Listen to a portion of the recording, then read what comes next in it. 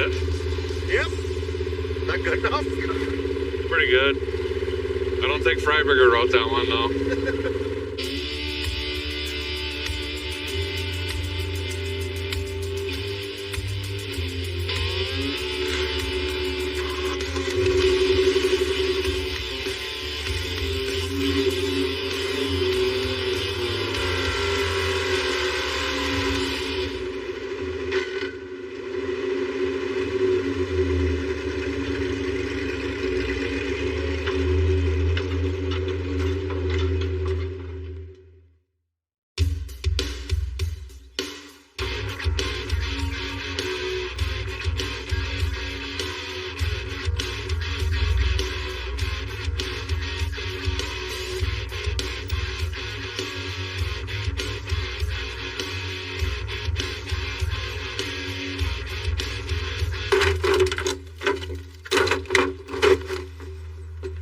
This week, we're back at Zweifel Motors in Piedmont, South Dakota, where I have stashed away a real gem of a car. Let's go check it out. A little heavy on the foot. I don't understand what happened here.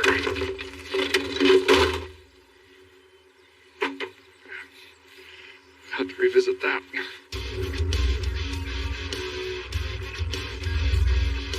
Check it out. A 1970 Pontiac GTO. We believe it's a real GTO. Also the cheapest one I could find in the US of A. I don't know anything about this car other than it's been off the road for a decade or two. This is actually the first time I'm seeing it. I bought it sight unseen on Indianapolis and had it delivered right here. So let's walk around this thing, see what it's going to take to get this running, driving, back on the road, and then we can do burnouts and Black Hills. Sounds pretty good. Let's try to start in the trunk, maybe. Okay, let's go.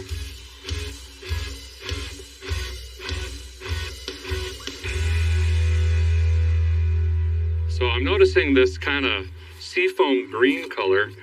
The paint code is 2828 poly blue that I'm not seeing. It's definitely not the Ridge color.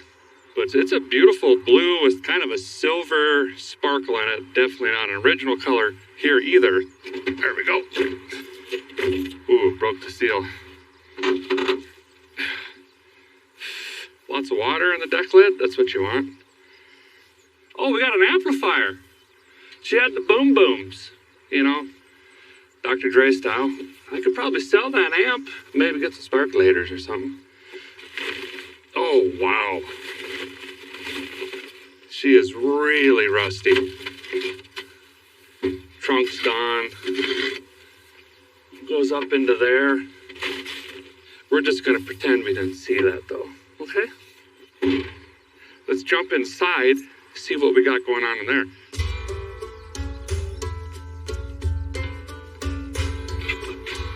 Yep. Yeah. Oh, it is thick. It's like a baseball mitt full of wet Band-Aids. It's pungent. It's incubating in my lungs. As we speak, there's mold everywhere. The seats, the door panels, the carpets are fuzzy over here. That's fine. The most important thing is, we got the his and her shifter. This thing is wild. Check it out. You have your regular low, and then drive, neutral, reverse, park. But if you really want to get the groceries, you slam it over here. First, second, third, neutral. You know, for the alleged street racing. These cars were, and still are, very, very sought after. Character, the looks, styling. Ooh. Tire pressure gauge, that's a front pocket find. Okay, now the best part, the hood-mounted tachometer. This one is busted out and the needle snapped off at $4,000. We should see if we can get that working if it runs. Okay, now, most importantly, we have an engine in here with chrome bits. It's already got headers, Edelbroken intake, and fuel make it happen there. It's got big old garden hose, lightning hoses on here. Someone improperly spray painted the block. Buick green. There's 40,000 gallons of room temperature vulcanization cream coming off of it. But it's complete. And I was noticing the Street Machine Nationals car show. It's been there a couple times, so I think someone really snazzed this up for a car show back in the day, which would make sense. But the big question is it actually going to run again and drive? So I think we're going to start with basics. I'm just going to throw in a new lightning cube here.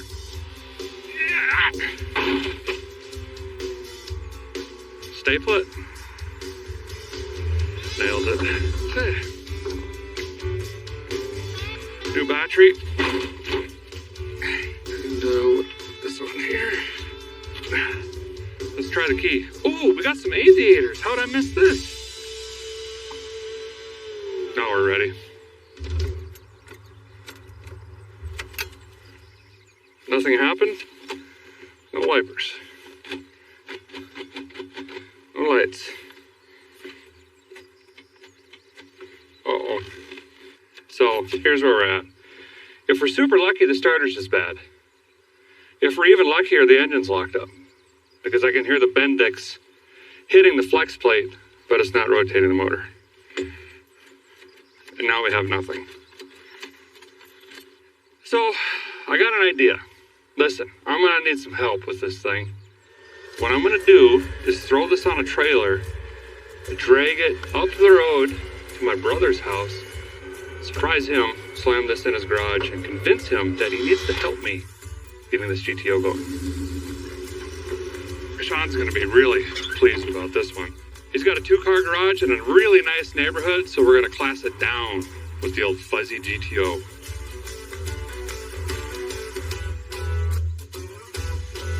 Well, we made it into town to my brother Sean's house. He was body working a square body here trying to finish this up, but I convinced him it's more important to push this outside so we can work on the GTO. I thought you just said it just needed a battery or something.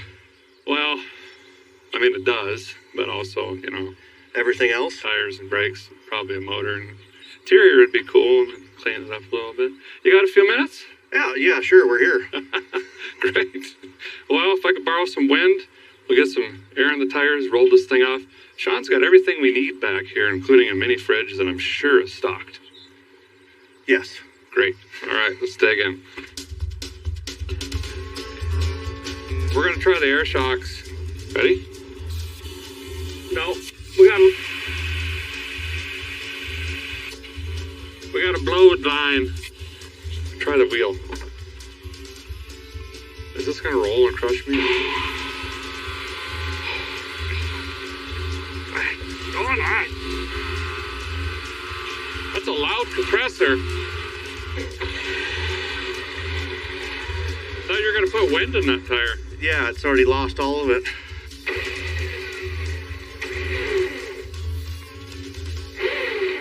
Does that help when I do that? I think we lost all wind holding capability.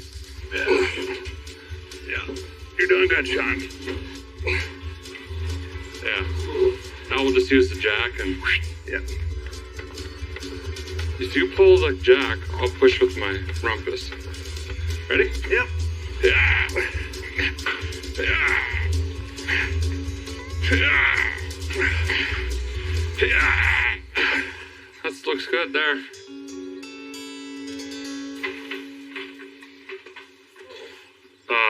There's a ton of water in the oil. It looks normal. It's 2 quarts overfull with water. We've got a boat anchor 400.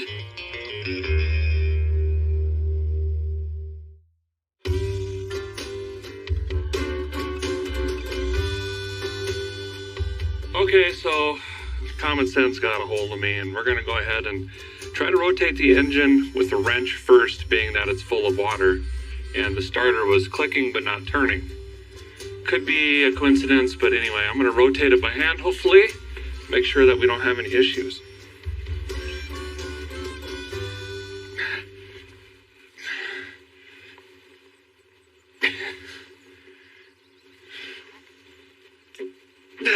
And that, my friends, is a stuck motor.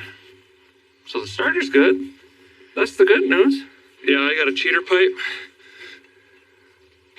Oh, it moved.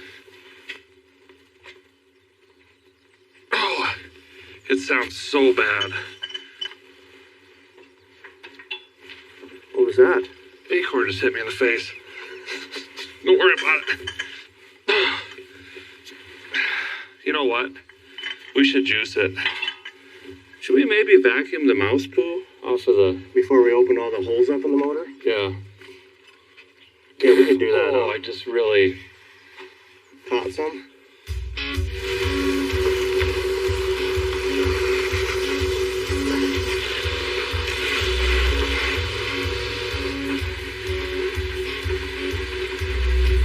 Brand new hood, huh? Hood's fine. Okay, so we're actually going to pull the sparkulators out and try to put some sort of juice into the cylinders and let it soak for a while. Because all I'm doing as I'm rotating the engine is probably just completely gacking the cylinder walls. And it could be full of water when we pull these out. Okay, now while that's soaking, what do we do?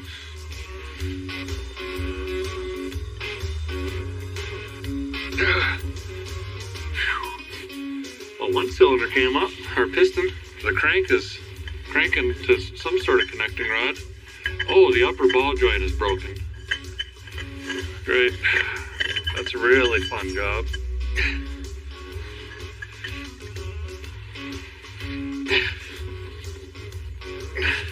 Sean has got me anchored so I don't slide on the floor anymore. Cylinder 2 is pumping.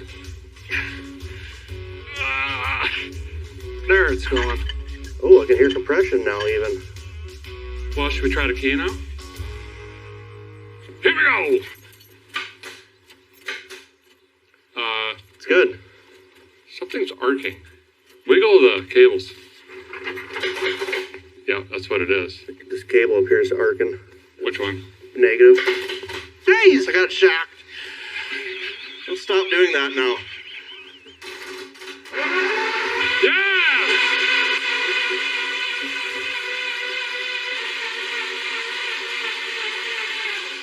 Okay. Sounds like a Mopar starter. You know, a dying dolphin. We need to crawl under this thing and rebuild the starter, and by that I mean hit it with a hammer.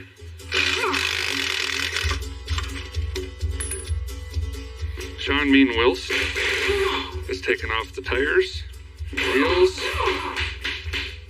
and banging his tools on the floor so we can feel like we did something today. This guy's over here using air. Now get that out of that socket. I've been doing this for an hour. Nope. Well, now I just broke that. That was original, dude.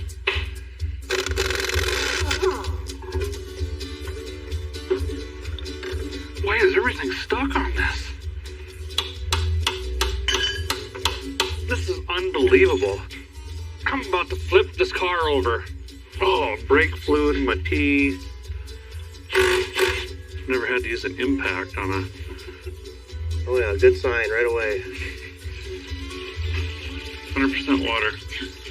Oh. Wait. It's gasoline and water.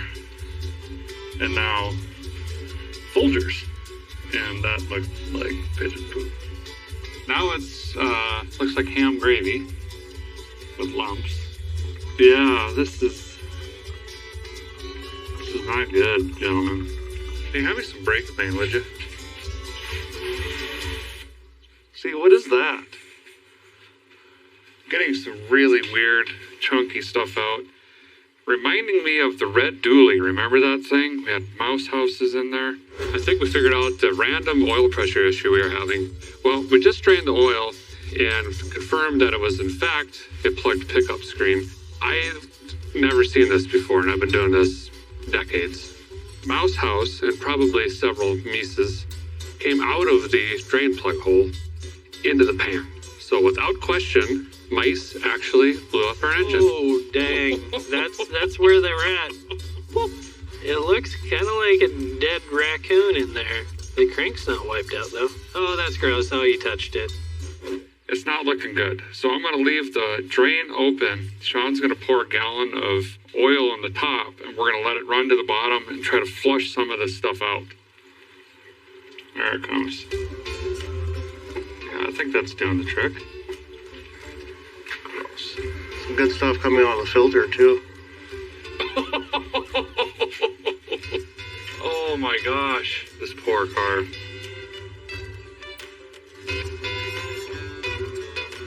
Do you think squirrels listen to Megadeth? I don't think that they do. Ready?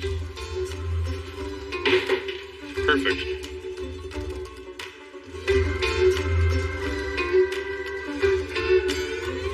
So Sean installed a spark checker bulb flasher thing over there. If it flashes, we have spark. If it doesn't, then we don't. And, because we never even pulled the cap off, because we're lazy. And I'm filling the carburetor up with transmission fluid.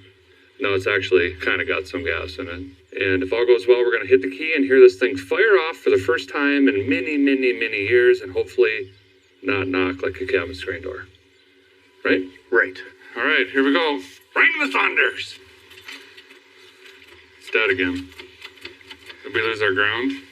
Yeah, let's get shocked again, I guess, huh? Yeah. Try the SAT cable. What just happened? I don't know. I think that starter's gone. Quality parts you get these days, huh? I just can't have nothing nice. So tired of laying in this brake fluid puddle. This is my life now. Oh, I'm smelling it. It smells like burnt electronics. Why? Was the engine that tight that it just cooked it? It's got 12 volts. So the starter's bad. Why is everything junk anymore, huh? Well, let's go get hibachi. Think about it.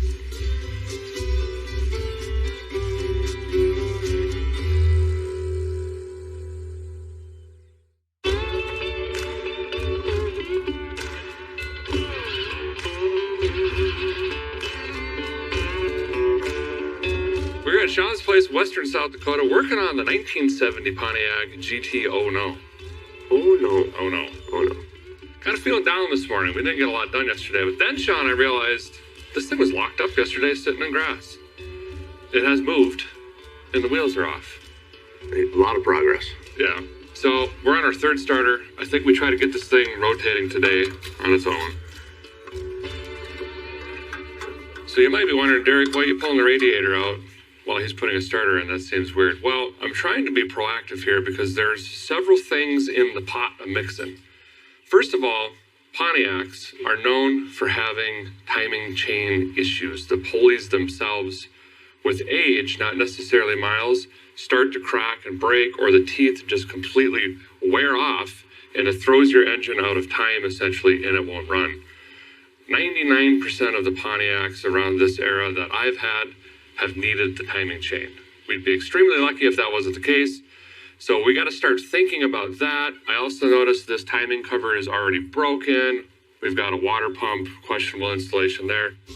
So I have a feeling if the engine does run, I'm going to be in the front of it anyway. So I'm going to go ahead and take this old radiator out, which is empty, and I can see it's full of scales and crusts and everything else. So trying to hit a rock with two birds, or whatever.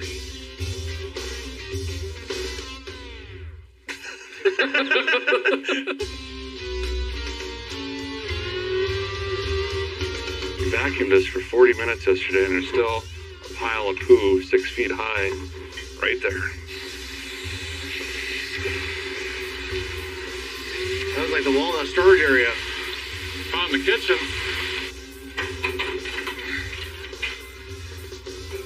This must be the baking powder hose.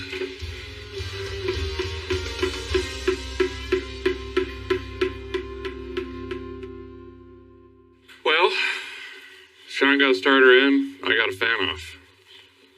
Our powers combined. We made things less but better? Yes.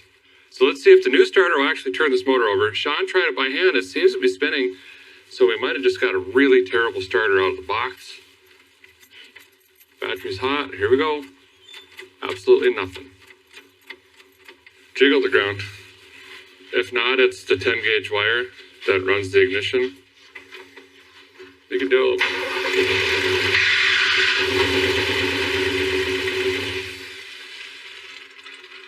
What is happening? What just happened? Well, the motor runs. It runs. There's knocking. But don't worry about that. How did you arc the starter wires arc? I didn't do anything. I literally just pushed that on there. That was weird. I don't know. You can pull the starter out, I guess. It's like auto start. Just boom! Turns the starter, ignition, everything on right at the same time. I guess the key must be forward, huh? Oh, is that what's going on? Yeah. Okay. Hopefully the knocking goes away. The bearing could resurface it itself. You know? Yeah, this happens all the time.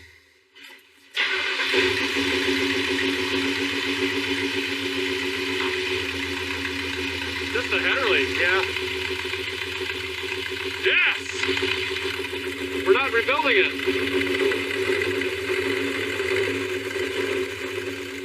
It's got a small exhaust leak over here.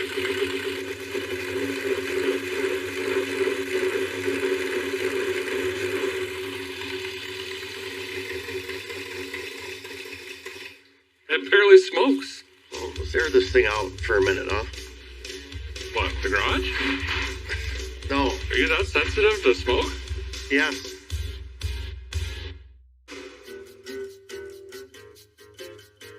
Pontiac woes. So hidden underneath all of this garbly gook is this timing chain set. These are notorious for water pumps failing. There's a backing plate behind the water pump. Those rot out conveniently. There's also an O-ring that gets pressed between the timing cover case and the intake. That always fails. So there's a lot of stuff going on in here.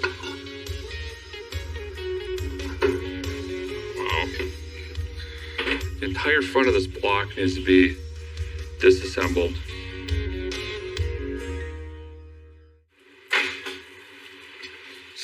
Just coughs dirt. Before I pulled everything off, I made sure we're at a timing mark here. We have to remove the crankshaft pulley, the damper cover, the water pump, the charging whirler, get the power steering out of the way. I'm going to try to pull the fuel pump with the cover because I'm lazy.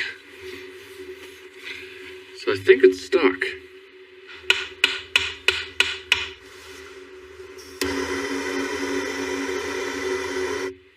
Good Lord.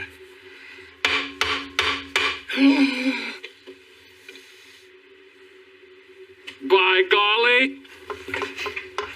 Finally got it. But this chain, look at this slop. Terrible. Well, we'll get it fixed up. Wow. Okay, dot to dot.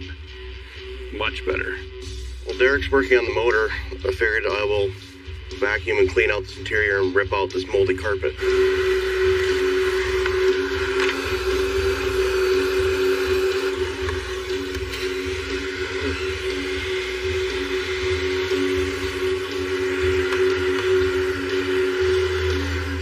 I've got parts.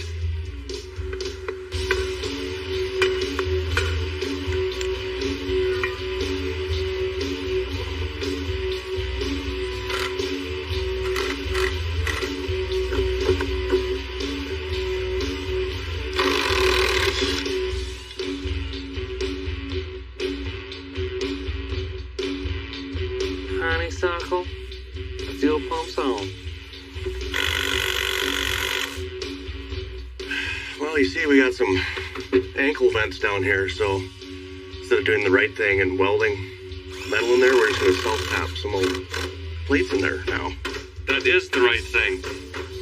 We need the, oh no, music.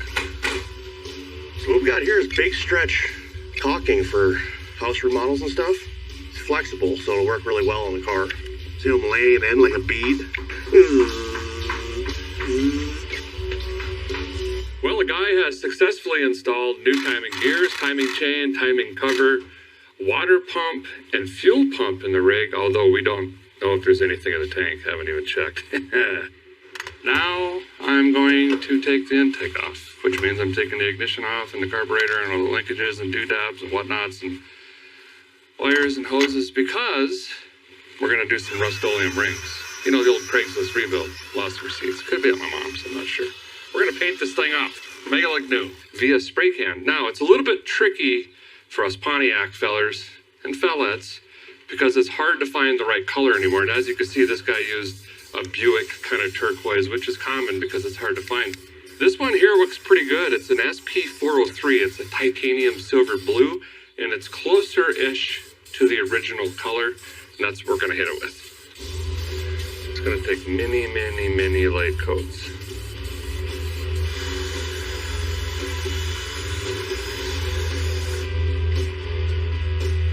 The passenger seat looks, whew, man.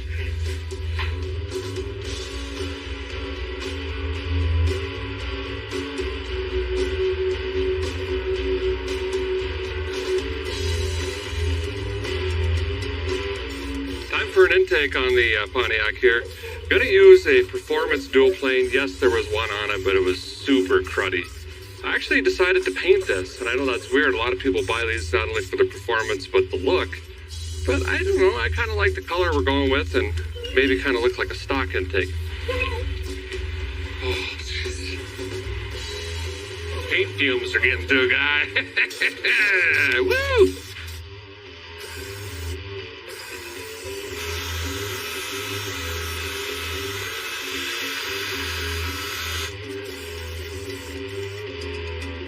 Well, we're fixing to get to a stopping point today, I think. Sean is killing it on the interior. I unfortunately have to let this thing dry before I can start doing any other assembly. And then tomorrow we're going to be hearing this thing run again, I guess. Burnouts. Okay, that's a little aggressive, but we'll try. See you tomorrow. Yeah.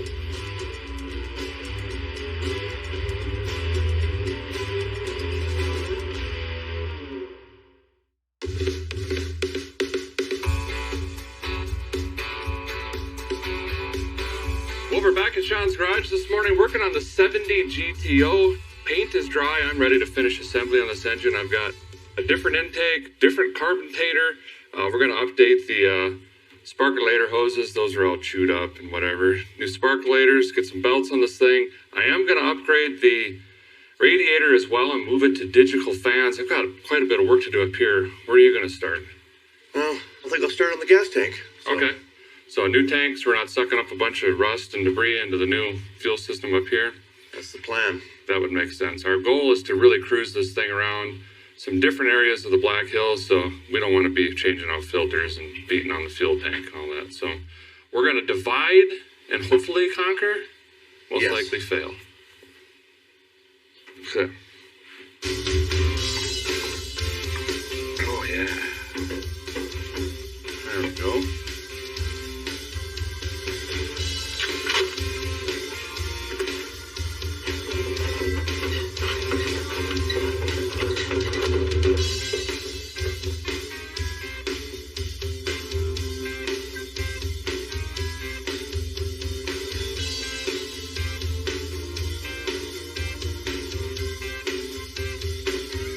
Instead of trying to get this old Edelbrock fixed up and, looking good, I'm going to go ahead and swap it out with the Brawler 650 with mechanical secondaries and digital choke. That should go right on this thing. A little bit of adjustment, make a big improvement.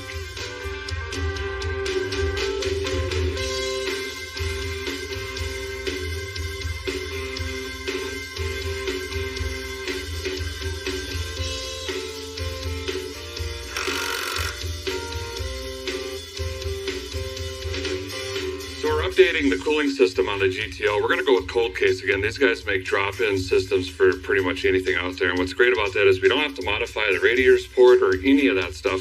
And it comes with 2 digital fans, which Freiberger has taught me don't put your fingers in. And also the relay and everything that we need to wire it up. So I'll drop it in, do the wiring, clip in the hoses, done.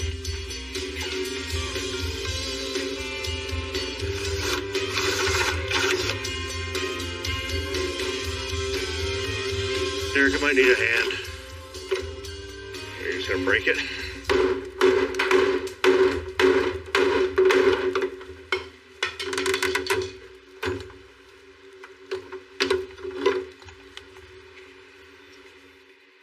Okay.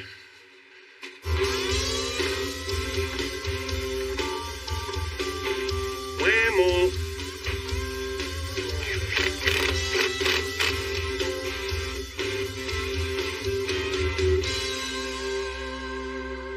We're fixing to head to lunch, but first, I want to fire this up again and just see how it's running, what's a new ignition and intake and fuel make it happener and everything that we've done. So we'll give it a shot here. Go ahead.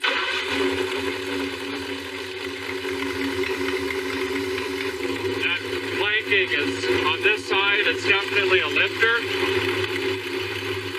I'm not sure if it's stuck or we're not getting oil all the way to the top end.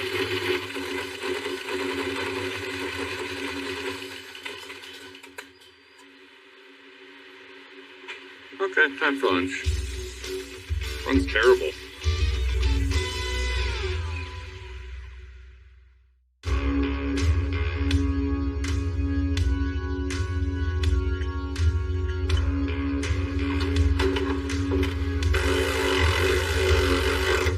Well, the guy threw some Earl into the topside. Meanwhile, Sean's got the Kragers on, and man, they look great. Really changed the look of the car. They're similar to the Pontiac Rallies, but I think the chrome is doing something here. I don't know if it's the bass boat paint or something. It's definitely the paint. Yeah, so, well, it runs, theoretically should drive. It's time to find out. It hasn't moved under its own power in over a decade. We're going to try to land in Deadwood, South Dakota. It's a historic town. It was born in 1876, the big old gold rush and everything up there. And if you're familiar with names like Wild Bill Hickok and Calamity Jane, that's their turf. We're going to go check that stuff out and have some fun. GT. Oh, yeah.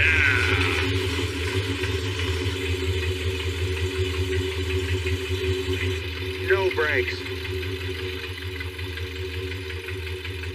You're not gonna be able to drive this. Captain's log? I mean, like, that's the worst brakes I've ever felt in my life. Have you seen the show? We can't go through the hills like that, dude. We're gonna die. You try it. Watch out. Never mind. Everything's fine. The skid.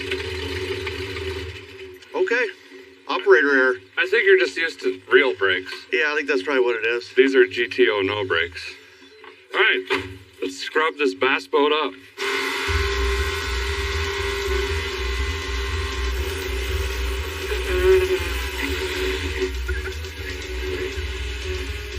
Okay, second shower of the morning.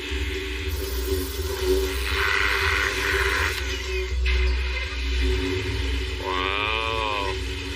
Don't worry about that lifter knocking. I'm not. Okay. Ready, Sean? I'm ready. I'm born ready. We have a 100-mile route planned today, and we should hopefully end up in Deadwood, South Dakota. It's going to be a lot of fun. Let's see how far we make it.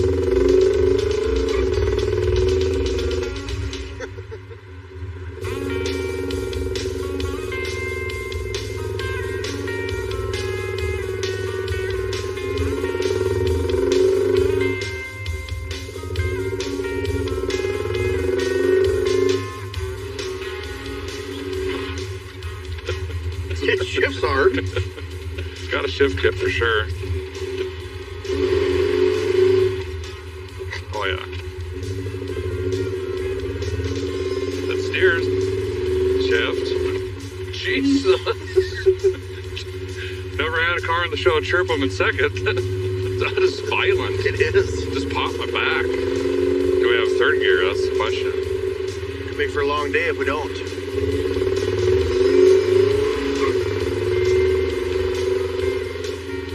Third gear, free revving. So that's 100 miles at 40 miles an hour. Guess we can get to know each other. Yeah. But I mean, overall, it drives straight. It handles okay. No horn though. Yeah, no horn. Runs. Wish that lifter would stop doing that. Temperature light just came on. It's pretty good. Me and Derek went to school to your left, middle school. That's where I almost hit Wheelman Willie. Oh. turning left right there.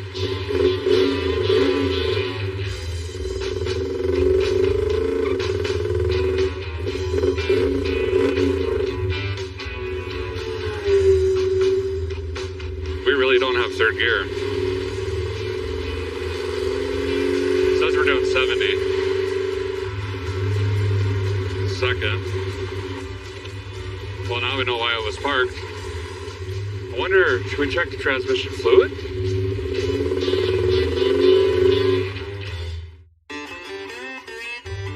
So we pulled over really quick. We don't have third gear, and I just wanted to check the shift machine. And sure enough, we're a couple quarts low, so we're gonna try to throw some more sauce in there, and hopefully, fingers crossed, we can grab third. Otherwise, it's gonna be a long, slow day. Boom, third gear clutches.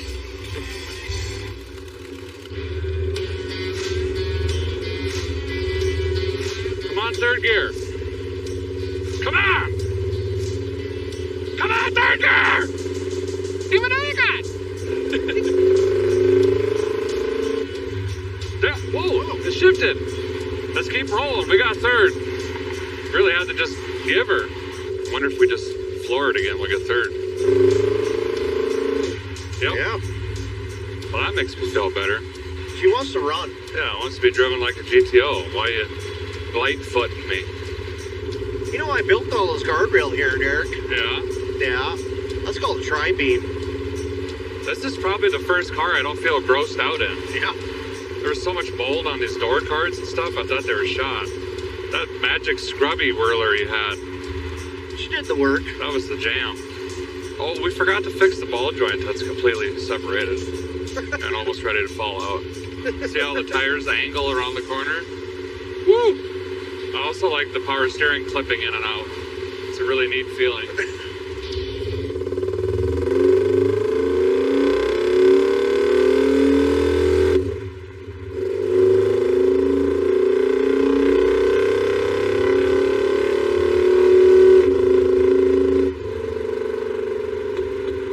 Car's kind of lucky, you think about it. It gets parked in Indiana in some backyard for a decade and a half, and it wakes up in the Black Hills.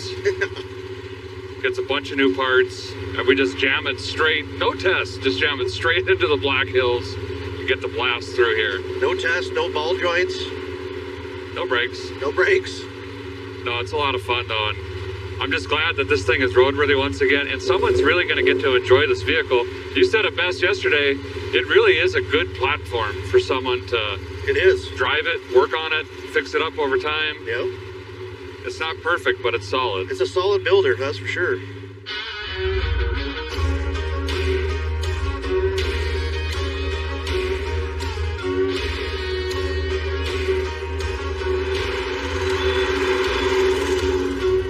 Really good fishing down here, so I've been told. Probably bass by the looks of it. Oh, he's trolling. It is like one of the most pretty lakes you can think of. I caught a catfish 8 feet long out of there. That's a lie. Yeah.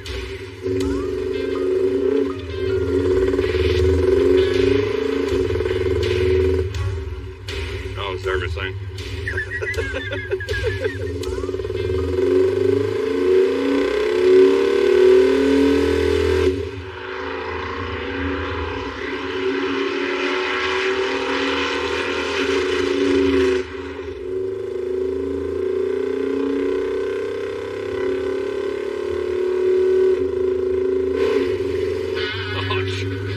Sorry about your neck. Woo!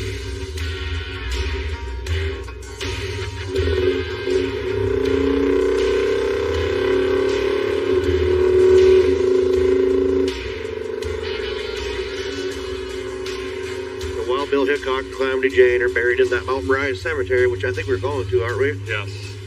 Imagine these streets in winter, 7 feet of snow. How did they get through here with horses back in the day? Had to really suck. The GTO has made it to Mount Moriah here in Deadwood, South Dakota. This thing's actually really good, I gotta be honest. Yeah. Transmission's a little wonky, but it steers, it drives, it's comfortable, it looks great, It kind of has power. We found this thing in a backyard. It had been sitting there for over a decade, and we knew the thing just had to be saved. It's the iconic GTO. We did timing chain, timing cover, water pump. Oh, Suzuki Samurai, dude.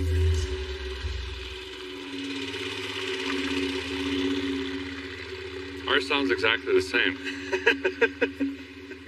All right, ready? We did a timing chain and gear set, timing cover, water pump, basically all the hoses, doodads, whatnot, 4-barrel intake, threw a 650 mechanical secondary on there, tuned up the ignition, didn't touch the transmission or the brakes, really. What'd you do back here with the... Did a fuel tank, and I put new air lines in for the air shocks, and we did a new brakes for the back. Tires, wheels, cleaned it up a little bit. Sean did an amazing job on the interior, and for a little or nothing, this is a family cruiser right here, I gotta be honest. It's a very comfortable car.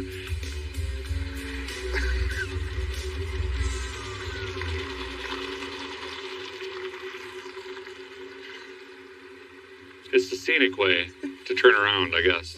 I think this is the first roadworthy car, Sean, that I don't gag driving the thing. No, it's actually really clean in there now. I'm gonna give it the official going to town stamp. But we've got some more cruising to do. We should head down the hill, go drag down Deadwood, have some fun, and then maybe head down to Sturgis. I don't know. Yeah. All right, Fine. let's do it.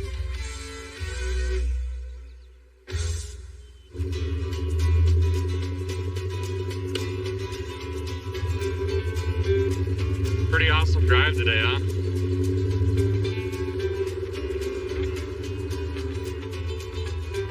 Yeah, there's the old gold mine, 1906. They converted it into a ballroom and hotel. So the roads are brick. It's pretty cool, huh? There's Saloon 10. Wild Bill Hickok caught one right in the old back with the dead man's hand. This is probably one of the last casino towns that actually used coins. They phased that out, what, 10 years ago, probably? Yeah. But that was fun. You throw a quarter in. You won $10, but it sounded like you won $1 million because it was like tick, tick, tick, tick, tick, tick, tick. Sean and I took the Indiana GTO. It's been sitting off the road for about 13 years. Thrashed on it in just a couple days. Got her back roadworthy again. Cruised the Black Hills. Got to see a bunch of sights. Hung out in Deadwood for a little bit. And eventually ended up right where we started here at Zweifel Motors. Pulled it out of the grass up there on the hill. It was an awesome day. That's going to do it for this episode of Roadworthy Rescues. We saved this classic car, but stay tuned. There's plenty more to come.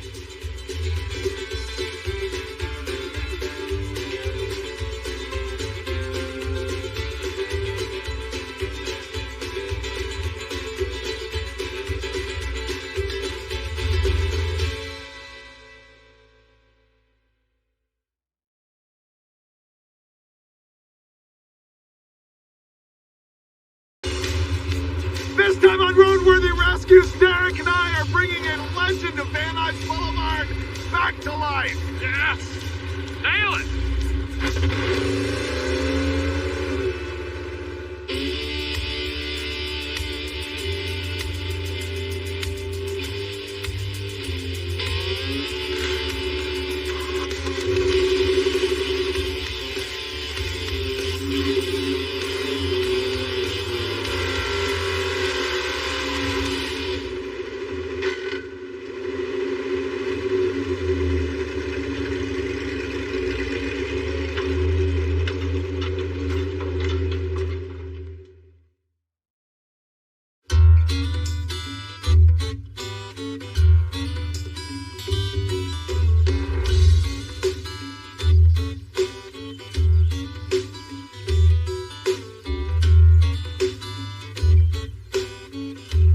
This week, a guy's way out in Lompoc, California, where I bought this really cool 1940 Chevrolet Coupe.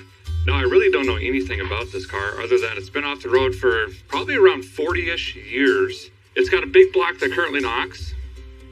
That's great. And allegedly, this was the terror of Van Nuys back in the day, street racing. Now, this is the first time I'm actually seeing this car in person. I bought it after seeing a couple photographs that a friend sent me. So let's walk around this thing and see what it's going to take to get back running on the street and maybe even racing in some way, shape, or form.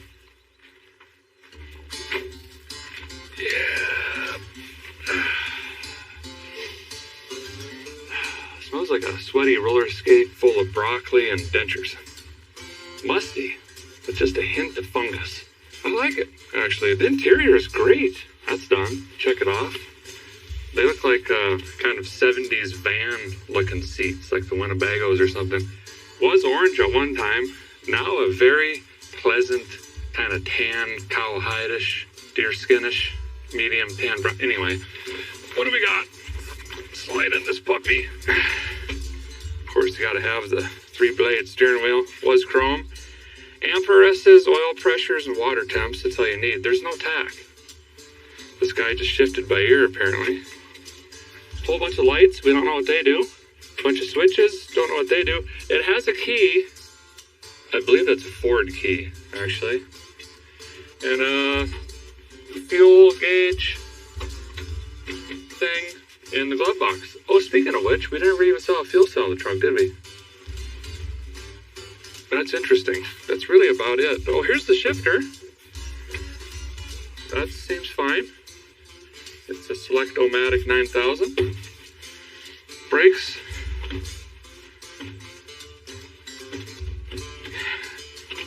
Don't worry about that either.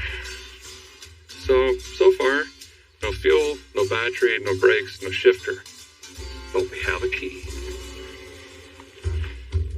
Special Deluxe. Love the chrome and the trim and just the overall shape of these cars. It's beautiful. All right. Okay. There we go. The block of bigs. I finally own gold valve covers. Sweet. Wow, the wiring is very astronautish.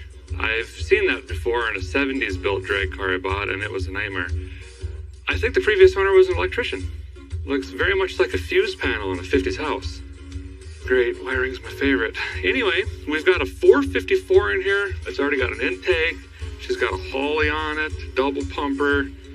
I mean, it looks like it was probably the real deal. Old Valerie Mark II ignition. Really cool. Fender exit headers. Kind of wrap around the frame and down under. I don't think this is hooked to anything. Whoa, it is not. Kind of limited on what I can do here. It's got a transcooler, automatical transmission. It's got the original front end and brake system, which is going to be a nightmare because, as you know from me doing 40s, 50s, 30s cars, is the master cylinder is under the floor on the frame. My favorite.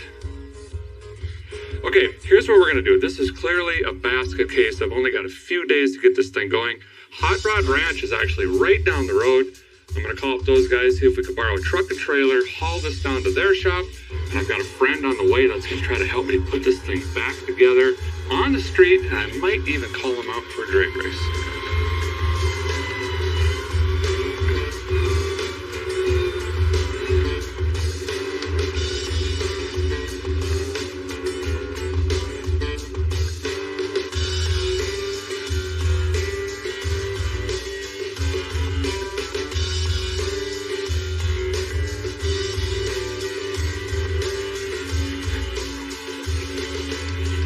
We've made it to Hot Rod Ranch. They've got tools galore and hot rod parts, so if we get into a pickle, guys should be able to find something around here, maybe do some trading or some bartering. Pretty excited to tear into this. So we've got the coupe pushed back into the Hot Rod Ranch here, and as you can see, it's full of parts and tools. I think we're going to be just fine, but I've only got a few days to get this car back together, so I'm obviously going to need some help, and I needed someone with not only knowledge of hot rod history, but the ability to actually throw some wrenches around, and I somehow roped the one and only Freiberger into helping. Ta-da! I think this is my fault, isn't it? This is absolutely your fault. He actually sent me this listing and said, you need this, and I was right. Yes. So what do you think of this thing, Freiberger? I love it. I saw it up here before you bought the thing, and it's just perfect. You know, there's no way you could go better. Van Nuys Boulevard, like 1974, 75 kind of era. Yeah. Yeah, I love it. So we're told, and I've heard cell phone video of this engine knocking.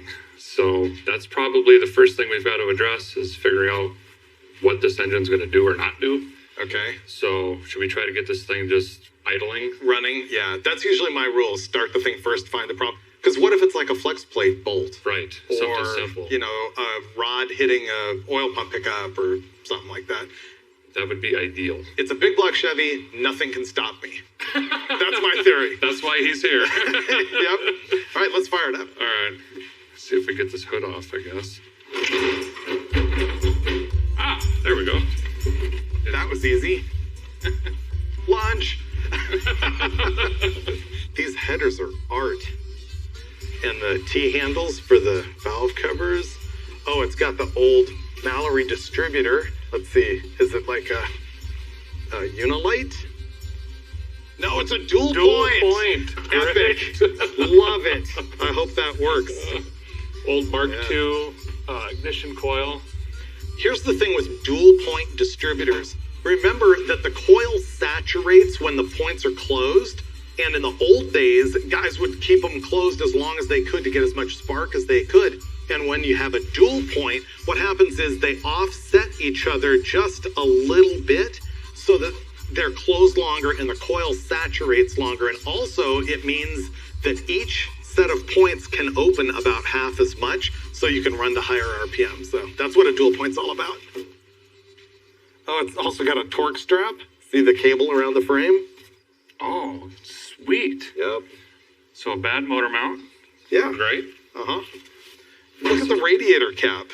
Is this the original radiator? That is tiny for a big block. That's going to be a problem. But look at this. It's like vertical. That is bizarre. Oh, I know what it is.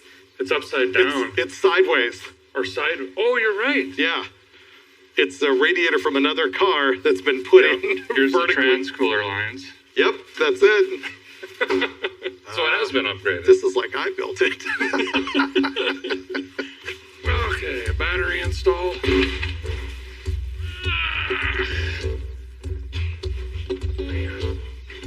And the bolt's missing, so here's your clamp.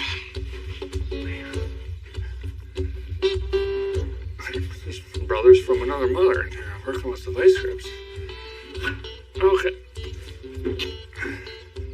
So far, I think we're off to a really good start here. I got a red light in here. Something clicked. Headlights? No way. Yes, headlights work. Wow. Okay. That must be ignition then. Okay. Push button doesn't do anything. Yes, it does. That's the key.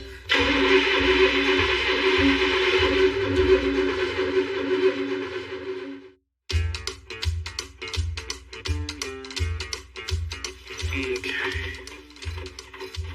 There we go. That's fuel. Make it go boom. Okay. Questionable switches or flips. Go again. Hey. That runs.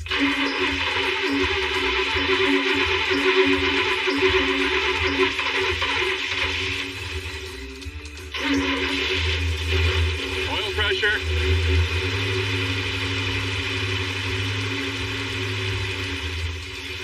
£75 oil pressure. Let's go.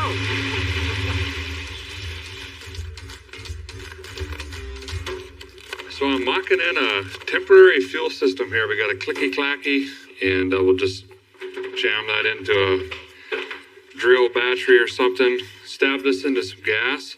We want to see what this thing does once it warms up a little bit. So we'll put some water in the water heater, maybe even let this thing idle for, I don't know, 5-10 minutes, and see if we can start troubleshooting the noise that Gil heard. And I've actually heard it over a cell phone video, and it sounded pretty bad.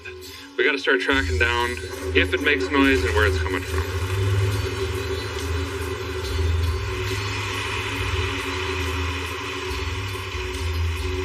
Seems good so far.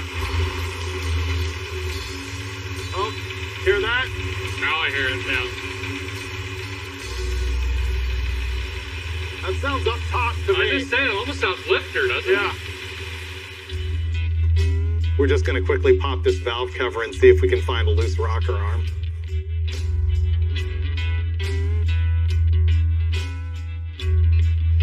Do any of them push down like the lifter is soft? No.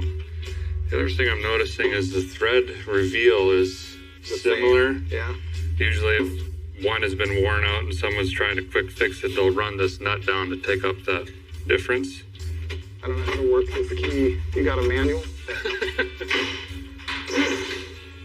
Bump it one more, it came back. That moved. It's got great oil pressure. That's not it.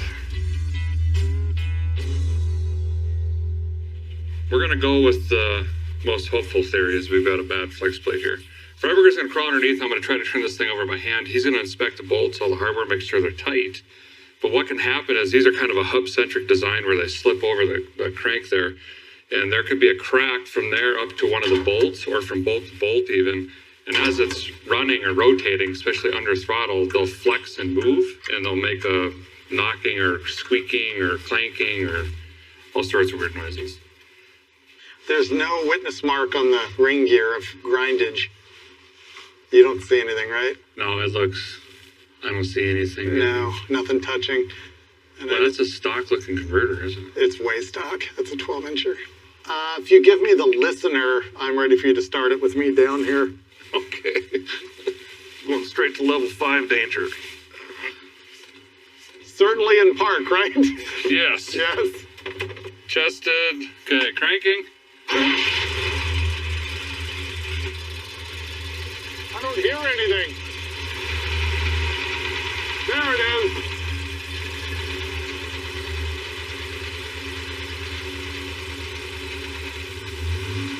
I can't hear anything in the bottom end. It almost sounds like a rattling almost. Yeah. Is that cable?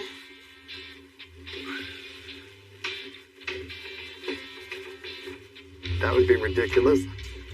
I mean, that's a similar noise. It is. There's a torque strap, which is just simply a about 3/8 around cable wrapped around the motor mount.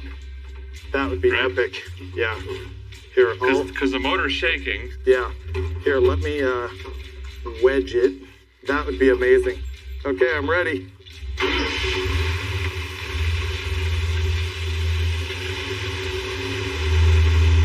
I don't hear it.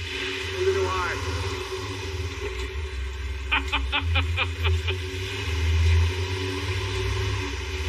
There it is. It's not moving.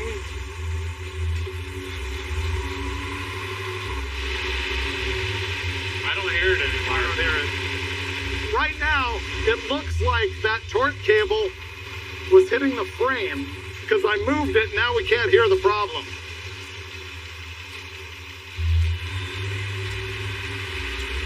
All I hear is valve train now. Race car. Fixed. Fixed. Yes. So here's what we're going to do. We're going to tag team this thing really quick. We're going to drain the water out of this thing, get the carbon intake off. We got to clean up the heads, the china walls here. We're going to put in some room temperature vulcanization cream, do it right. Get these rubber gaskets out, and that's one big leak back here. And then by then, hopefully it's cool enough, we could drop the oil on this thing, put a new filter in. I think that O-ring is shot. It's leaking there as well. And then we'll fill it back up with fluids again. And we're going to time it. Timing seems to be a little weird on this right now. And it's going to run perfect. We're reinstalling our vintage Holley Street Dominator intake manifold. This thing is a single plane. I really wanted this engine to have a dual plane on it. Dual planes have longer runners, which make better low-end torque, especially with this, which I'm pretty sure has a stock cam in it. So this isn't the optimum intake manifold, but it's the one we have. We have one bolt hole with really sketchy threads in it. It's about to strip, and the rule is he who owns it wrecks it. So Derek is working on fixing that thread. Oh, I got it. Oh, no. You didn't.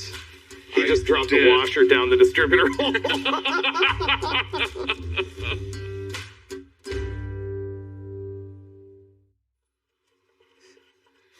How far down the distributor hole? Did it go all the way? I think I can see it. Is it on top of the drive shaft? I think it actually hooped the pump The drive shaft? Perfect. We need a magnet. I did. You hooped the drive shaft? Yep. That is skills. Wow. There's another rule, which is if you're going to drop a washer down inside the engine, you also have to be the car owner. This is like Operation when you were a kid, remember? Oh, yeah. I'm definitely Fail. buzzing it. In the hole, there's actually a drive shaft that spins the oil pump, and he looped the washer over the drive shaft. That's skills. I'm guessing because it's pulling up on one side, it's wedging the washer in. It's not even pulling the washer because it wants to magnetize the pump shaft and not the washer.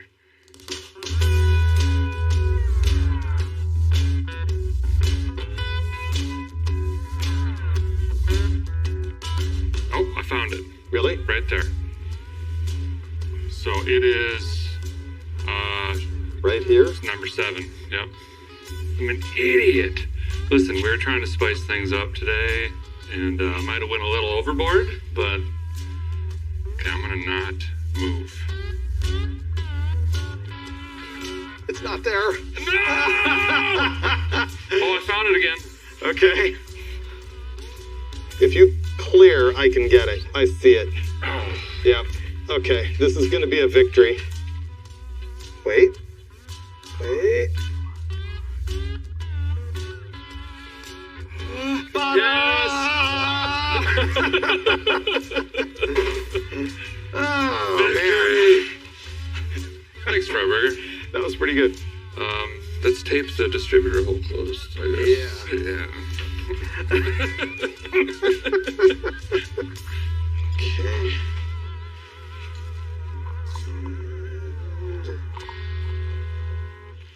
Exciting carburetor action. See, Derek called me before we set out on this venture and was like, this thing needs a carburetor. What should I get?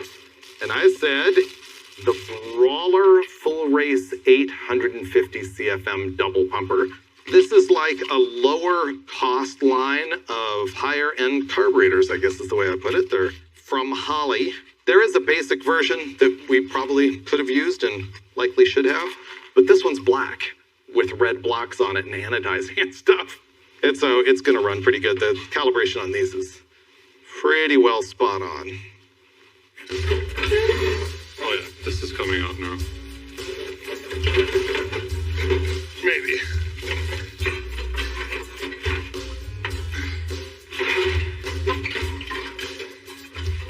I have seen some things, but never a radiator sideways. This is how it should be in a vehicle. Dum, bum, bum.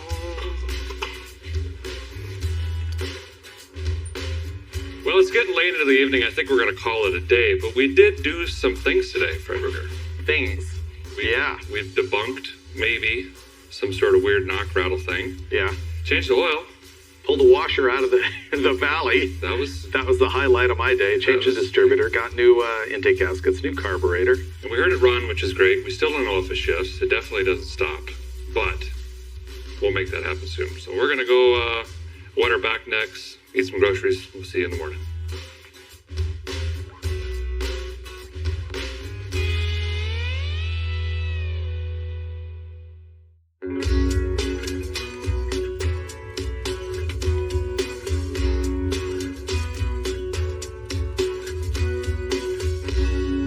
Day 2 here, Freiberger and I are in Lompoc, California at the Hot Rod Ranch, working on the 40 Chevy Coupe. Yesterday, well, we're still daydreaming we fixed a knock, but yeah, maybe not. Today, what's the plan, Freiberger? I think we continue to make the engine run, sort of actually run, like make a fuel system on it, put the radiator back in, hook up the transcooler so it doesn't puke everywhere. We'll cross our fingers that the Turbo 400 works, jack up the back of it, run through the gears, and all of that.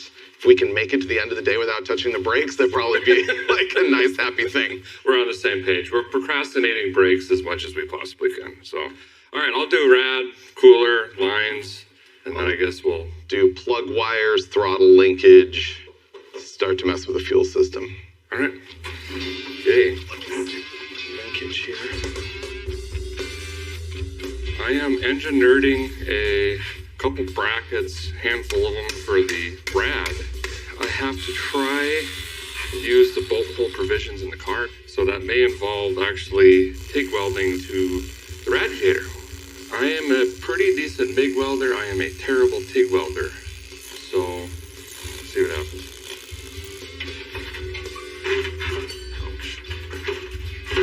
Ouch. Ouch. It's gonna work.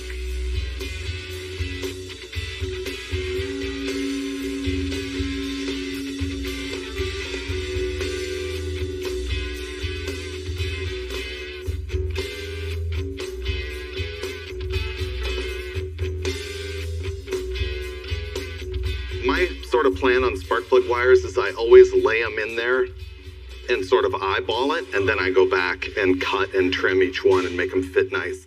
Also, watch how I do the distributor caps. Look how I've got 4 going off this way and 4 going off that way, and I just have to take a couple of wires and loop them, but it just looks way neater. We think we're done up front. Freiberger has expertly and precisely ran the spark plug wires. Looks very good. Rad's in, carburetor's in. We need fuel delivery. This has a tank in it and some sort of electric pump, but we're just going to completely abandon all of that. That tank is actually under the back seat in this, and the fill neck is over here. We're going to put a fuel cell back here. We've already propped this up with this chunk of pipe that Freiberger found. We're going to drill a hole because it's a sump cell, so the bottom of the tank actually hangs down lower. We're going to bolt that in, run a fuel line out of rust hole down here, run a line up front, plug it in. We should be able to fire this thing back up. Let it idle for a while and just run.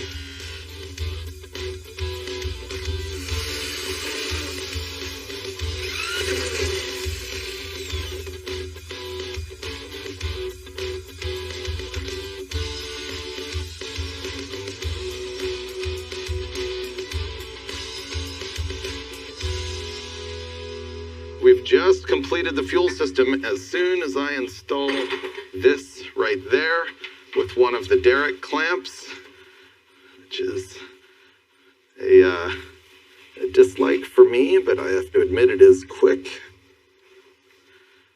All right, fuel system done. Are we at the point where we can fire it up and let it sit and idle and put it in gear and stuff? I think so. I think so. Add fuel, add some water in the water boiler. Yeah. Yeah, you want to immediately dump impurities in your new radiator.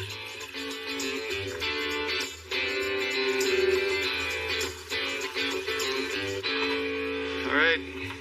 Okay, ready? Yep.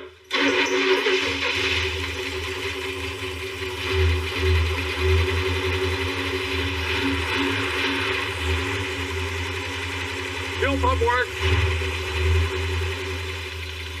Let me make that a little happier.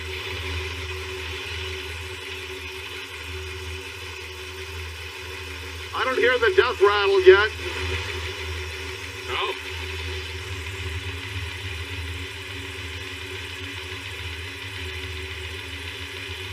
Well, load it up now. Yeah.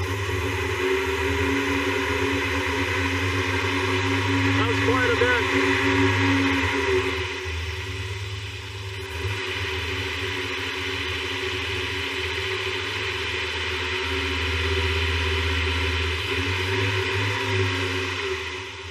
What he's doing is using up gas in the bowl by hitting the squirter a bunch of times so that we can see if the float bowl level has been reduced.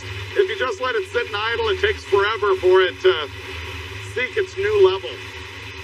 You can hear it revving up a little bit or faster. That's because it's happier with the mixture, and then he'll bring the idle back down once he gets it more dialed there. Go in a quarter over there.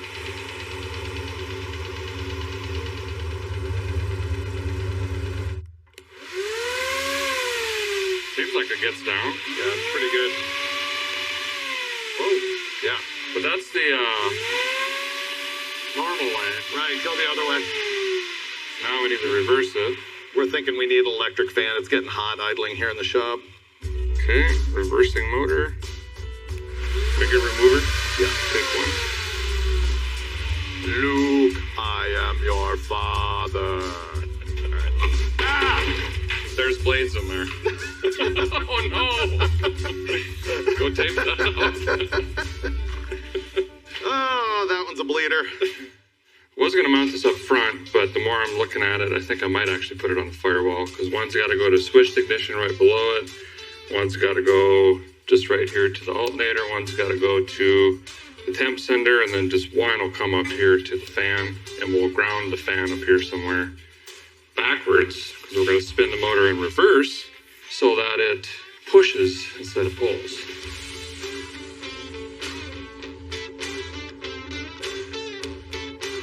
Okay, we've got temp gauge in here. That Freiberger expertly zip tied to the center. We're ready to fire it up again and try the gears once more. All right, clear?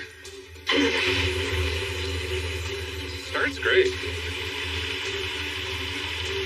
Yeah. Reverse. Reverse. Neutral. Drive. Yep, you got forward. The great news is we've got a runner, we've got gears. It's staying cool. The fan hasn't even kicked on, hasn't needed to. Good enough. The bad news is this means we'll probably have to work on brakes now at some point. But that's an us tomorrow problem. Yeah.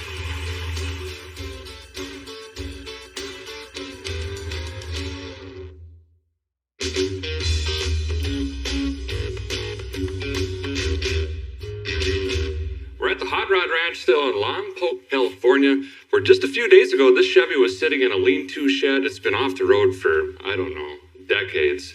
We have it running, we have it moving, but we got a problem. We have no brakes, Freiberger. Yeah, and this is day 3 of avoiding that job. The master cylinder on this thing is under the floorboards, which is just a nightmare. And I didn't realize that the clutch and brake pedal pivot went through the master cylinder too. Yeah, which is seized currently, so this is going to be a chore. So I'm going to start poking at this if you want to maybe see what's under the front wheels as far as hardware, if there's even wheel cylinders in there or what.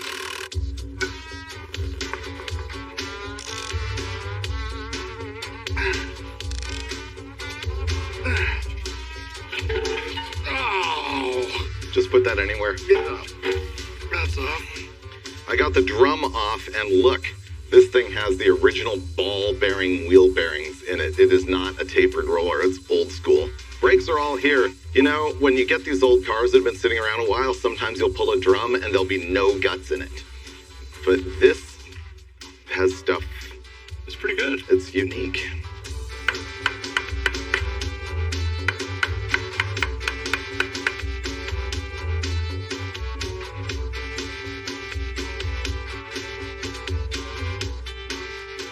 So what I'm going to do is actually fill the master cylinder, which you do through the floor, and just pray that somehow, after 80 years plus, this is going to still move fluid.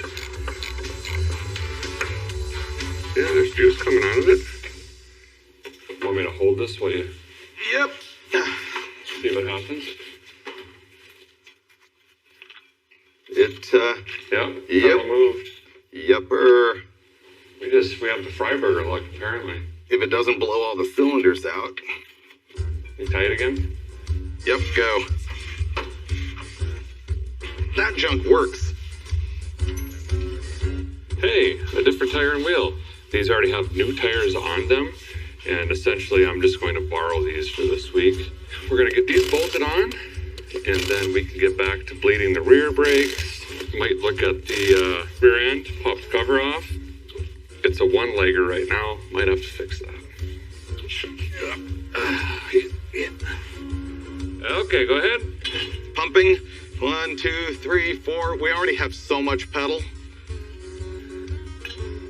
Okay, that concludes our bleeding session.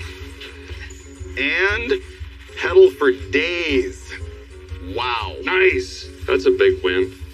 So under the rear of the 40 Coupe here, going to be addressing the rear end. We know from running it earlier that it's a peg leg, or only one tire gets power at a time. So doing burnouts is going to be not good. So I'm going to take off the differential cover here, get a look at the gears in here. We can hopefully figure out what gear ratio it is. It's probably like a highway gear, like a 308 or something like that. Hopefully not. And then we're going to do what's called a Lincoln locker. I am just going to simply weld up all of the spider gears in here so that when we ramrod this thing, both tires are going to be getting power at the same time. And it should help our launches if we're going to be doing any sort of drag racing or doing burnout stuff. Bam! Poor man's posse, thanks to Lincoln. Derek's in the back making a soccer ball of weld out of the rear end as he suffers from the impression that this thing will have the power to spin both tires.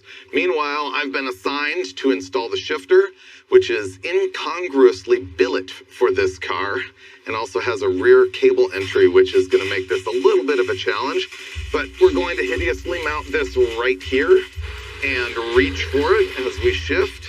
And then I'll run the cable through the floor and attach the end of that cable to the transmission, and we will have shifting for the Turbo 400 that likely doesn't work. We haven't found that out yet.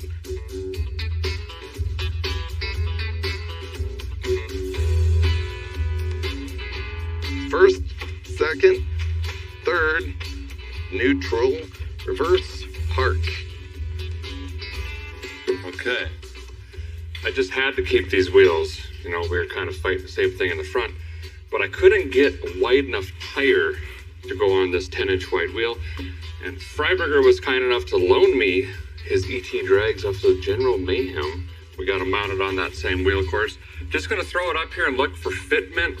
This has been pretty gnarled up and stuff like that. These are slightly bigger than the tires that were on here. So I just wanna see what this is gonna say. And so far it is saying not going to fit. Yeah, that's an issue.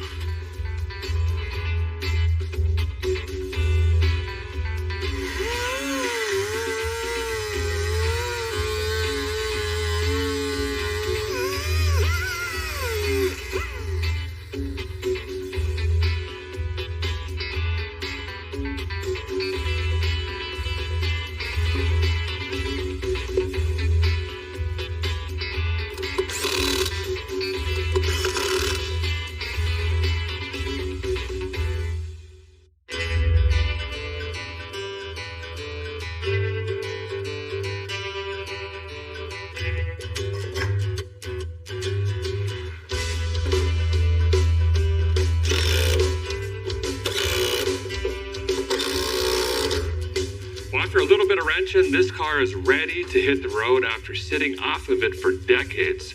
I think we can actually maybe find a beach or the ocean from here. Let's go see what we can find.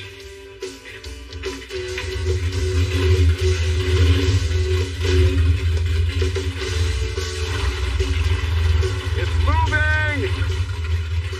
Oh, it pulls so hard. Yeah, that's brake adjustment, I believe. Pretty amazing. Second gear. Yeah. Come on, try the brakes. Wow!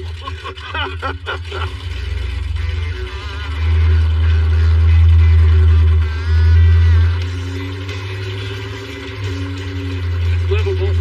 We can adjust that brake if we were ambitious. Nothing smoking or on fire. That's true. And the rat smell is not excessive, not overheating. It's 140.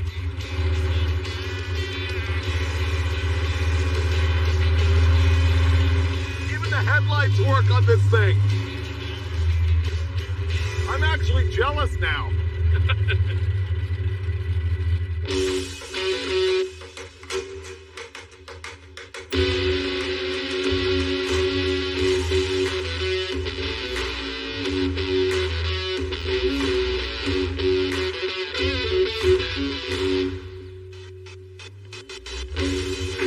After many years off the road, it's back. So good. This thing is staying cool, it's shifting. I mean, Braking. there's a lot of things I like about this car that actually don't make sense. For example, we came here fully expecting to rebuild this engine. Totally. I still can't believe it was just a cable. Or if it is knocking, we can't hear it. Which is fine with me. Yeah, that's great. Ignorance is bliss. We got open headers. That fixes everything. We just threw a new carb on this.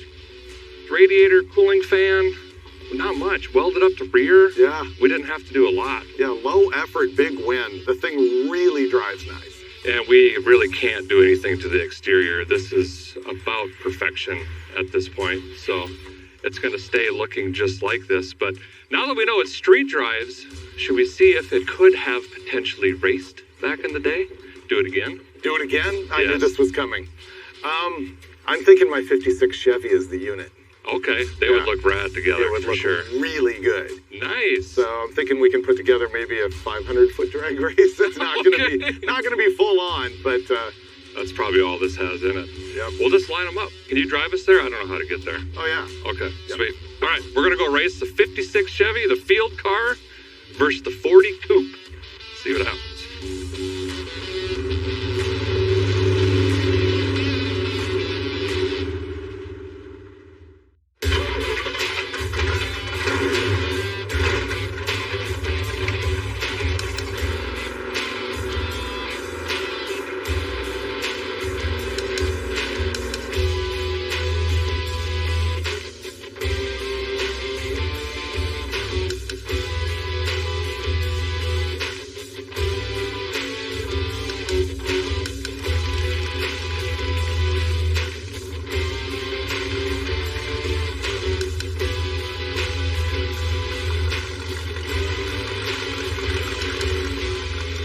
We're here at Santa Maria Airport in the back 40, where we've got some room to play around and race. What do you got here, Freiberger? Well, this is the 56 Chevy known as the field car. It's been on both Roadkill and Roadkill Garage. Right now, it's loaded with a 406 small block, makes 570 horsepower. It'll run to 7,000 RPM. American powertrain, 6-speed, and a Ford 9-inch with, I think it's got 456s in it. So I'm ready to break parts. So you're saying there's a chance I can win? No. You know there is, because I'm going to annihilate the tires on this unprepped surface. And we know this thing hooks up because it's gutless. So you'll be in the wind and I'll be back here making smoke. Oh, that's my only hope. We'll see what happens. If we got just enough room, I might be able to hit second gear. It's going to be great. Well, let's line them up. We'll just do a heads up, see what happens, and maybe you'll let me take a hit or something after that. Oh, for sure. Destroy me. Yeah. All right. Okay, cool. Good luck. You're going to need it.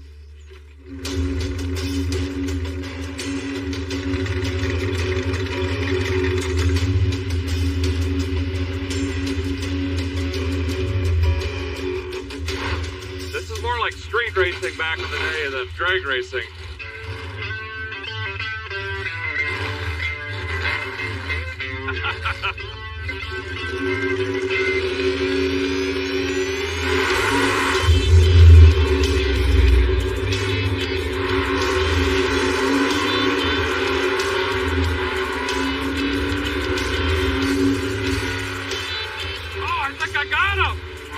Yeah, traction killed me. Oh, wow. You blow the tires off? Yeah.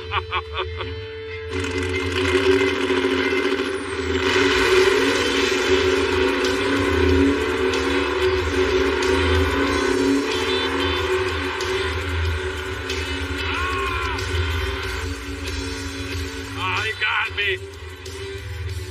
Ooh, I smell brakes.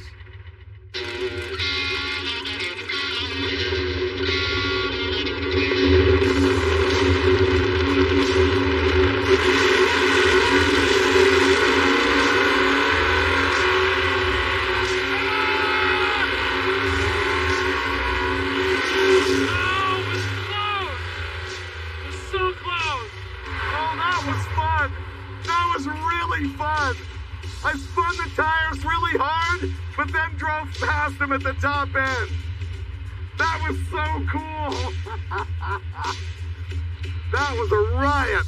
That was also 7,500 RPM of tire spin. Wow, that was cool. He also treed me pretty bad.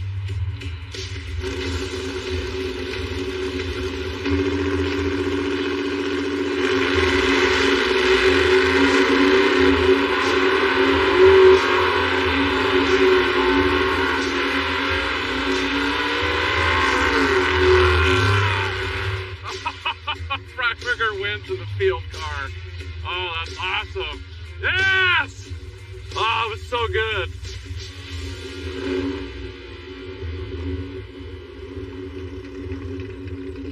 Freiberger, you annihilated me. That was brutal. You know, I was thinking about it, and I did. The thing is, both of these cars are wicked cool. Mine just has a lot of more destruction potential. Right. There's a lot of violence going on there. It was fun, though. I got you one time when you blew the tires off. Yeah, completely. But that drag race where I spun the tires hard and came past you, that was just like so two-lane blacktop, so American graffiti. I loved it. It was incredible. I was screaming the whole way. My face hurts from smiling.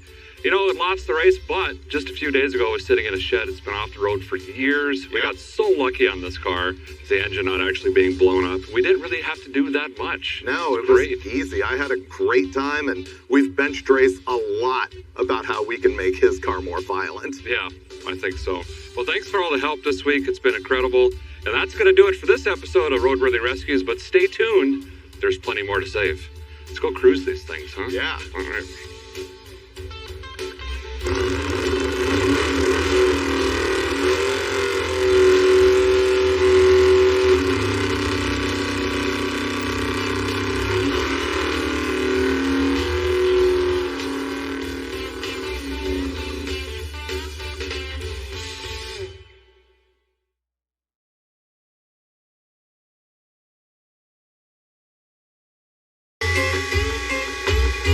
On this episode of Roadworthy Rescues, we take on refurbishing a big tractor.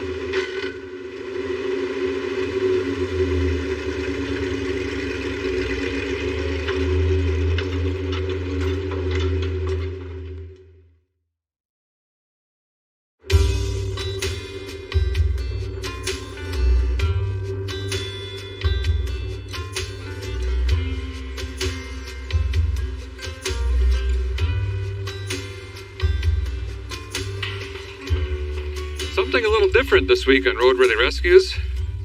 How about a big row crop tractor? This 1978 International 1086.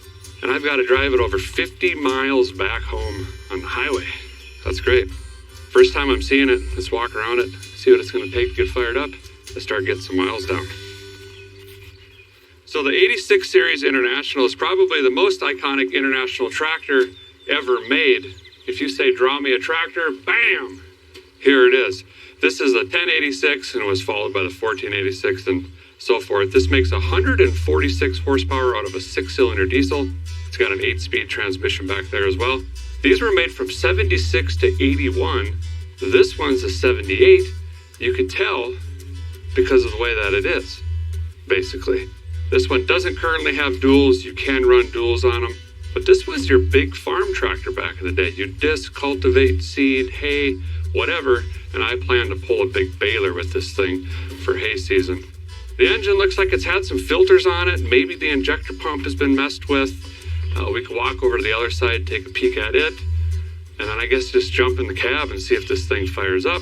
No, I'm sure it'll have dead batteries or something. I'll meet you over there. Oh, she's straight piped. This is the way I like them. Oh, look at this.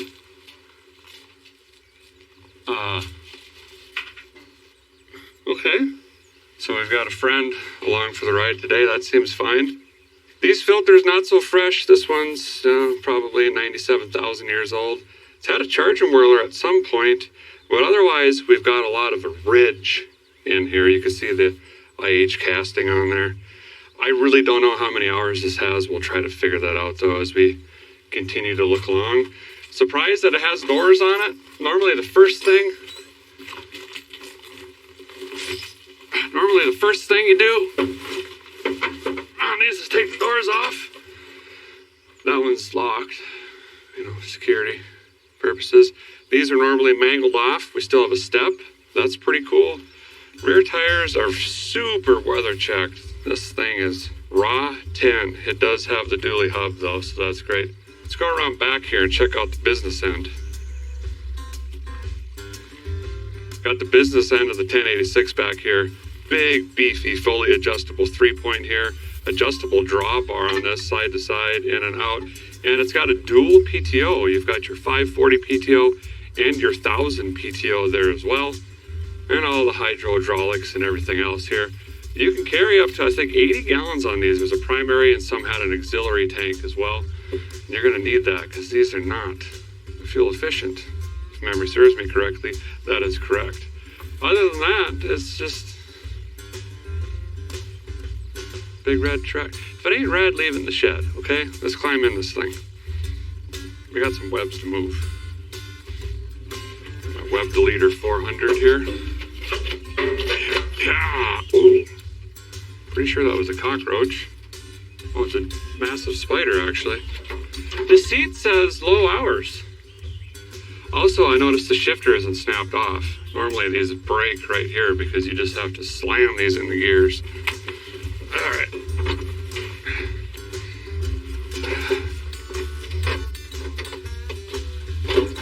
Oh. Yep, very uncomfortable. Okay, our torque amplifier is gone.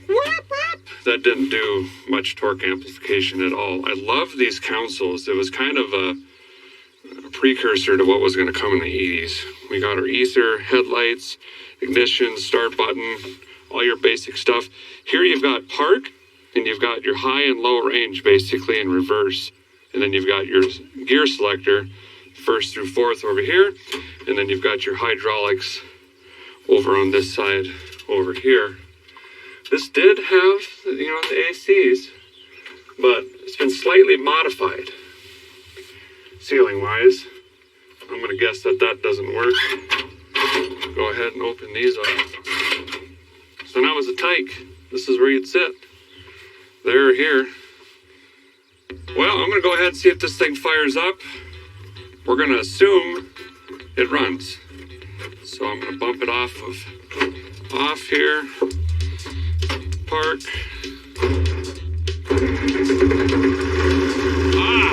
Look at that.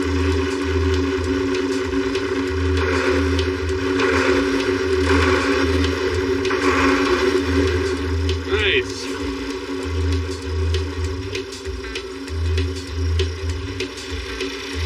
Sounds pretty good. All right, let me crawl it out of the shed. Start getting some miles down. The reason I'm roading this is like a 13,000 pound tractor. I don't have a trailer that's what's bent in half basically, so we're roading it.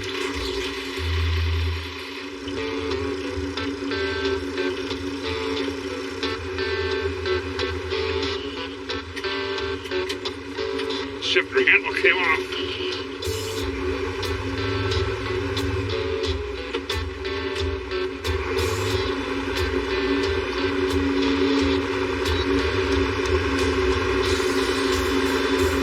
Okay, see you guys. Well, this is going to be all of today. Unfortunately, the very first thing I have to do is point this straight down a very steep grade. Speaking of which, I should probably check the brakes.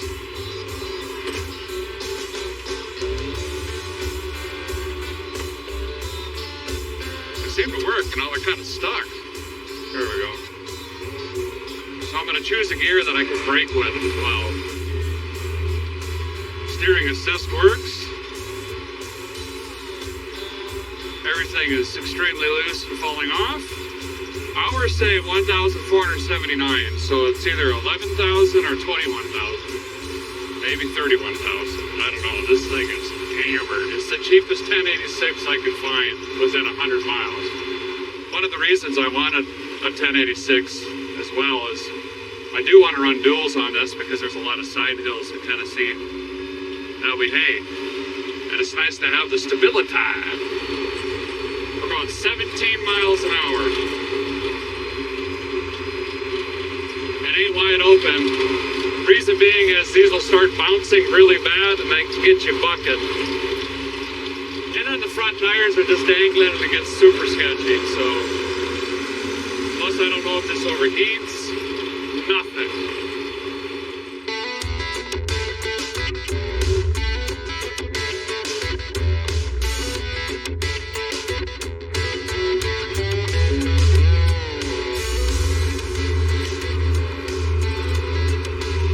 Oh, I guess we're throwing it on the interstate. Forgot about that. Why not?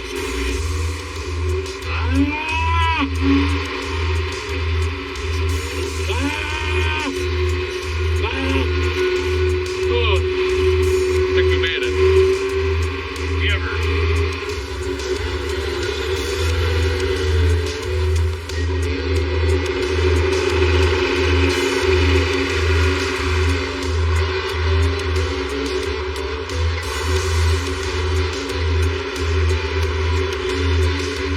Oh, this is a good spot.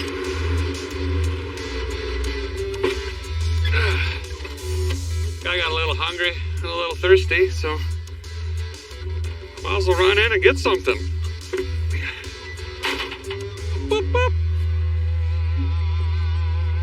Jeep looks small.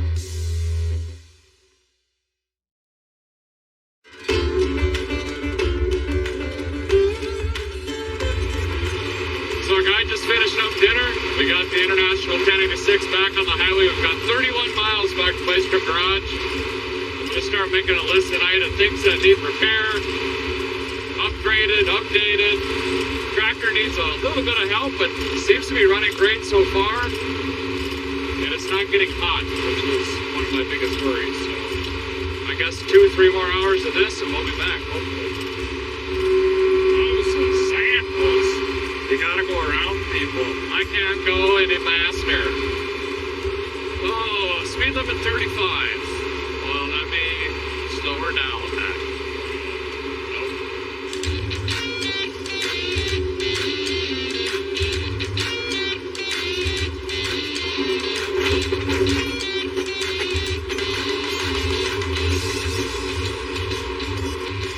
Ah, crap. This is freshly planted. I did not see that. Now I feel really bad. Check on the allergies. Woo!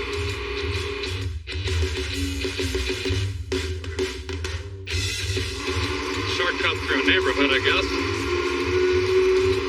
Yeah, I know I look like it, but I'm not UPS. Hey, lady, settle down.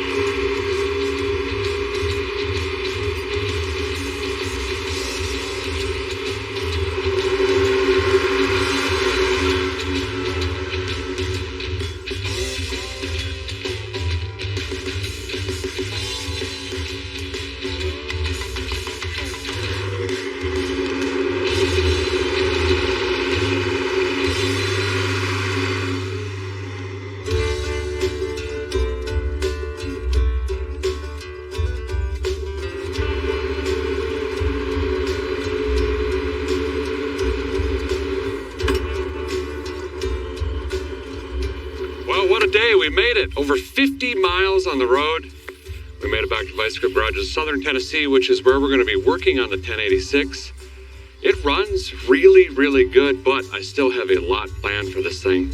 That's going to have to wait until tomorrow, because right now I've got to jump on another tractor and hay for the rest of the night. So we'll see you in the morning.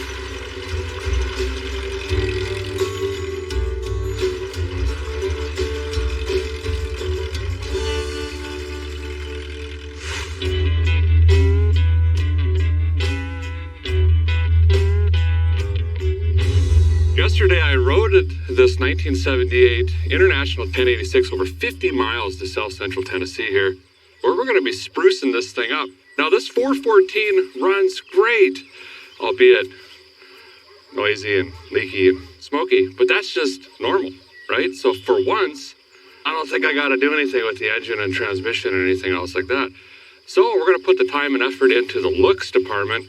And I can tell you the interior in this thing is absolutely trashed after spending an entire day in the thing. The seat's gone, all the foam is gone. There's no accoutrements or anything remotely nice. Not that you have to have that in a tractor, but if it runs good, it should look good. We're going to start with paint, and it would take me weeks to hand sand all these old sun-faded decals and everything off this tractor. So we're bringing in our friends again, and they're going to blast this thing for us really quick. It's going to save us a ton of time. And we're actually going to be painting the exterior of this tractor, and I've even got decals. It's going to look cool. So one of the huge benefits about having this blasted over sanding it is also I don't have to tape off any of the hoses or rubber or plastic.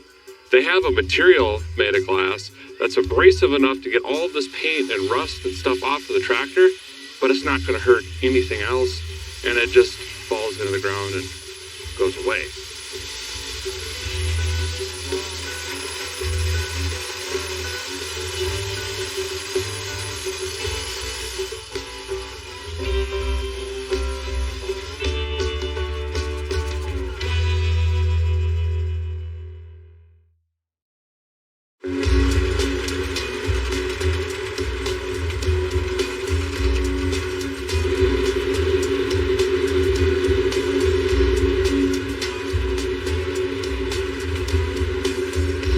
So I'm out here making 5x5 brown bales, and I'm using a newer E-Series John Deere tractor.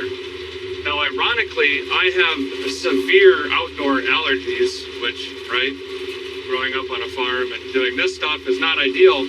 So this tractor was critical for me with the closed cab and the filter systems and everything that it has, which brings me to a point. There's a lot of pros and cons with new equipment versus old equipment. One of the biggest cons of newer equipment, any farm equipment, is the cost. It's tremendously expensive today, but it's very, very comfortable. You get air conditioning and fancy radio and lights and very accurate digital displays and gauges and things of that nature that can make farming and ranching a lot easier. But in this particular case, as you can probably hear right now, this thing is bogging trying to pull this bale up the hill, which is why some of that older equipment, you just can't beat it. That 1086 has literally twice the horsepower as this tractor, and that's why I need to hook it to this baler. Crawling around the hills of Tennessee, this tractor just is not cutting it. For that, I can use this for running the hay conditioner. It'll do just fine there, and that's when my allergies are worst.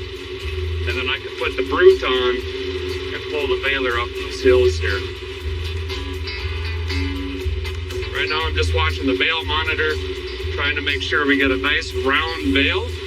And we're getting close to ejecting one here in just a minute, actually.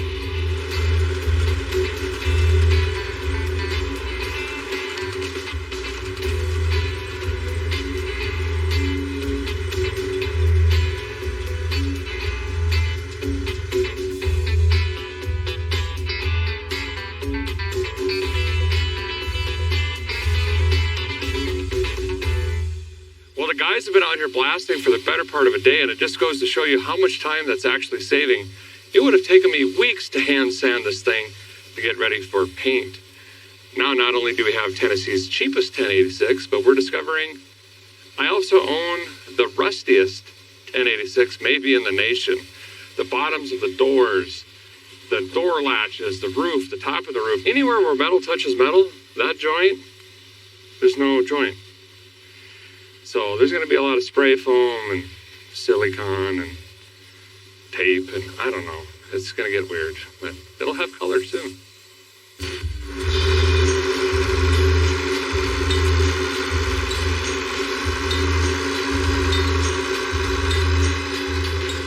The only way to close the door on a 1086 is to slam it as hard as you can.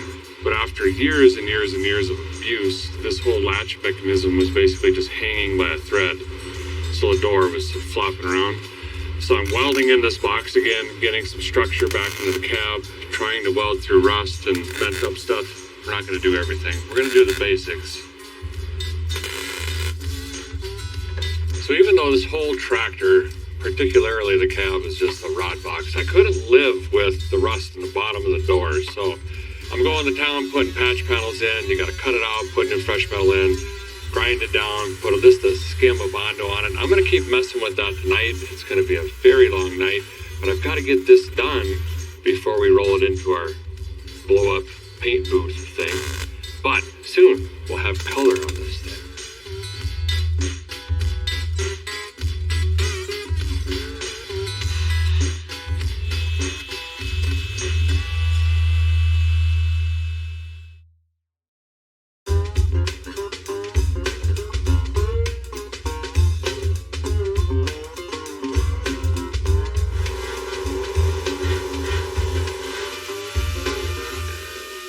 morning, back on the International 1086. I just finished up some body work on the doors here and the hood.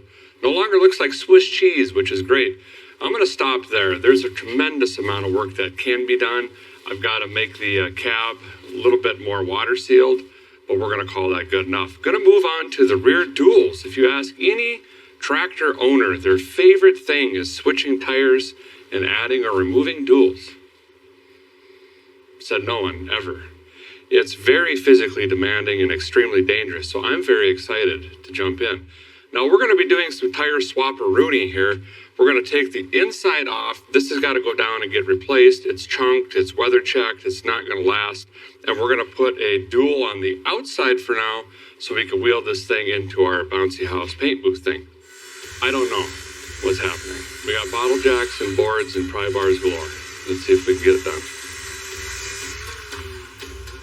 Right now we're playing Jenga. We got some treated 4x4 posts and I'm cutting blocks out of it. And we're going to stack blocks, I don't know, 1.5 feet high at least, then jam in a bottle jack. Try to not make it lean any direction. Bottle jack it to where we can get this tire hovering and then try to slide this off without it toppling over. It's going to be a good day. So the reason I'm trying to take the hoop off of the hub and just take the tire and the hoop off instead of the whole wheel or rim assembly is, well, first of all, this dually hub would need to come off. Someone booger welded it. That would need to be ground down. This is the weird wedge and bolt style hub. You got to try to get this bolt out, which relaxes like a wedge that goes in here. And then you have to try to slide this off of the axle shaft. A tremendous amount of work. So instead, I'm going to try to maneuver this hoop off. We're going to temporarily mount a dual on it to move it around. And then when these get wrapped in the rubber, we have to reverse what was done.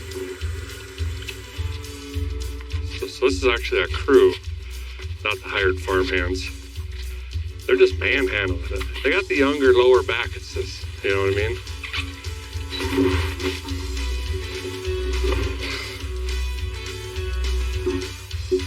Why not? Okay, let me jack it a little. There we go. Oh, we're on. Wow. It was too easy. Take it off. Let's do it again.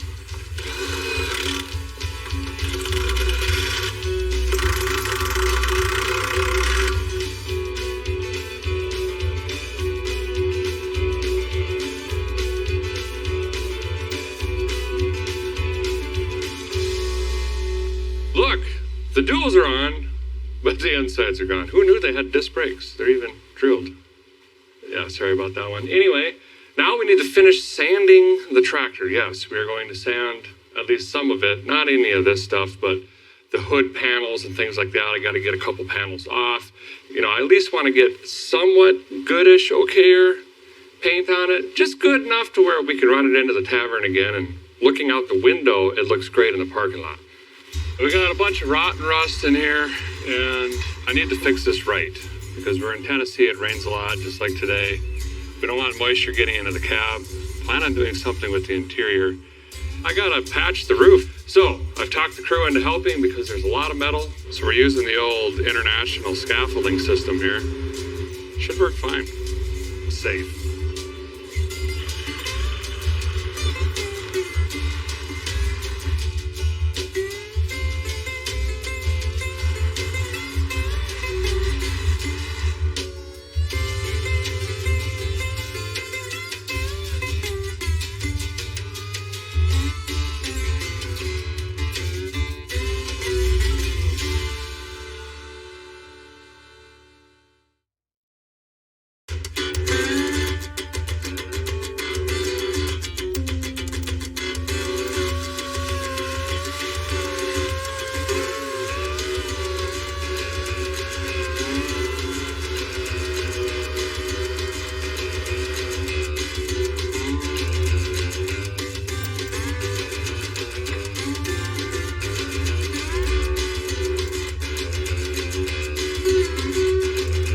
guy's finished what little bodywork he's going to do, or I should say want to do. Cab should be pretty sealed up, and boy, is that thing insulated now. It's really going to keep the heat in. Great. We're going to go ahead and roll this outside and try to drive it into the bouncy castle you see back there. Hopefully the thing fits and the exhaust pipe doesn't burn a hole in the ceiling, because then it would just...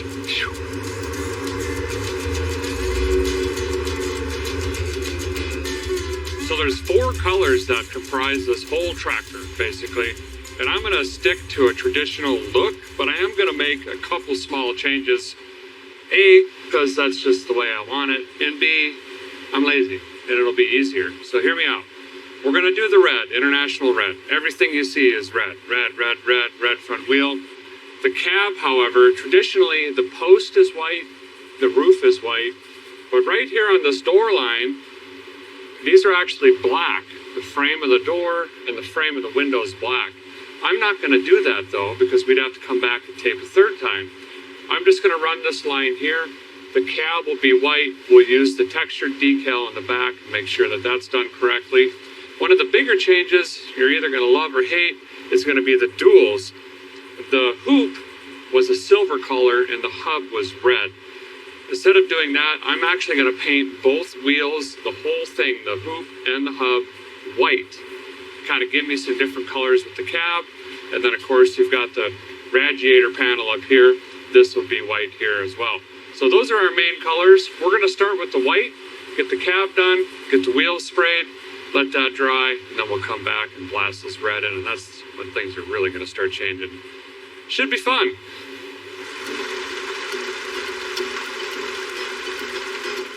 So for paint, the guy's keeping it simple, and we're keeping it cheap, of course. You know me. Keep the billfold closed.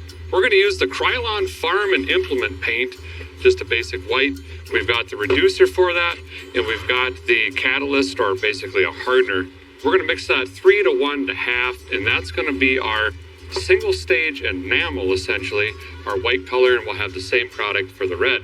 But the cherry on top, or the chef's kiss, is I'm actually going to add in the Vice Grip Garage white or spray on clear with its activator. We're going to do a 75 to 25 mixture, so 75% enamel with 25% clear, and it's going to give it a really lustrous shine, and it should protect that color very, very well. So let me mix up some batches here. We're going to go in, we're going to use this El Cheapo, no brand name gun, lay down some color. What's the worst that can happen? It's gray right now, right?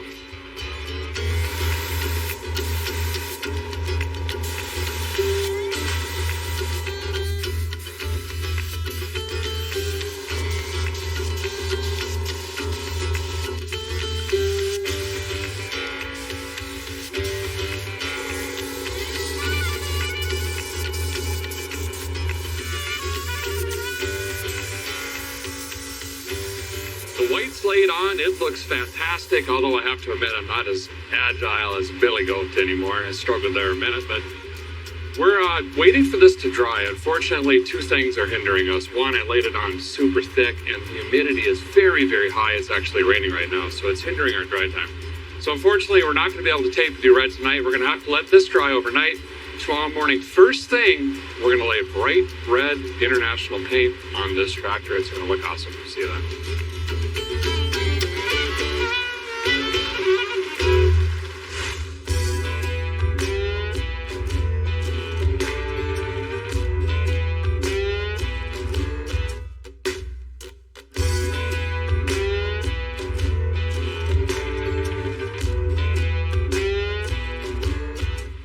The following morning, getting ready to lay down some red paint on the International 1086. The white looks great. That's all taped off. I've painted a lot of tractors, nothing this big. It's going to be interesting and new. Going to crawl around underneath and do the rear end first, then get into the flat metal. Let's turn this thing red.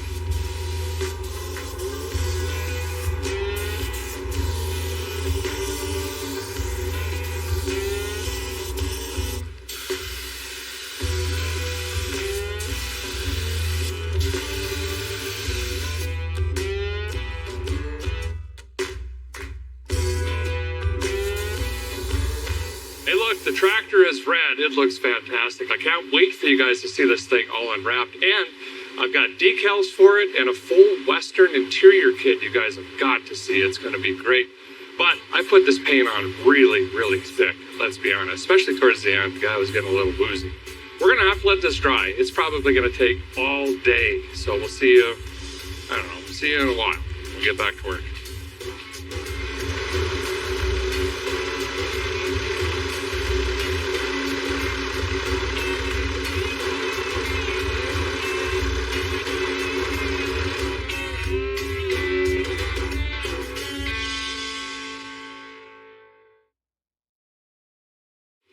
It's our final day on the 78 International 1086, and what a big project this has been. But look, the paint is dry. It looks fantastic.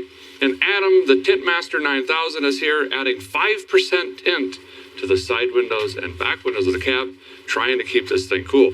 Now, we have a tremendous amount of work. There's panels to go back on, stickers, exhaust, whole bunch of interior pieces, not to mention have to wrestle on the inside tires and put some front tires on. So I've asked the fine folks that help make this TV show to help. Yeah, the guys holding the camera and whatnot. So we're all going to tackle this thing, jump in, try to get this thing done. And hopefully by the end of the day, we'll be dragging around a baler with this thing.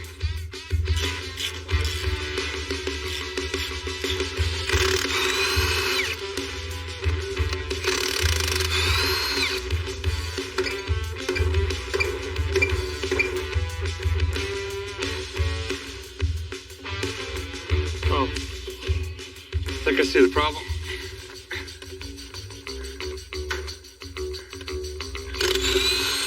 Might have forgot one bolt. Oh, now we know. The front tires just aren't gonna cut it. One's extremely bald and the other one is mismatched. So I'm gonna go ahead and bust these off and roll on some new rubber for the front here.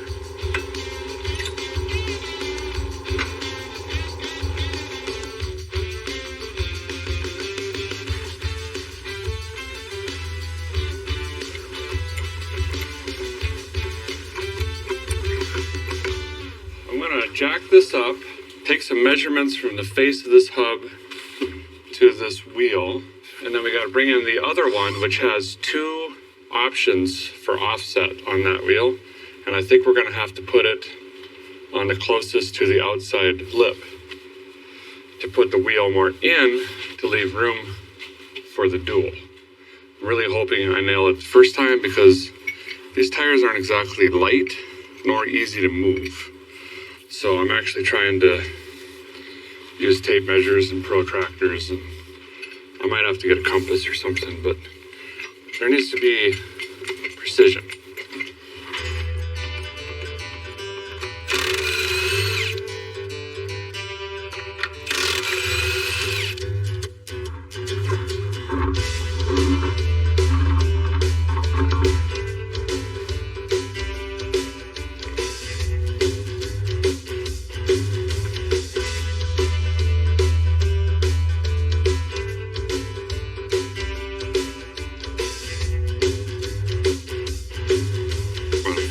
Gap in between the duals.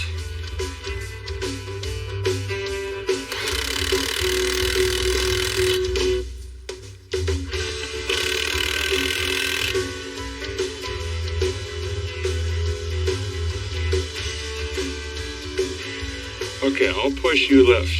Okay. A little more rotation. There you go. And now, let's let the jack do the work. How are we looking?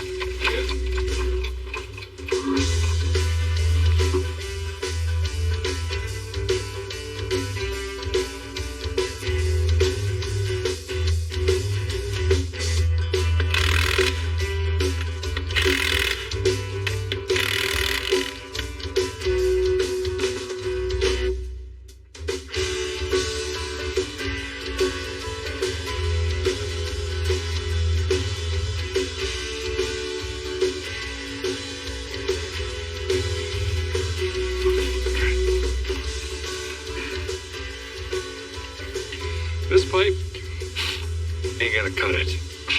Ha-ha! That.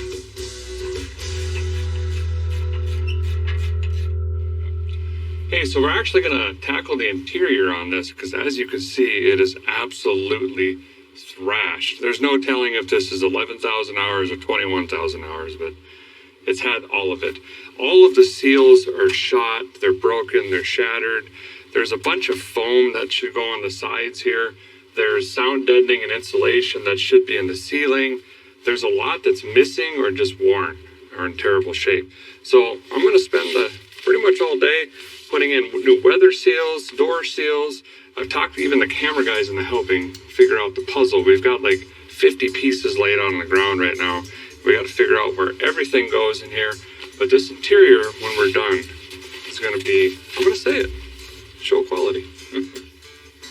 So this is the old command center. It's an old 6361-1A. This is a newer one. This is a DC-1A. They're similar-ish. I'm going to plug it in and hope that it works. I don't know if we have to change any wiring, but essentially it'll show you mile per hour, your engine RPM, and then your PTO speed, whether you choose 540, 1000, and then you can set your exhaust gas temperature alarm, and it'll also give you a coolant warning. So this just slides in the dash over here. It has a big pin connector. I'm going to hook this one up, turn the key on, and hopefully this lights up. I've already verified that we have power on this ribbon connector. So I don't know, we'll just cross our fingers here. Since the guy's going this far with the rig, I figured we might as well make all of the lights work. Yeah, that's right. I voluntarily started working on wiring, and that brought me up to the front here and put in this nice new upper grille assembly, but then quickly realized the bottom grille now doesn't match. A little bit of a rattle can rebuild brought that right back around. I'm an International Harvester!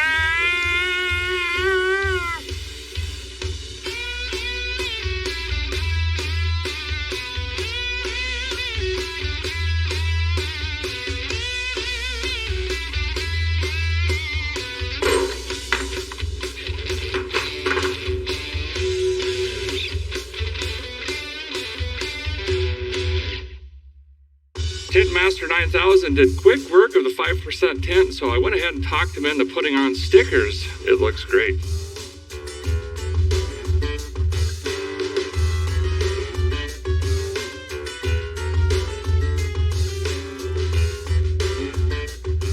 Once again, I talked the crew into helping. There's so many pieces in here. They just jumped in and started stuffing foam and all the crevasses in here. But wait until you see this interior done. It's not only going to look great, but it's actually going to seal the cab up really good and give us some sound deadening as well.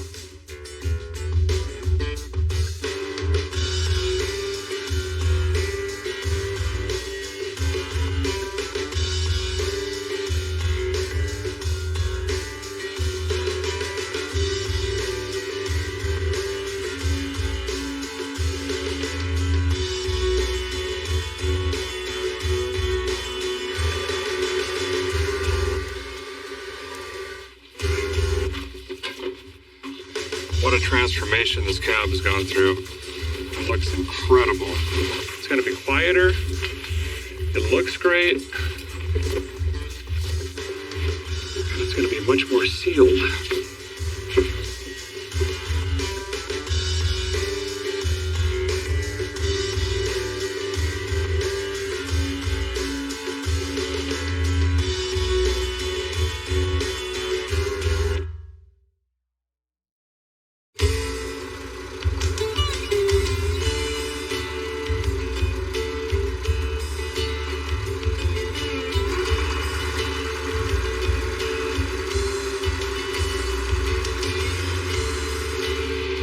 This thing is far from perfect, but it still is one of the nicer 1086s I've ever seen and one of the nicer I've ever operated.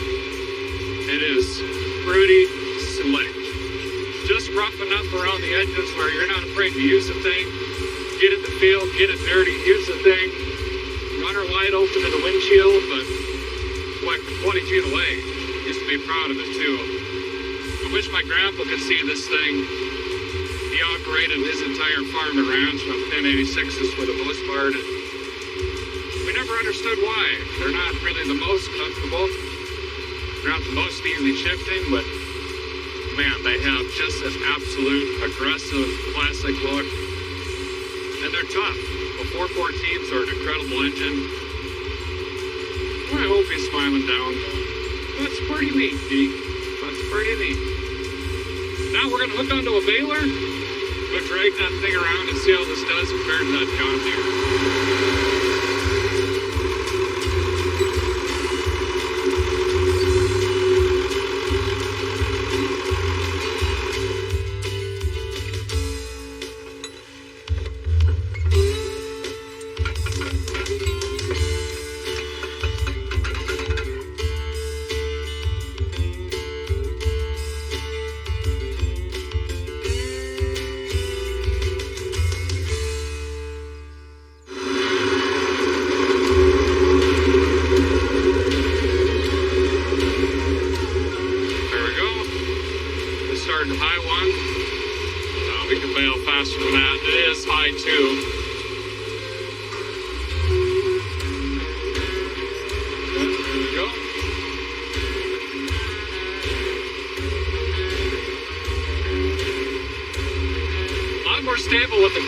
You don't get the side to side either with the tractor, which is nice. And it rides really good. The seat still works, which is incredible. There we go. Bring her down. Yeah, see, this isn't even wheezing. Even empty in that John Deere, which is about 75, 80 horse, you'd have to downshift or run her wide out to try to keep 540 PTO. This doesn't even know we're pulling anything.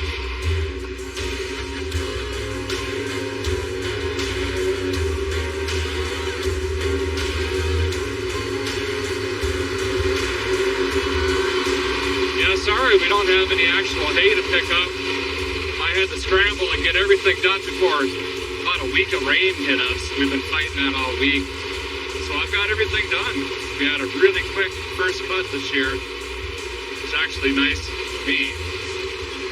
Do a fast turn.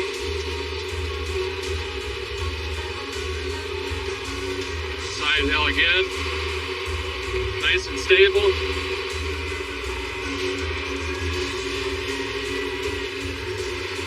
We've got a lot left.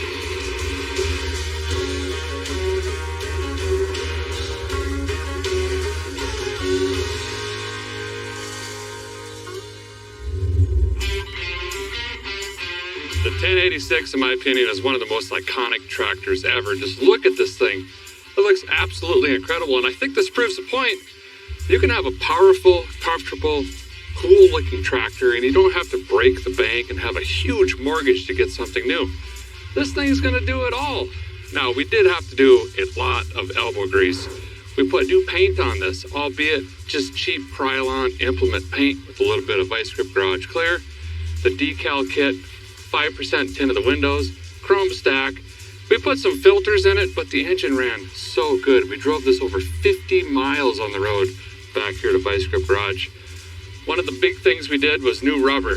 We fought new duals on this thing, inner and outer, and that interior kit, that Western kit, looks absolutely incredible. New seat, new dash decals. We pretty much did everything we could on the inside of this, and now it's comfortable, holds the baler just perfectly fine.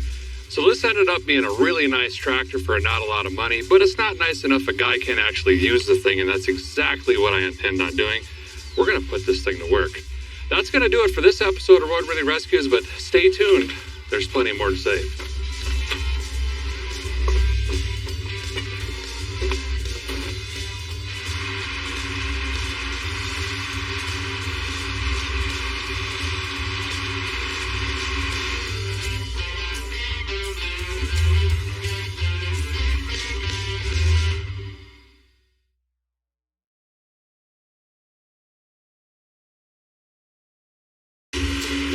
This time at Roadworthy Rescues, we find an old Bonneville on a horse farm. This thing's been off the road for a couple decades. We're gonna bring it back. Well, it's easy. At least the wheels aren't locked up. If it works, is it a dumb idea?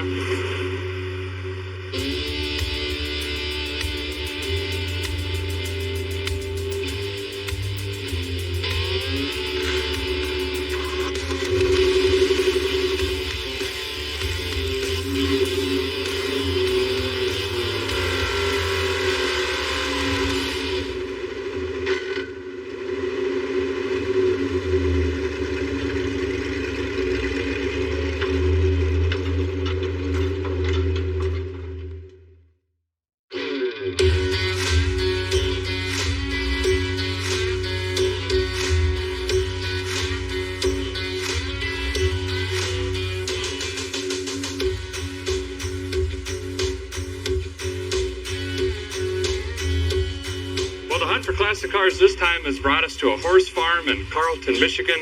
Oh boy. You want a cookie? I have found a classic that's been off the road for 15 to 20 years. This is Lola. She's really friendly. Not the car we're looking for. Nice to meet you. Let's go find something with more horsepower. Oh, look at the kitty. Hey, Candy. How dare you interrupt my nap? Was told us down here in the arena. Album cover.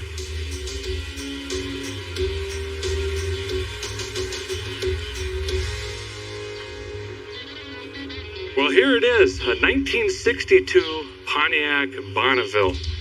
It's a little rough around the edges, but listen, there's a lot of potential with this car.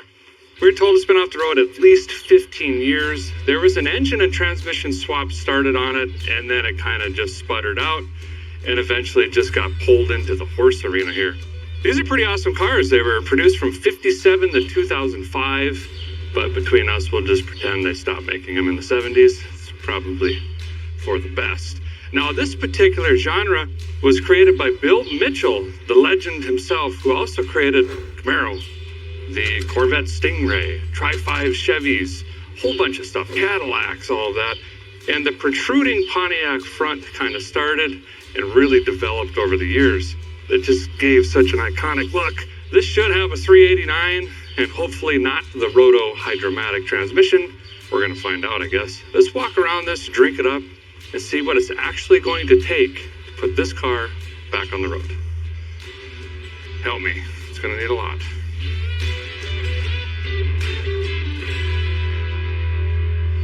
So a guy likes to start in the trunk just to kind of mentally prepare myself for how terrible this is going to be. Let's be honest. If there's engine parts and things like that back here, we can start piecing this thing together, which there is. Oh, wow. A couple things. Most importantly, what a beautiful blue color. Jack instructions sticker is still there. Secondly, moist, humid, terribly bad. We've got a radiator, a whole bunch of blue vinyl material. I wonder if the old timer here was going to try to do a headliner or something. Potentially the original floor mattage, and then the glaring obvious thing, the old torque tube. Apparently you need these to rotate the rear axle. Whole bunch of hardware, springs, all of the lights are unplugged, a couple belts, so everything is fine, seems like. Well, let's jump inside of the Bonneville, which, yes, is actually named after the Bonneville South Flats, which is where a lot of racing and speed cars started. Yep.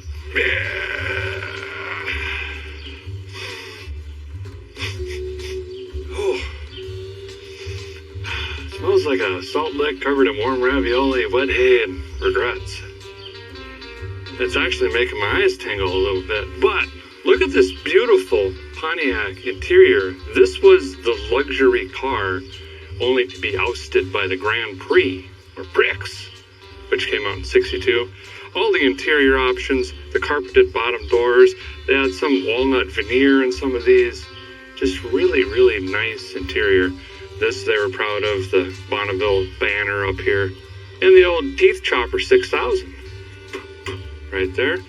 We got 42% of a headliner, 26% of a back seat, 0% of a package tray, about 75% of a windshield. That seems fine. Pretty cool air unit or air handler down here. 7,000 miles, it says. So is it 107 or 1,000,007? I'm not sure. The steering wheel looks barely used.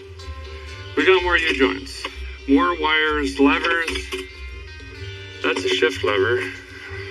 What did I get myself into? So this does nothing. Yep. That's gonna be fun. No. So I think it is safe to say this thing doesn't run. Let's go ahead and confirm it by opening the hood and then quickly closing it again and forgetting we didn't see that.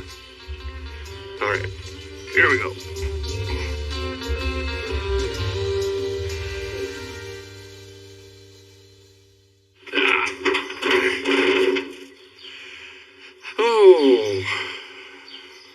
boy.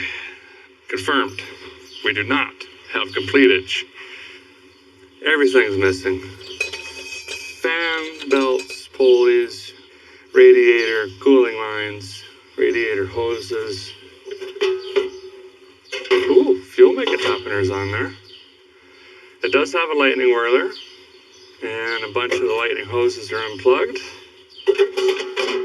Single pot of death over here on the brakes, and we'll soon snap that out and ruin all of the brake lines and spend 3 days putting brake lines in. But anyway, this engine was swapped in here out of a 61, and I believe, and I could be wrong, those had the roto hydromatic transmission, and they don't roto very much. And then they later on went to the super, which is a more modern kind of transmission.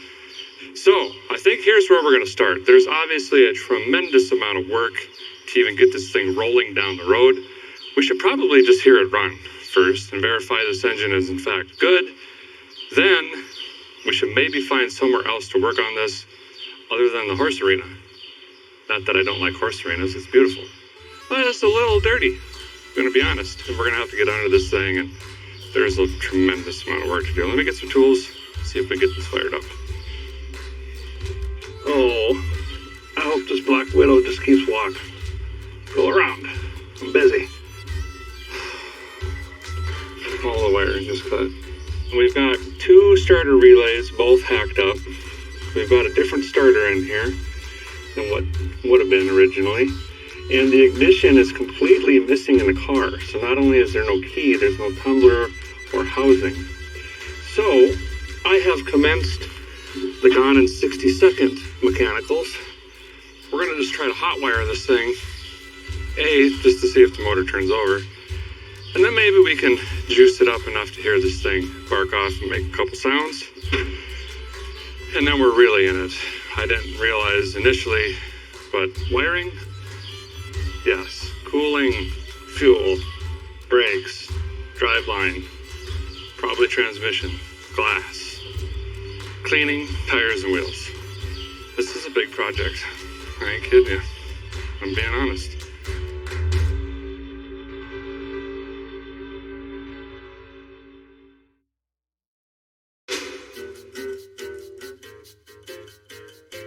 Barn Find Barnaville is quickly evolving into a much bigger project than anticipated.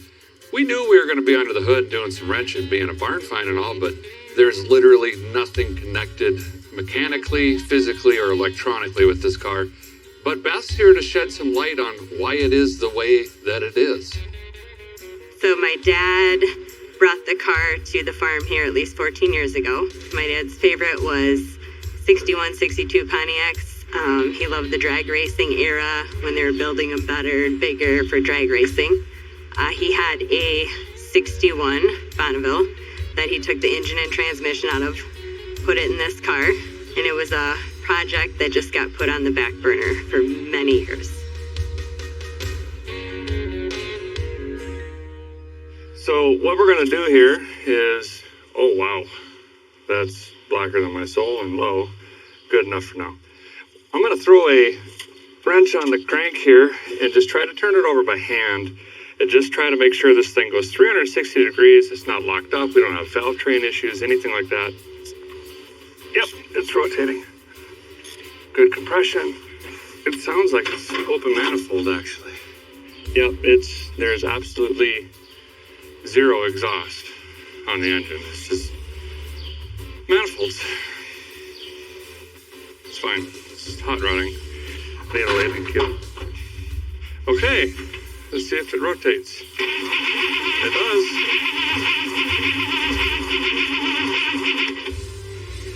It seems only right that I mentioned it has a gallop, being we're in a horse arena. 1 or 2 or all of the cylinders are different than another one. So it has this gallop sound to it because it's building different compression per cylinder. Now that doesn't mean it's necessarily a bad motor. It could just be sticky rings, things like that. They gotta be ran to be brought around, you know what I mean?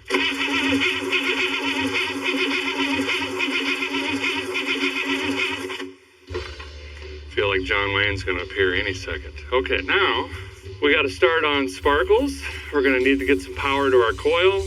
being that every single wire in this entire car is either cut, snipped, or wired wrong. And no spark. This is my surprise face. I'm gonna go ahead and say it's probably the points at this juncture. Replace those first. See the lightning? We got lightning. The storm is back.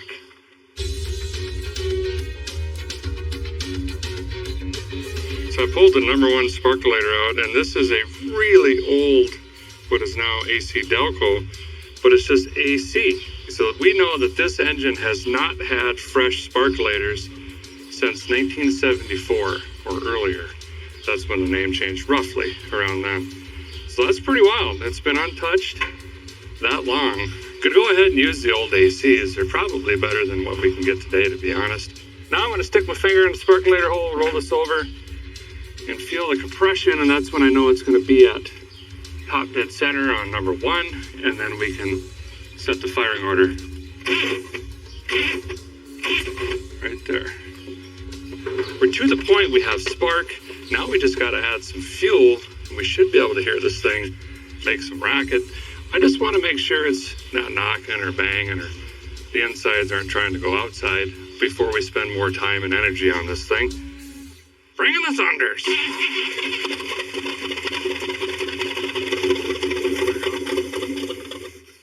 All right. It's alive. It's a runner. It's making noise. Sounds like a boat. Great. Okay, so there is a tremendous amount of work to do. Shift linkage, throttle linkage, drive shaft, exhaust, brakes, cooling system. It's a lot. So we should probably get this in a facility where I can really throw the wrenches at this thing. We got a shop just down the road we're going to head to. Actually, it's Motor Trend shop, and I think they got a couple tools in there, maybe even a lift, which honestly we're going to need to pull this off in just a few days. Let's get this thing moved and get thrashing. Okay, so I've intentionally jackknifed the van in here with the dolly. Let's see if this works. It's going to be an awkward insurance claim if it doesn't. If it works, is it a dumb idea? Go put the chain back. It goes underneath the Christmas tree stand next to the feeder.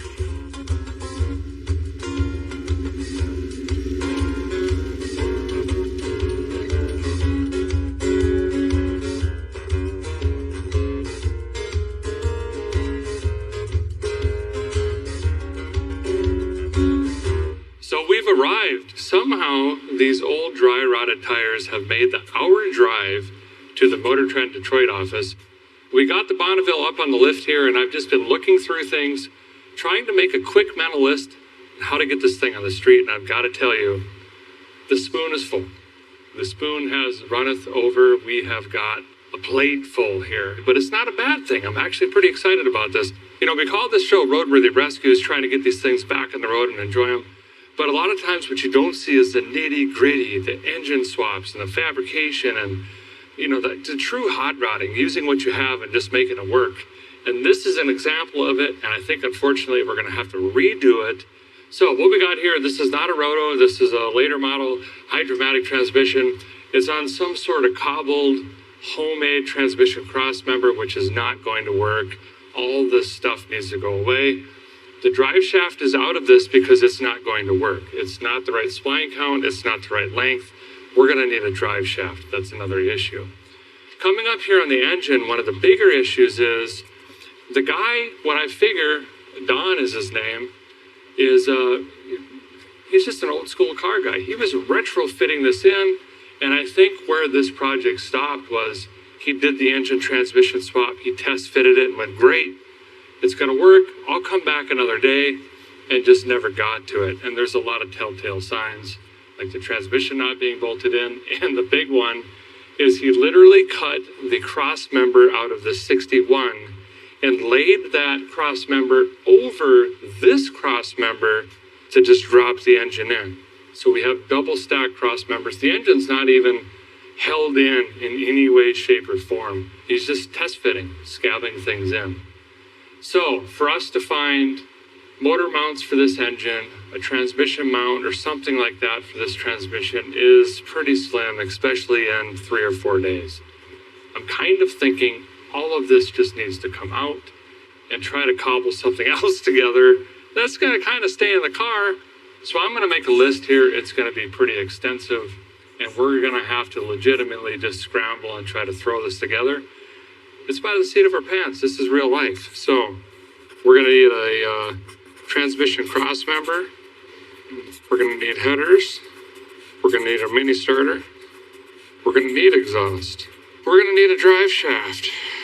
And I'm just going to stop there because you know where it's going to be. Ignition, cooling, hoses, electrical wiring, fuel pump, fuel make it happen. Or I don't know if the tank works. I haven't even looked at that. Fuel sending unit, fuel lines, beep boops, whatnots, and doodads. I've got to go shopping. I need a cherry picker. I got to figure out a welder, chop saw, grinder, discs, tools, things, stuff like that. And fade to black, commercial.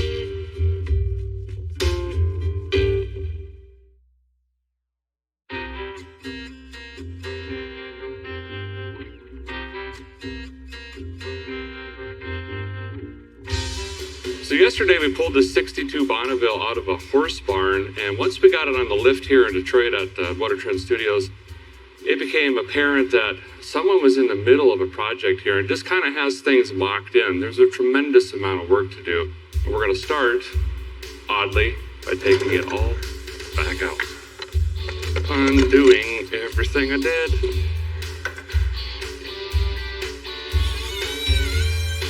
This is going to go really well because I'm going to have complete disregard for anything hooked to this engine, which I don't think there is, but here we go.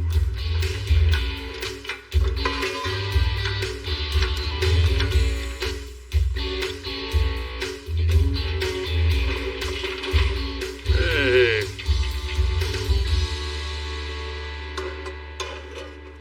So this is what a guy was after, and this is actually part of a cross member of a 61 Bonneville that the guy just cut out, left attached to the engine, and just sat this in the current car. Well, that posed a lot of issues, obviously, because it's not actually attached to anything. So what I have to do is somehow get this bracketry off of this piece, align it perfectly in this car, weld it all in, and then ensure that this actually bolts into this car. It's going to be really good. Let's get started.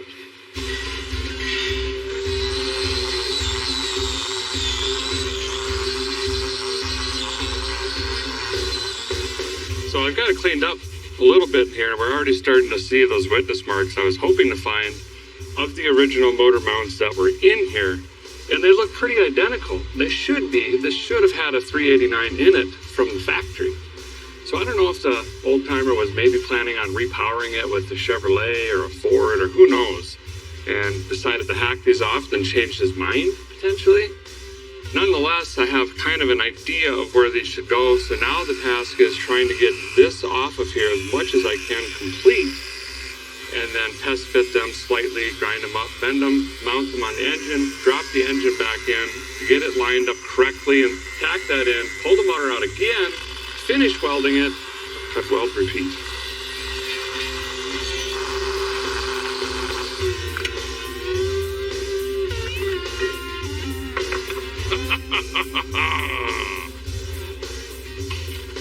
Okay, now, gotta get these ready to go back into the car.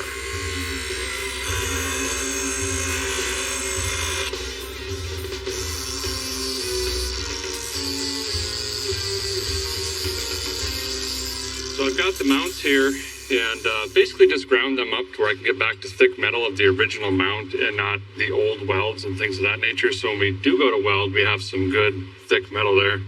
And I'm thinking we just plop them in like this. That should get us done, but I've got a lot of cleanup to do in here. Get all this smoothed out. I may even weld some of these holes closed. He got a little deep on the old death wheel there.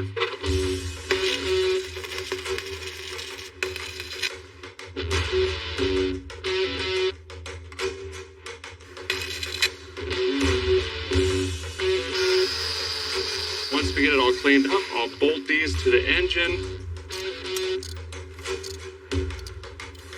Now I can set this back down in the cleaned and prepped cross member, try to line everything up where it should theoretically go, tack weld them in, and then we'll get the engine out again, weld it all up. It's slow going, but we're making progress.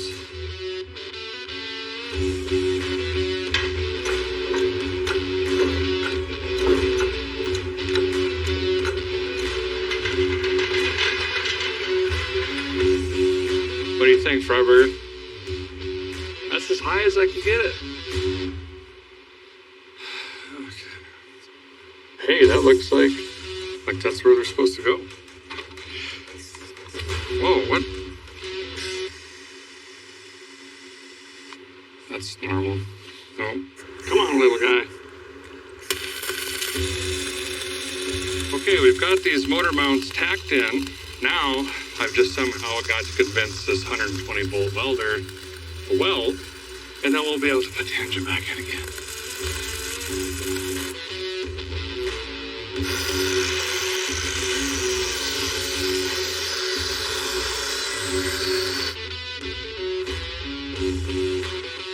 Rebuilding.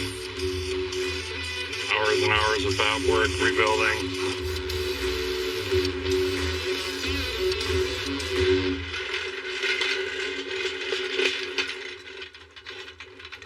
Well, since this is out, guys decided to go ahead and rebuild it. It's the best opportunity. And by rebuild, I just mean hit it with high pressure water. And if I'm really optimistic, maybe some Rust-Oleum rings, Krylon camshaft. Haven't really decided yet. Sorry, Motor Trend executive people. Derek needed to wash his Pontiac. Ruined our beautiful parking lot.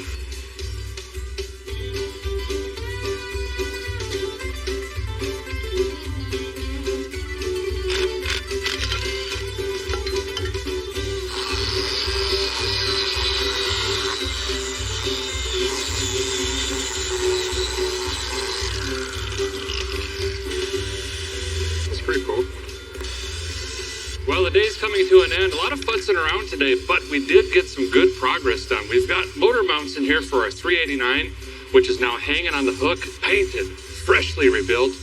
And I know for you Pontiac purists, it's not the correct color. It's very hard to find that color. I like this titanium silver blue or whatever it is. Looks pretty sharp.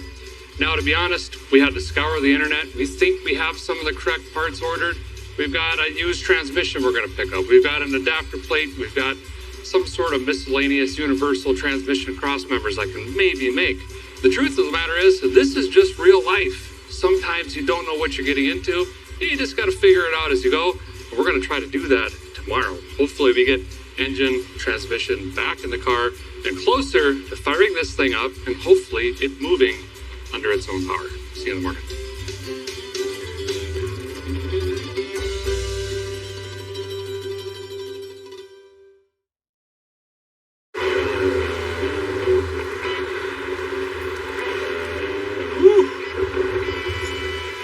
Got a storm coming in. Well, we're still short a few critical pieces, but parts are starting to show up, and one big one just did. A Turbo 350 transmission that was rebuilt off the interwebs. Hopefully that works. Glass guy's here. He's going to throw a windshield in, which is no easy task, but we're going to have that. So I'm turning my attention back to the engine here. I'm going to change the oil, put sparklators in, try to pep it up a little bit. And eventually we'll top that off with the performance carburetor as well. We've only got 2 days left trying to keep busy and get this thing back on the road. It's going to be tight. Ooh. Not a maintenance engine, unfortunately. Shouldn't be able to scrape stuff off your push rods. So we'll pretend we didn't look at that.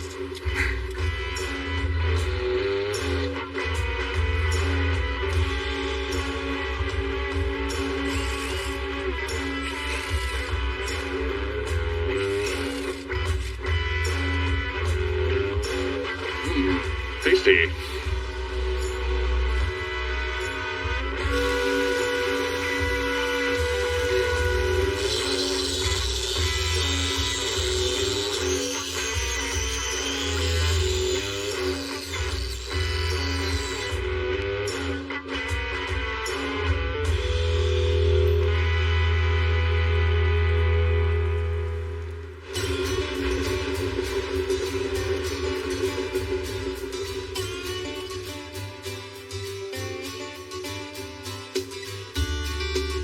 So we're wanting to change the transmission on the Barneville, and this kit here is going to help me do that.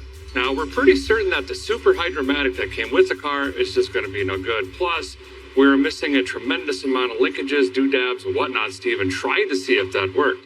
So I wanted to use a BOPC transmission, but then quickly realized this particular year block doesn't have a starter pad for the starter to mount to the engine block. It actually mounts to the transmission. So that was another reason to get this adapter kit here. Now this kit basically bolts onto the back of the engine, and then the transmission bolts to this piece here. So I'm going to pull this adapter plate off, start fitting all of this to the engine over here. We've got a crank adapter. You've got this collar that's going to kick it out. This is the same thickness, of course, so we can put a standard GM flex plate on here, and then we can bolt up a turbo 350 transmission, a 400, a 700 R4. Sky's the limit. Kit even came with a little mini starter, which is pretty cool. That'll help with our header clearance when we get into exhaust. And that is how you put a $1,500 kit on a $200 motor.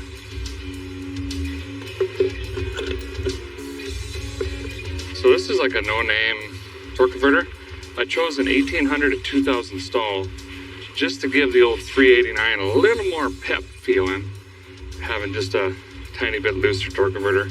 So now we should be ready to slide this TH350 up against our conversion bracket, and bam, we have them mated. Torque converter should slightly turn still. Yes, sir. And we'll measure that pull forward here in a minute. Has to be precise. Well, by golly, that might be it.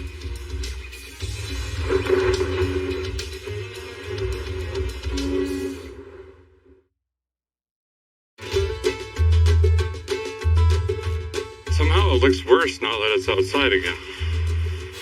I'll also go ahead and clean up the engine bay here before we drop in that cleaned up little Pontiac. And maybe I'll spray the wand down the side of this car too to get all this barn dust off. Should have put all this barn dust in a bucket, put it online.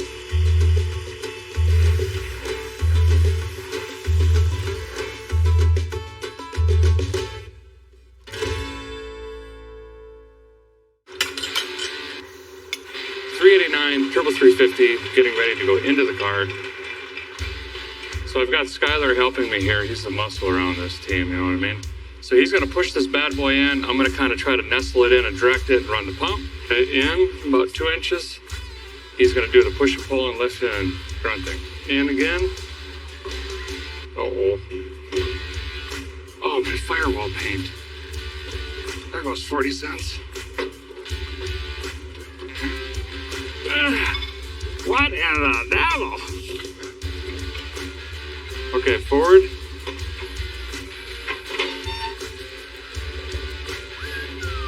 In. Okay. Oh, oof. Okay, my bad. Okay, now we gotta figure out how to get that transmission tail shaft off. Oh god. See under there? Right, go for it. Skylar's now spelunking. I'm just, oh, yep, keep going. Trying to keep this distributor alive. Okay, now you go up. Seems like we're bending things, right? Yeah. I think that adapter is hitting the firewall. Oh, we're on the steering drag link too. Okay, so go ahead and lift again, please. Yeah.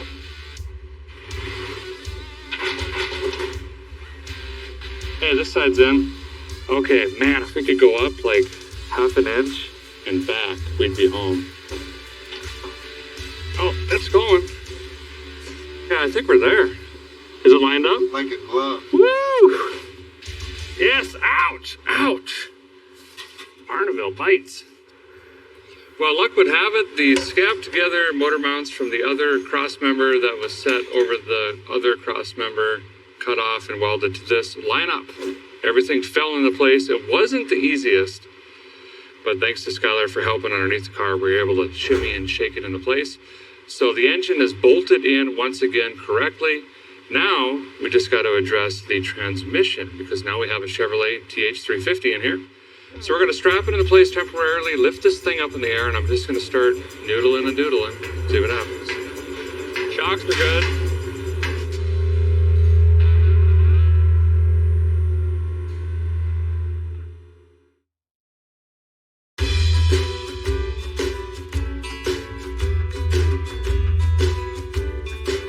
Okay, a guy's got the 389 and turbo 350 back in the car here. It's not super ideal. If you're looking at doing something like this, I have to say the conversion plate is really, really neat and it works well, but you have to plan for it pushing the transmission backwards. So if you have some sort of stock transmission cross member, you're going to have to modify it anyway, but it's creating some interference-ish up there.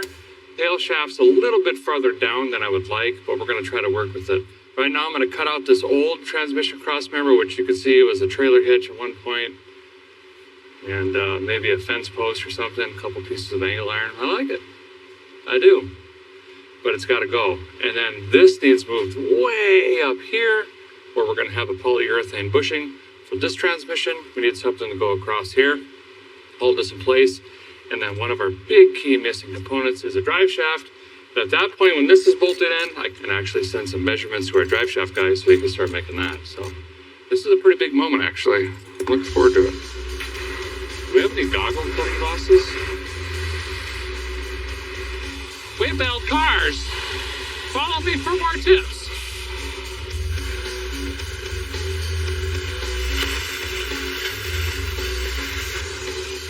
If I hold them together, they kind of work. Ow! Ow!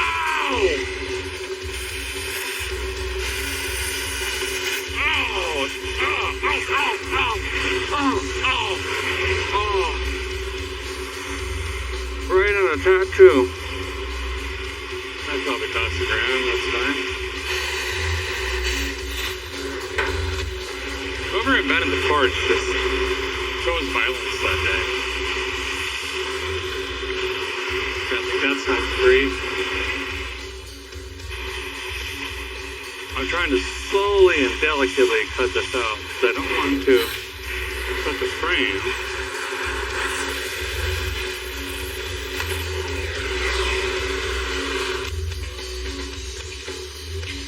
It's pretty good.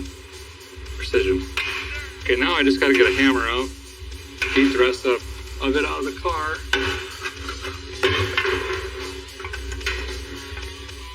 You shall not transmission. What is this? Oh, wow. He welded a bolt to this as a hang-off to cantilever it to then weld it. Smart guy. I like it. Fully approved.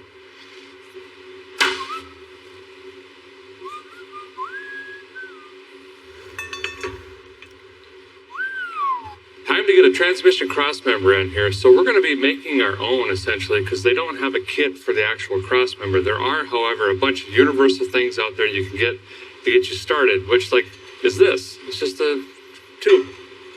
You get some bracketry and things like that. Now is a bunch of measuring, welding, cutting, grinding, drilling, and burns. Okay, let's get started. Ow! Ow! Ah! Oh, it hurts the hand. Just getting burned today. They should make gloves for welding.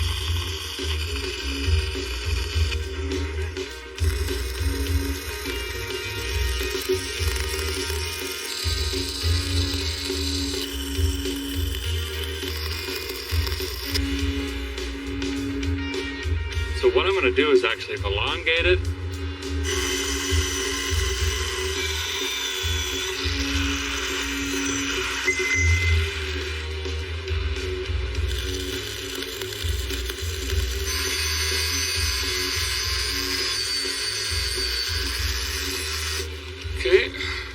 Now, for my next trick, just gonna cut some angle iron on both sides. We'll try to drill that and make it to where we can actually remove it out of the car.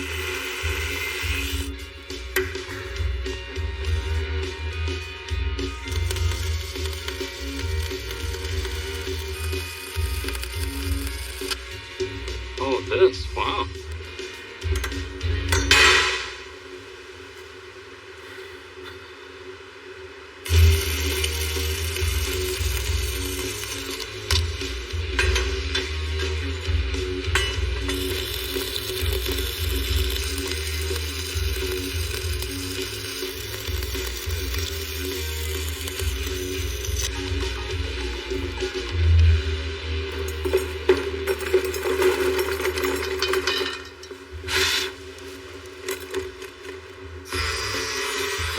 Bonneville cross member is done.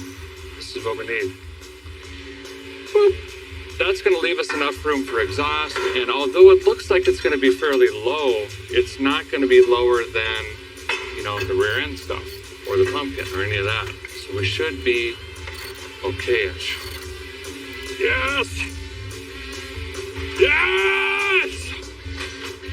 Oh, that's done. That was easy. We should do this more often.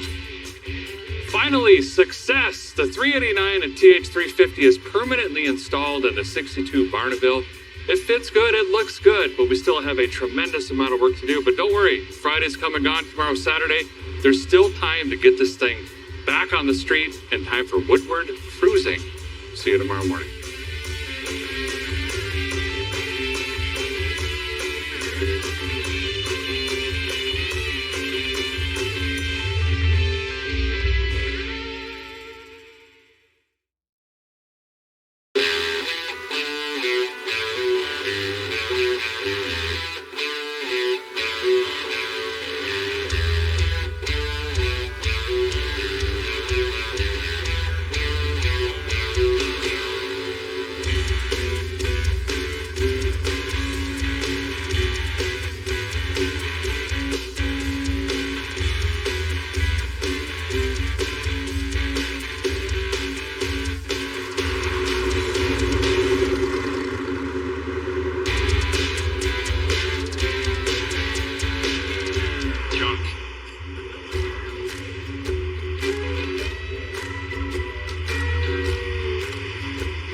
To Woodward Avenue.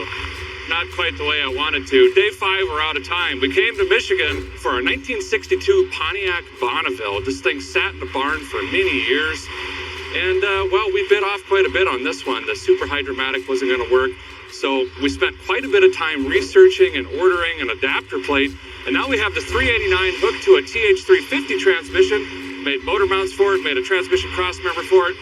We couldn't find a master cylinder and a couple other pieces. A drive shaft, we came up a little bit short there. Cleaned it up. That's as far as we got. We ran out of time. The Barneville fought us dearly, but we're still out here enjoying Woodward Avenue. We're going to go see the sights, the sounds, the cars, and I'm going to borrow the crew van and do some cruising myself.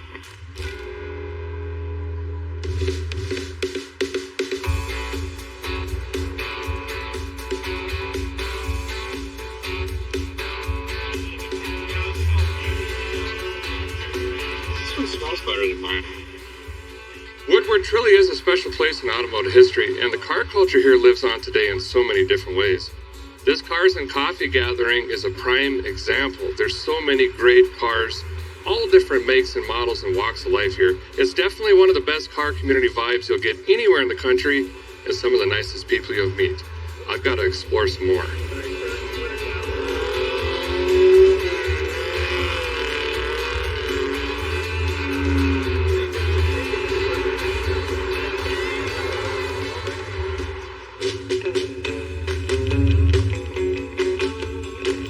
Well, since we're here in Detroit, one can simply not go to Woodward Avenue. The car scene is alive and kicking here, that is for sure. And even though we couldn't necessarily cruise our car, we can still show it off. We just went to one of the coolest Cars and Coffees I've ever been to. You talk about a wide variety of vehicles. It was there. Some of the most expensive things I've ever seen. They scared me, they were so shiny. But those car owners were checking out our old 62 Bonneville. Car culture is just awesome. And there's also a lot to do and see. There's a lot of history in buildings and restaurants, and we went and ate at some pretty cool places, and there's museums and all of that. So we're gonna drink it in. Make the best of this trip. Paint me a Birmingham. Little Daddy's family restaurant. Uncle Ed's oil shop. Shoppe. How's it going? You guys want to race these vans or what? All right. Oh, no, you got me. Chevy van life, you wouldn't understand. Oh, man, we've got different cars there. Look at that Cadillac. Oh, look at the Buick Riv. Sweet. Well, we've had a great day cruising Woodward and taking in the sights, even if it wasn't in the classic car we had hoped to be in. Speaking of classic cars, I'm going to check out some more beauties that just pulled in and take in some more good vibes of this amazing car community.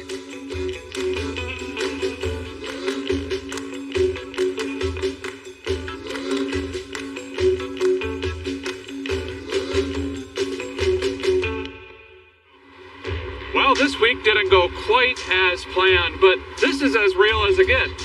Sometimes you buy a project, and it turns out it's more of a parts car. But that won't stop me. I will get this car running and back on the road, and you will see it again. So, stay tuned.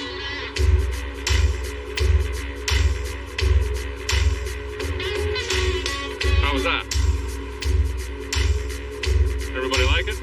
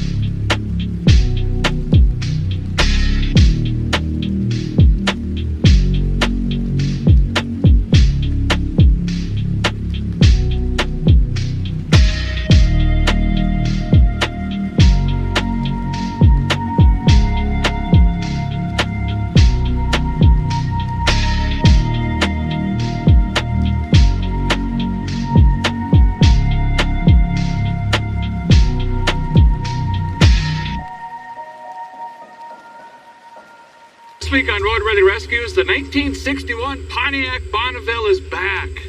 Affectionately nicknamed the Barneville, this car's got a really cool story, but unfortunately it ended up being a parts car. I did thrash for a few days, we got the engine in and a turbo 350 swap, but it's time to officially get it running and once again, roadworthy. But first, I had to call a tow.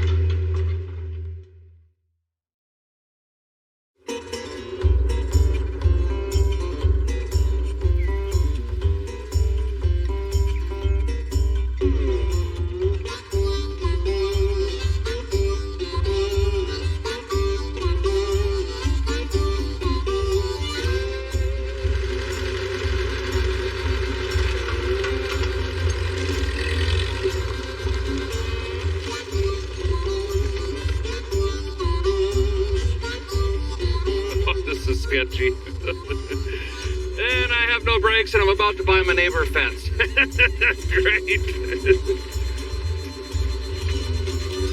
Woo! Oh, barely missed it.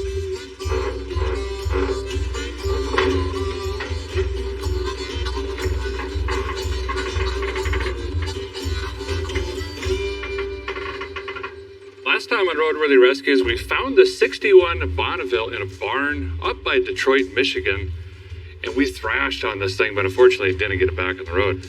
The engine was just kind of topsy-turvy laying in there. It wasn't even connected to anything. The transmission was junk. Now it's actually bolted in with a turbo 350, but we ran out of time. That's as far as we got. Now it's back, and I'm bound and determined to get this thing running, and I think that's where I'm going to start. We've got a big list on the windshield here. And each one of those is a big project, but we've got to get this engine running, making some noise. We've got electrical to do, fuel, carburation, exhaust, linkages, that cooling system. I mean, there's a big, big list. So let's get this hood off and dig in. You're going to have to move, Daryl. I got to get the hood off. Come on. Yeah. Why are you so fat?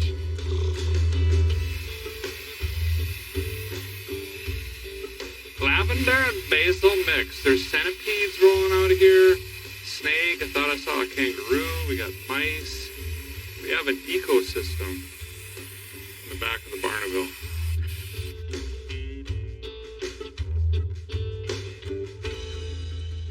So this is where we would normally start with the project on the show, is kind of just a bare engine sitting in here. I got to get this hood off to get a little bit more room. We've got to do everything. We've got to wire this. We have to do ignition. We have to do a carburetor and fuel and all that stuff to make it happen. So I'm going to get this hood off and out of the way. We're going to start plumbing up some fuel and ignition. I think that's where I'm going to start. Watch the paint.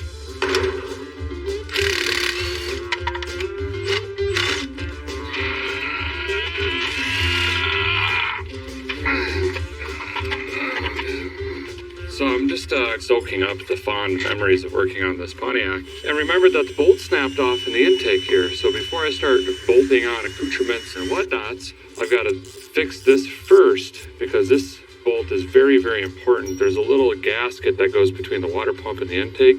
And without these two being pulled together, that undoubtedly will leak and we'll have coolant everywhere and eventually overheat. And maybe we'll lock the motor up. Oh, wait. Do we fix it?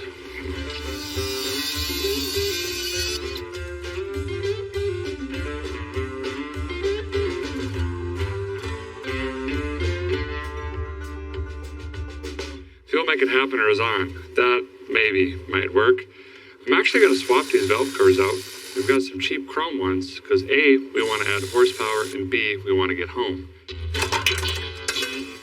That's off. Once I get that in, I'm going to put the cap, rotor, lightning hoses in, start dressing up some of the wiring. And then I got to move on to things like fuel pump.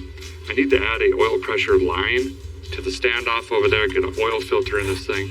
I don't even know if there's oil in it. probably look at that. And just slowly start adding accessories back onto this thing. Looks like a Go Boy mechanic worked on this last, because they marked the #1 post on the old lightning whirler. Oh, that was me.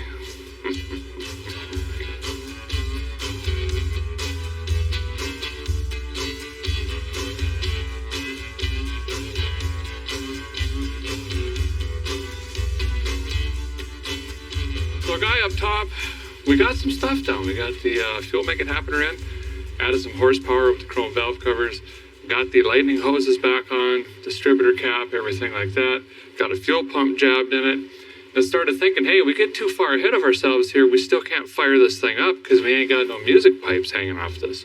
No manifold, headers, nothing. The headers don't fit. They are shorty headers, and we started looking around for different header options, and here's the deal. We got this adapter plate to run this Turbo 350 transmission. So it's got this additional plate and a bigger starter specific to that adapter, and I'm not seeing anything that's going to fit between the steering gearbox, the frame, and the motor transmission.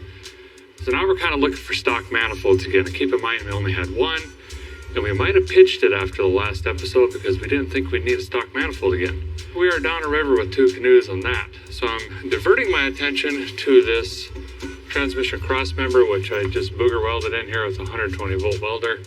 I need to get a polyurethane bushing in here. I'm gonna get this dialed in so at least this is 100%. Drop the car back down and then get back to the rest of it. I needed something with a bend in it. Well, I actually had another one laying around in stock here at Vice Grip Garage. It was too short lengthwise, so I cut up some things. We're gonna couple it together, use some of the existing parts, and make our own. One part that we're gonna need is the actual pad that welds to the cross member and bolts to the bushing on the transmission. So believe it or not, I'm in CAD. It's about the only computer thing I know how to operate, believe it or not. And I'm just gonna draw up a template really quick, click a button, this is gonna laser it out, and then we'll go over there, stick weld it in, and boom, transmission stuff done. And then we are officially right back to where we left off, whenever that was.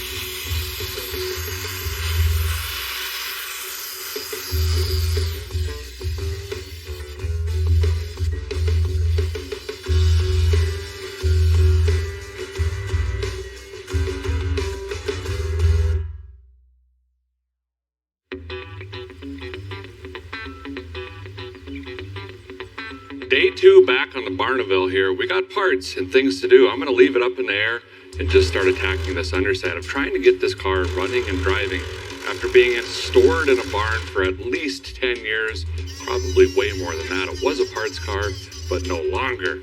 So now I'm kind of just attacking this fuel tank. This thing's got to come down. I'm sure it's full of rust and rot and varnish and everything else, and the lines are just completely shot. I think we might have a new tank. Hopefully that's similar or the same, hopefully exact.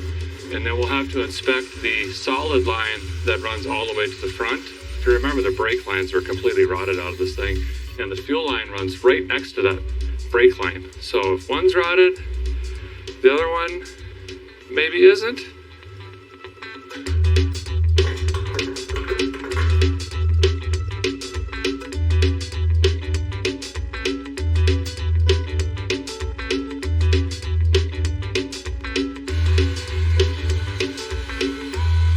Okay, new fuel tank and sending unit is in. Redid all the wiring and the soft rubber line here. So this is 100%. We should have a nice clean fuel system. I'm gonna go up front. We're gonna try to find some torque converter bolts, Loctite those, get the transmission officially complete and mated to the engine. And then hopefully by then the drive shaft is here. We're pretty well done under here other than an exhaust system, but we need something to hook it to. We may potentially have an awesome fan of Vice Grip Garage YouTube driving them from South Carolina, I think, and we really need those. Hey, look what we got. David and Kaylee drove all the way from South Carolina, about a 6-hour drive to bring these things. This came off a 62 or 63? 62 Pontiac Catalina. Nice. And this is what we need, especially on the driver's side. See how that comes out the center? We have our steering gearbox right here and our starter back here. And this is an absolute lifesaver. So thank you so much, man. No problem. You saved my bacon big time with these.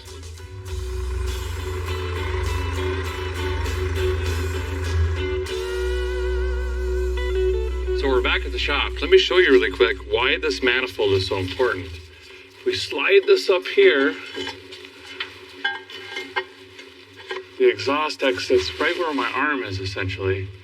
And we need that because of the position of the starter for our conversion plate thing over here as well. It's going to be really tight, but that kind of sounds like a Chad problem. So I'm going to struggle, get these bolted up and ready so he can walk in and hook some pipes up.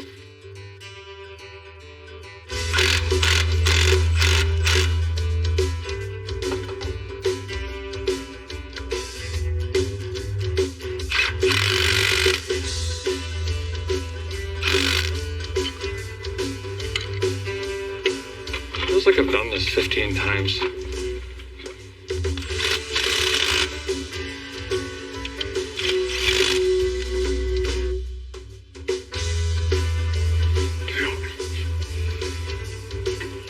Okay. Oh, nice. Our cold case slipped right in. Looks like this is bent up from pulling the engine. I gotta flare that out a little. But the good news is this fits. I think it's the first thing that actually just went in. Yes.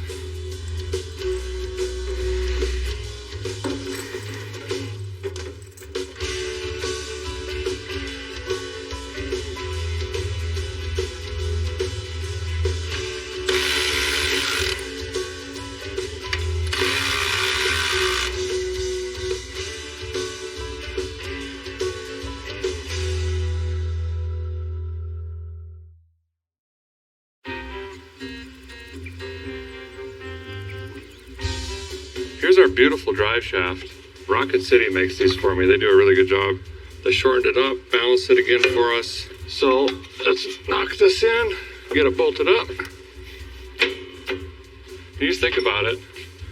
A seemingly stock car is going to have custom crossmember, custom motor mounts, custom transmission crossmember, custom transmission adapted, custom drive shaft, custom brakes, but it's going to look like a $600 parts car. I like it. I really do.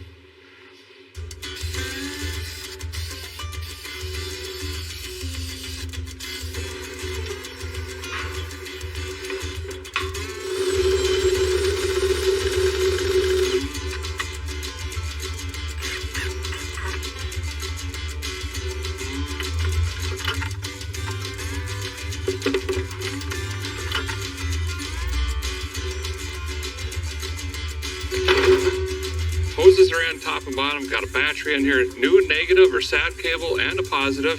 They're both red, but I at least wrapped paper on one. Was getting ready to dump some fresh dinosaur juice in this, but there's some left in it. I didn't drain it when we were out wherever that was, Detroit or whatever. So I'm gonna lift this up in the air, get the old oil out, put a fresh filter in, put some fresh oil in this thing. I already got the temperature gauge in here. We are inching closer, maybe firing this thing up and hearing it run, at least for a few seconds, because it's open manifold.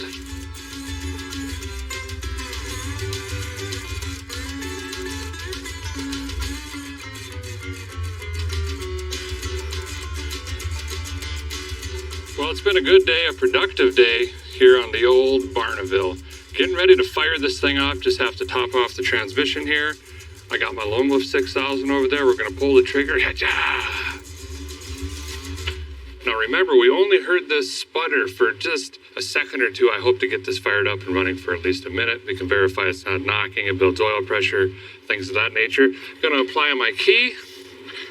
That should give us hot ignition. Give it a couple shots of fuel. Here we go. Bring in the thunder. It's not bringing it. There's definitely no thunder.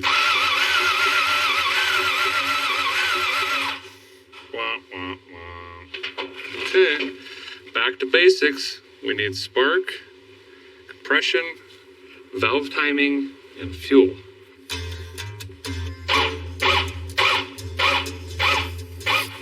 There was compression.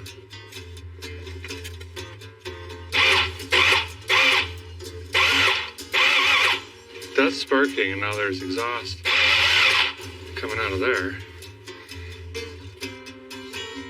That's way too much fuel, so something should happen.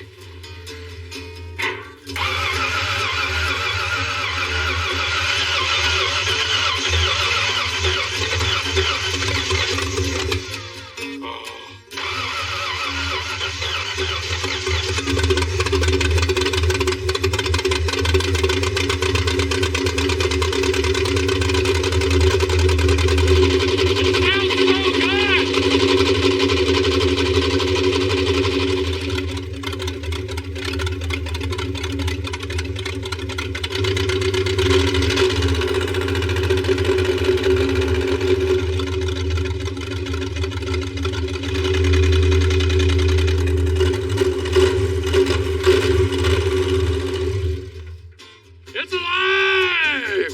Well, 62% of it.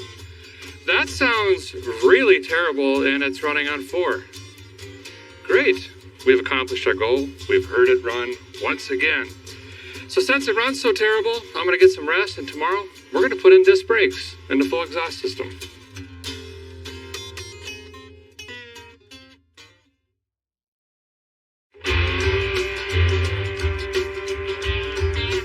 So I'm going to start by getting this in the air, get the tires and wheels off, strip the front end all the way down to just the spindle, and then build it back with bearings, seals, discs, caliper, pads, lines, everything, and do as much as I can to be in the way of Chad, who's going to be putting music pipes in this thing, a nice classic car mellow sound.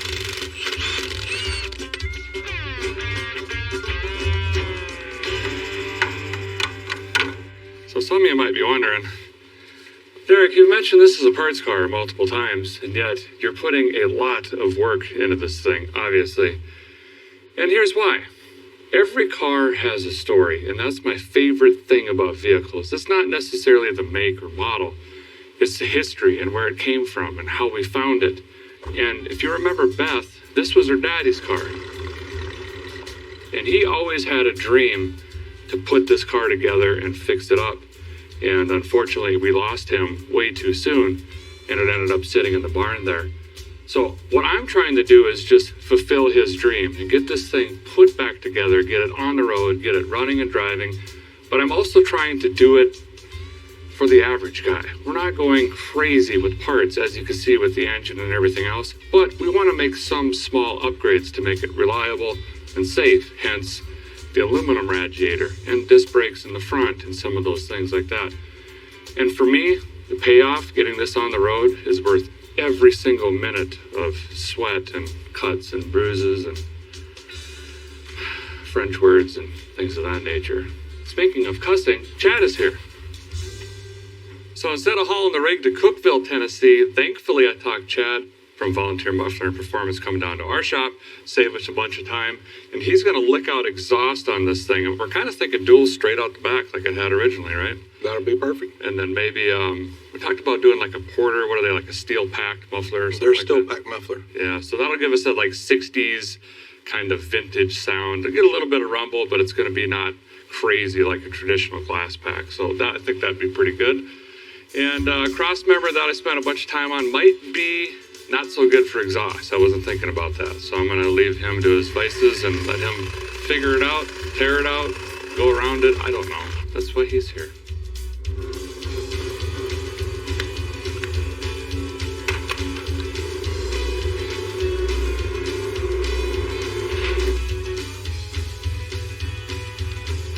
You know, it is not bad.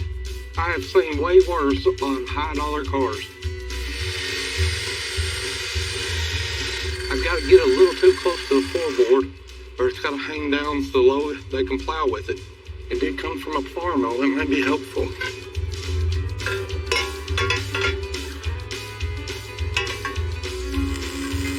Chad, His brain works different. He's got like an auto level protractor compass thing in his brain where he can just look at things, go to the machine, bend it, and it just... I'd be on my 13th stick with marker and tape measures and angles, and I have ruined a lot of pop in my life.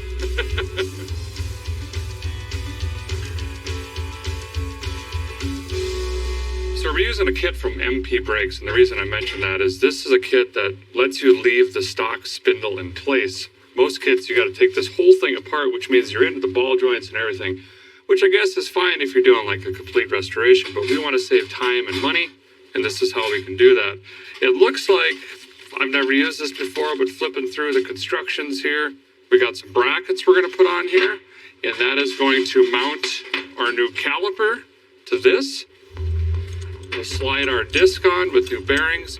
It has a bearing adapter that's going to go on here after we put it in the oven. And we should have essentially all new, but then the fun part, we got to run lines. Remember all the lines I put in for the drum brake system? Just kidding. We're going to take that out.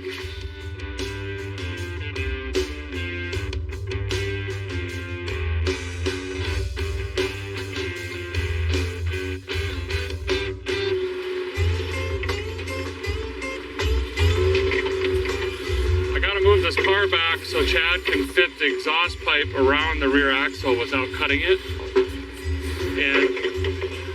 and I don't have wheels on it, so I'm going to try to move it on the air jack. Keep coming. Keep coming. Keep coming. Keep coming. Keep coming.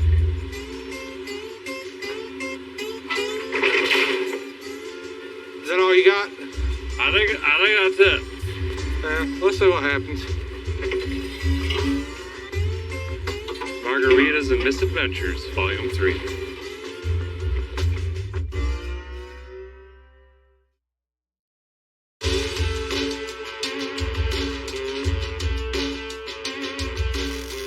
Chad's whipping right along here on the exhaust system. One of the many things Volunteer Muffler in Cookville does that's different than most shops is a lot of them will put these hangers on and just tack weld them on and just hack them right off there, and they usually get loose, break, or fail. These guys bend these all the way around, and then they weld it all the way around the pipe, and if it's hanging under the pipe, like up here by the muffler, they'll actually go around the pipe and support it better, and it just creates a better, long-lasting exhaust system. I think he's just got to eyeball this, hack these off, get the tips on, and he's done.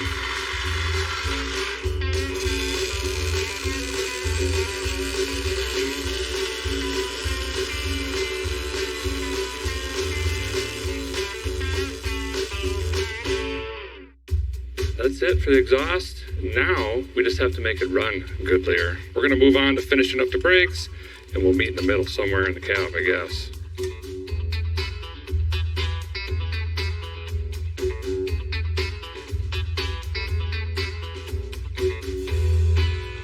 Well, since Chad is here, I'm going to have him help me with the shifter. I'm in the vehicle. He's going to lift me up. I'm going to basically just jam this on the floor, bolt it down, drill a hole, jam the shifter cable through there, and with any luck, he'll grab it and hook it to the transmission. We got this really sweet air box in here that's kind of prohibiting going too far forward. I don't know, it might be a little not ideal, but nonetheless, it's better than this thing that's doing nothing. Okay.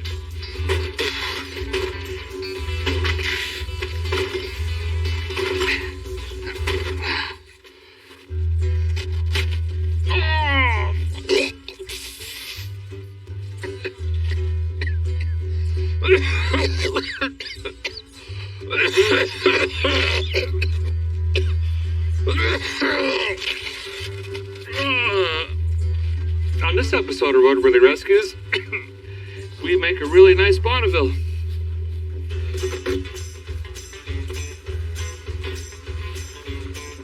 Give it a twist, like counterclockwise.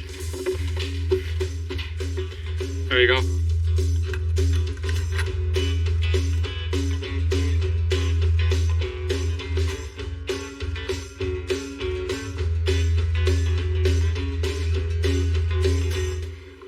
you to Chad. He had to head back to his day job, but we got the shifter in. I want to move on to the brake booster and master cylinder in here, and then we've got a proportioning valve of sorts that needs to go in as well. Get that done, then we'll come back to brakes.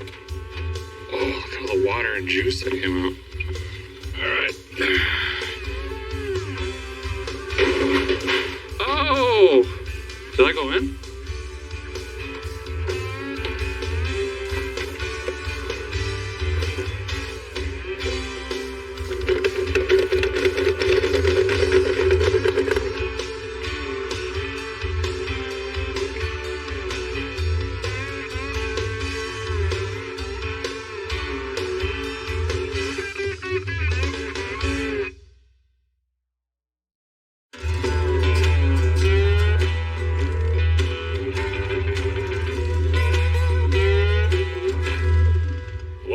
Late last night, guy worked on brake lines. Got some, ran, and guess what we're doing today?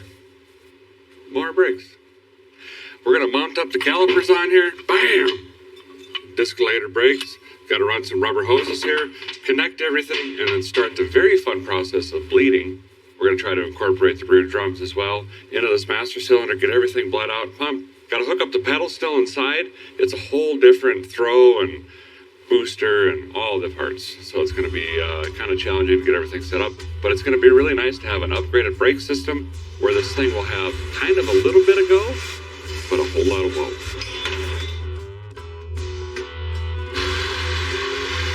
The crew has had enough watching me suffer, so they're jumping in and helping. We're in a bit of a time crunch here, which I'll explain later. We're not going to lose the shop, but we're going to lose an opportunity if we don't hurry and get this done. Condenser's got to come out so we can get the electric fan in. We've got belts on here now. Power steering might work. The generator might work, but it's not wired yet. I am bleeding the brakes with homemade doobie-doobies. Bench bleeding right in the car, guys. Save a step. And then hook up the lines. I'll have to bleed the calipers, bleed the rear wheel cylinders. We're cleaning up some hoses and stuff we don't need. We removed the old AC unit gently.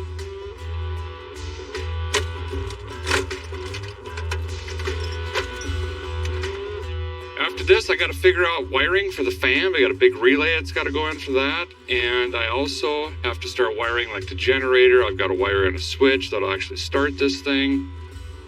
We're getting after it. Things are happening.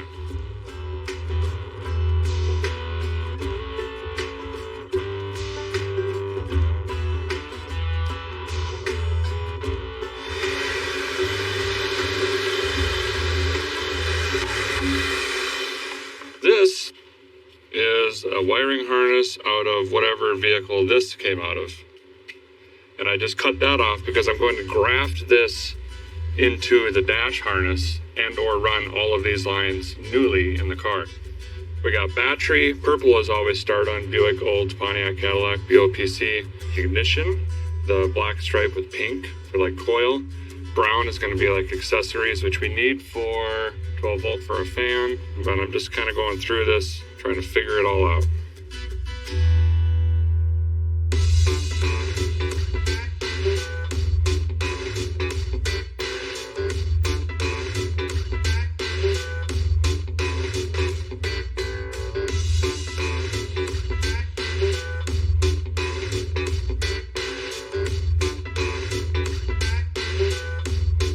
Pedal and cable assembly, gonna have to mock up something there too. It's gonna be completely custom because we don't have all the linkages and levers and doodads anymore. We're working on getting carpet in right now, and it's a great time to get a new pedal assembly in here while the seat is out. The old one, which I'll probably just grab quick, is mounted to the floor. Rocks off the bottom. It's a heel one. And then there was a bunch of linkages that we don't have anymore. So I'm going to mount this to the firewall. And when you press the pedal, it's going to pull a cable, which will pull a fuel make it happener, and it'll make engine noises.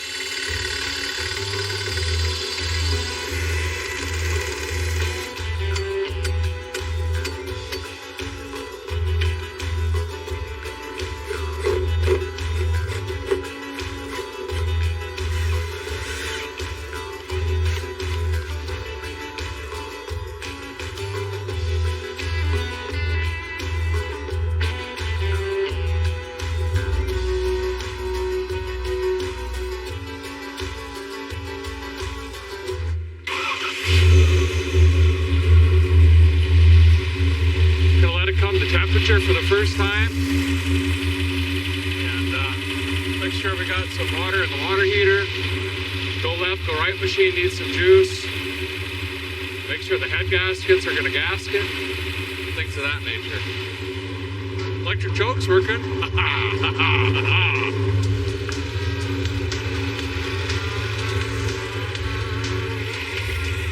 All the smoke coming out of here is all the new paint we got on the engine, the new gaskets. We've got oil and grease from my hands. That should all burn off here relatively soon. No, a couple hours. Electric fan should be kicking on. Yes, at some point. And then we're ready to hit the road.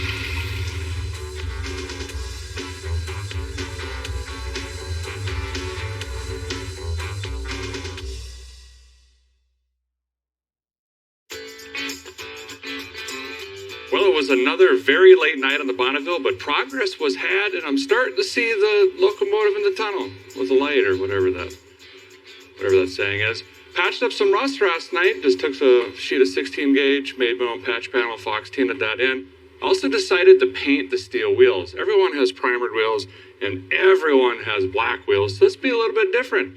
We used that paint code that O'Reilly scanned for us, came up with some rattle cans, fogged them down as well.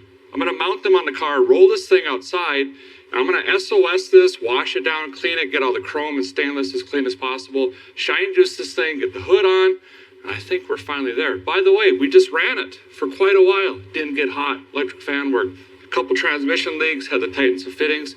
I think we're A-OK and good to go. I'm excited to drive this thing. Let's get it back together. I don't know what kind of look this is going to give it. I know one thing, it's going to be different. And just wait, I got something else to add here. There's more. Just let us get it washed first.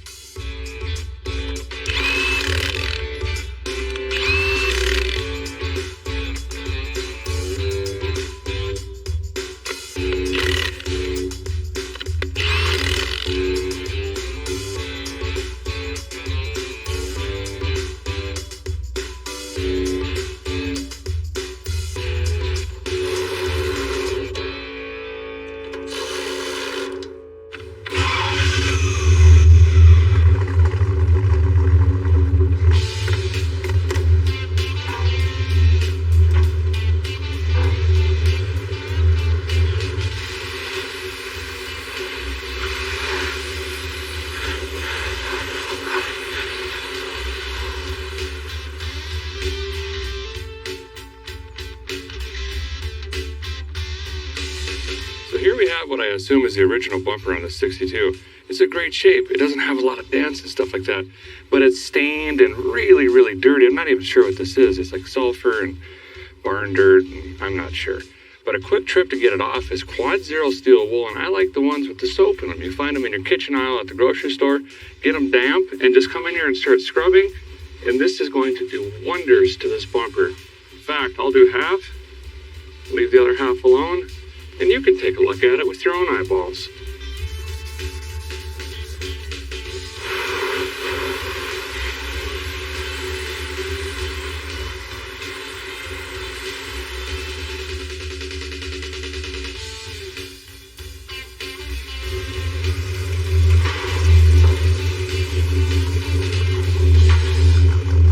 To do something with the body of this car. I wish we had more time to do just even primer or something, but we're out of it. We're going to do the next best thing.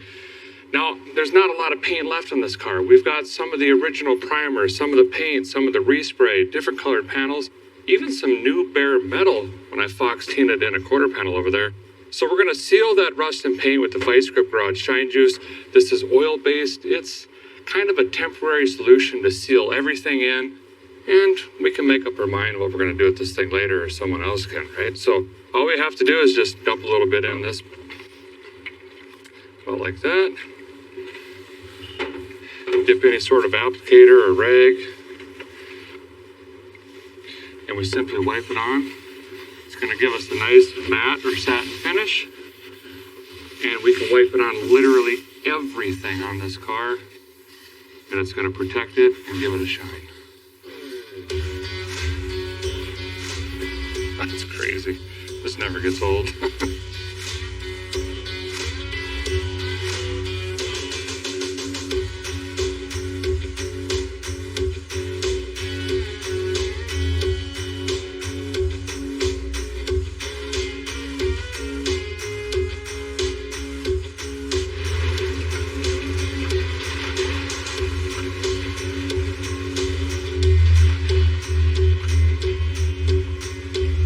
Idea what to do with this car, but the first thing we have to do is go shake this thing down, and there's nothing better than some back roads of Tennessee, some curves, some twisting hills, and all that stuff. So let's go jam this thing on the highway, go for a cruise, see what it's going to do or not do.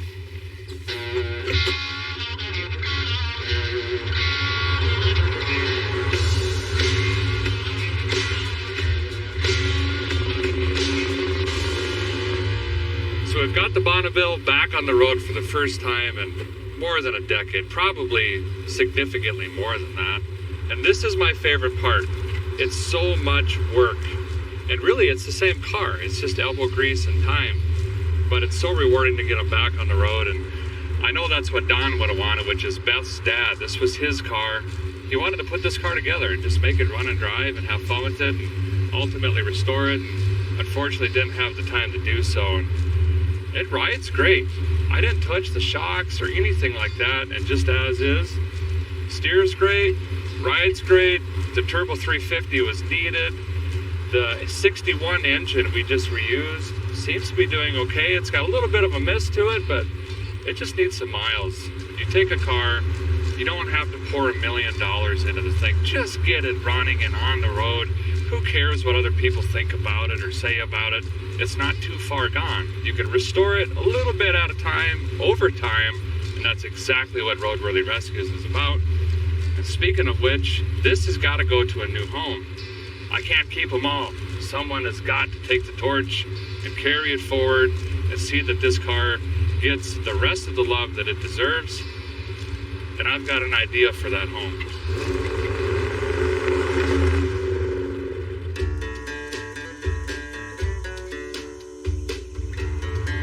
Again.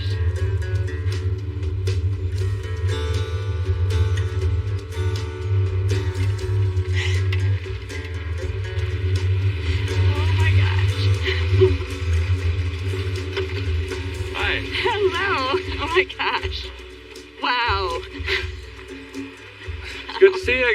Did you have a safe trip? I did. Well, what do you think? Oh my gosh. You even fixed the rust. Yeah, a little bit, yeah. That looks amazing. Absolutely amazing. And it sounds amazing. It actually runs a lot better today, yes. So. Today. Boy, this was a lot of work. I wish we could have done more, but we just didn't have the time. I think you did an amazing job in the time that you had.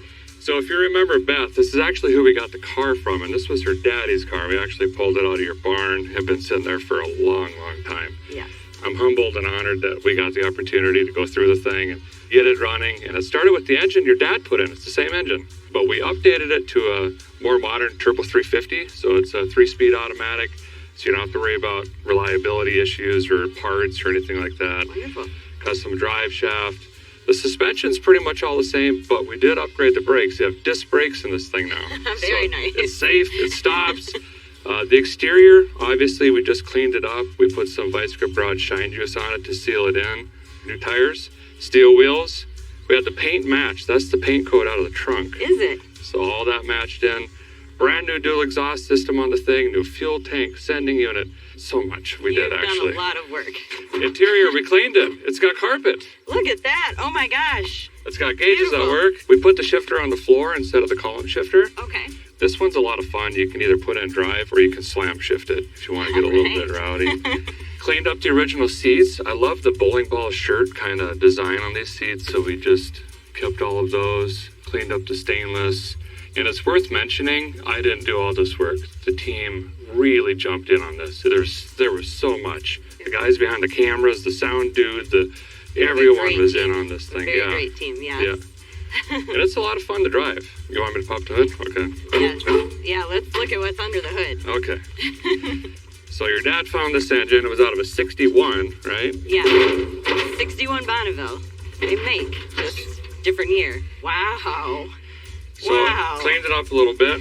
We had to find manifolds. They came from South Carolina. A guy actually drove them through the night to get here. Oh my gosh. To put the manifolds on for the exhaust system. Threw some chrome on here. Have a new carburetor on here for you. It's got electric choke. Aluminum radiator to keep it clean. And then we put an electric fan on there as well. But it does the thing now. It does the thing, what it's supposed to do. We didn't really know what we were up against in Michigan.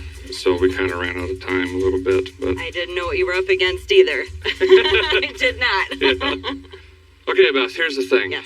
The reason I do Roadworthy Rescues in Vice Grip Garage is I take cars that some people deem as just junk or trash or a parts car, which this really was a parts car, I'm going to be honest. It was in a pretty frail state, but I like to get them on the road, give them a second lease on life, pass them off to somebody that can grab the torch and do something with it.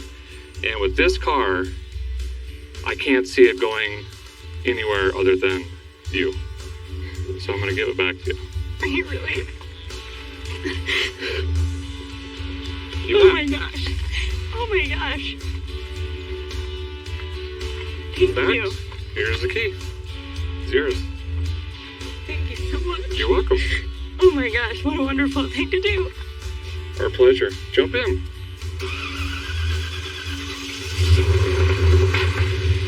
There we go. There. Yes. Oh my gosh. Oh my gosh, she sounds so good. So after all those years looking at it in the barn, cleaned up, running, driving, you want to go for a cruise? Oh, I would love to. You're in Tennessee. We got a cruise, Oh, right? yes, I would love to. All right, slide over. I'll take you on some cool roads. Okay, let's do that. Beth's got the 62 back.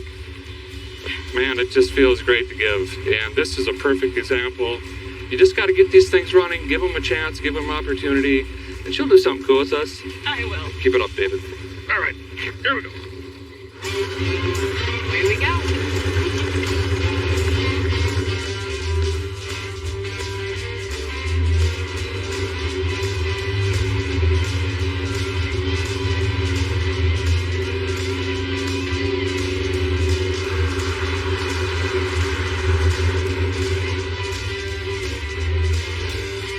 Well, that's going to do it for this episode, but stay tuned. There's plenty more to say.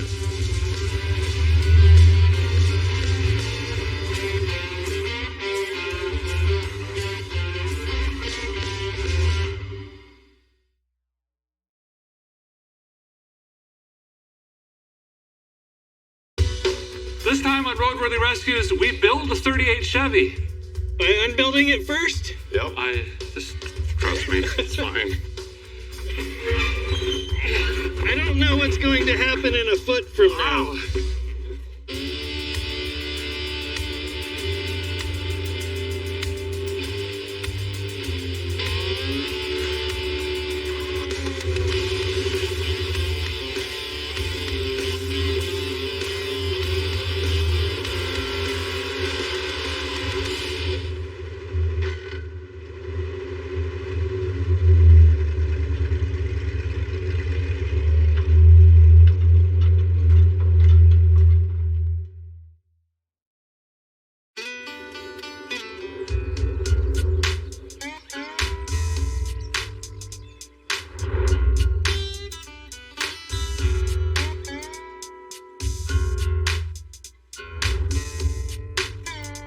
This week on Roadworthy Rescues, something completely different. We're doing a full build, bumper to bumper, on this 1938 Chevy Coupe. Vice Grip Garage fans on YouTube will recognize this car. I picked it up 5 or 6 years ago from a family friend of Luke McLean, who was the owner and race car driver of this car. He started racing in 1958, and this was his original race car, and it was inducted into the Hall of Fame in 2002, along with himself. He won many championships in the 60s with this car. It was a driving force. It set track records. It has probably more wins than anything. It's an absolutely iconic car. I did some racing with it, some rallycross, some oval stuff, and then it's really been sitting. My friend Andy and I blew it apart. We wanted to rebuild it. Our goal is to get this thing back on the track and back on the street, make this thing street legal. We've obviously got a tremendous amount of work to do. We're here at my friend's shop in Minnesota. We have tools and things and parts galore, but we need to walk around this thing, see what it's really going to take, and then get after it. So let's take a look here. So this car is one of the most raw, radical, and outrageous examples of a homemade race car and how things really were just thrown together back in the day to go race and have fun with your friends. Luke and his friend put this together with stuff they had laying around the yard, and I'm going to show you a few examples of that. They had a drill pipe roll cage and a bunch of homebrew suspension, and he got really creative, and that led to him winning a lot of races. One of those examples is this hot little small block in here. Looks pretty stock, but I assure you it's not. And if you notice, it's set way back into the cab. The front of the engine is right here, where traditionally it would have been way up here. So he was playing with weight distribution. The suspension was moved forward, and we'll see a bunch of this cobbled pieces and plates and things of that nature. We actually, Andy made this hoop for me later on in the bumper. We had to take some of this stuff off just to make it somewhat safe. We added the Nerf bars. There were just drill pipe Nerf bars. On this side, look at the steering here. Again, it's just pieces and chunks of metal that they had laying around the yard, and they just put it in there. And now remember, this car is going around the track at probably 80, 90 miles an hour, and this is what's steering your vehicle. Pretty sketchy. So in here, this was, once again, just bent up drill pipe and really sketchy. And because the engine's set so far back, see this here? Normally the firewall is way up here. It's flush with the dash. The transmission shifter was about here. He actually shifted this car and I between the legs when you're racing this. And if you look where the steering wheel did attach, the seat was actually set way back into the car, offset to the center and angled, because there was only a tiny little pocket over here to run the brake and the gas. Mostly the gas. I don't remember the brakes ever working. That's probably why I always won. So that's going to be one of our challenges, is we need to get the motor forward so we can properly build a transmission hump, make some room for feet. I want to put 2 seats in here. If we're going to put it on the street, it'd be nice to have a passenger and things of that nature. But we're not going to be using this engine or the old transmission. I've got big plans. So here's a high-level overview of the build here. Now, I've been collecting parts for years, and we brought some with us. And hopefully it looks something like this. First of all, the frame needs to be completely stripped down. We've got a Mustang 2 manual rack front suspension that has to go in here to get rid of this death. Let's just call it what it is. All this needs cut off and redone. In the rear, I want to do a 4-link and hang a quick performance rear back there with 35 spine axles and a 355 gear. So we got some hole shot, but we can still run it down the highway. Up front, the business end, I've got a Blueprint 400 that's been wrapped in a trash bag for, 5 years. It made 515 horsepower naturally aspirated. That's quite a bit, but I want to pick it up. So we're going to throw a Blower Shop 871 on top of that bad boy and really put the ponies down. Behind that, we have a TKX 5-speed I want to put in this. Again, so we have a highway gear, but we still got some grunt down low. Okay, there's a lot to do here in a handful of days, and I think I need some help, and I got just the guys. Andy, you remember Andy, Galaxy, DeLorean? How's it going, man? Good. You're probably excited to get this out of your shop. Yeah, it's been sitting about right there for, a long time. A long time. It's kind of been a centerpiece for the shop. Yeah. But, and now we also need 4-link Dave. Yes. He's back. How's it going? Mobile fabrication unit. Obviously, these guys are tremendous fabricators, which will lead me to doing things like trying to figure out how to make the motor run and wiring it and all of that Because it needs a blower. Right. That's what this thing needs. Yeah, Needs a blower to run, clearly. yeah. All right. That's... Blow this thing apart. Yes. That's all there is to it. There's 3 pallets of hard goods over there that need to go on this car. torches and sawzalls. Yep, all that. Let's get at her. Yep.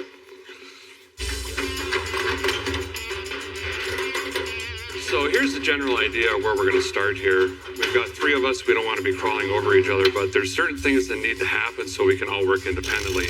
Primarily, the engine and transmission needs to come forward so we can figure out cooling. So I think we're going to get the engine transmission set in. get the front suspension done, because then we can go to the rear and actually hang that forelink and get a drive shaft measurement.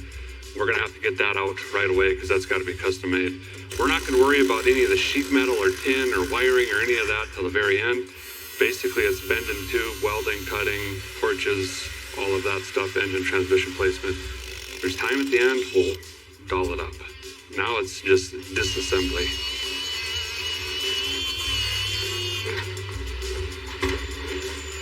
There it is. Here, give that back to the ice cream man. Huh. Hang on. How close are we? Oh, wait, hold on. Where's the rest of guy? This seems really wrong. Hold on, let's evaluate. I don't know what's going to happen in a foot from now. What if we tip it over? Oh, jeez. This is the wildest thing. Wait, Can someone take a picture? is this gonna work? I can't see nothing. Oh, This is actually going really well. yeah. What were you guys worried about?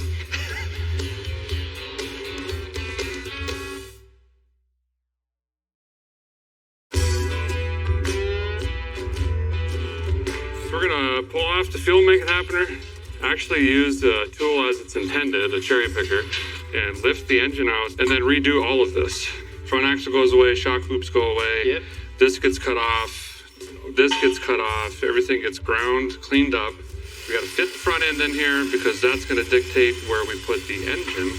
And I got a foam block with some accessorize on it. We can start setting that in because then we can put the radiator in, make sure it fits in the nose cone, and then build that way. Piece of cake. We'll be done by noon.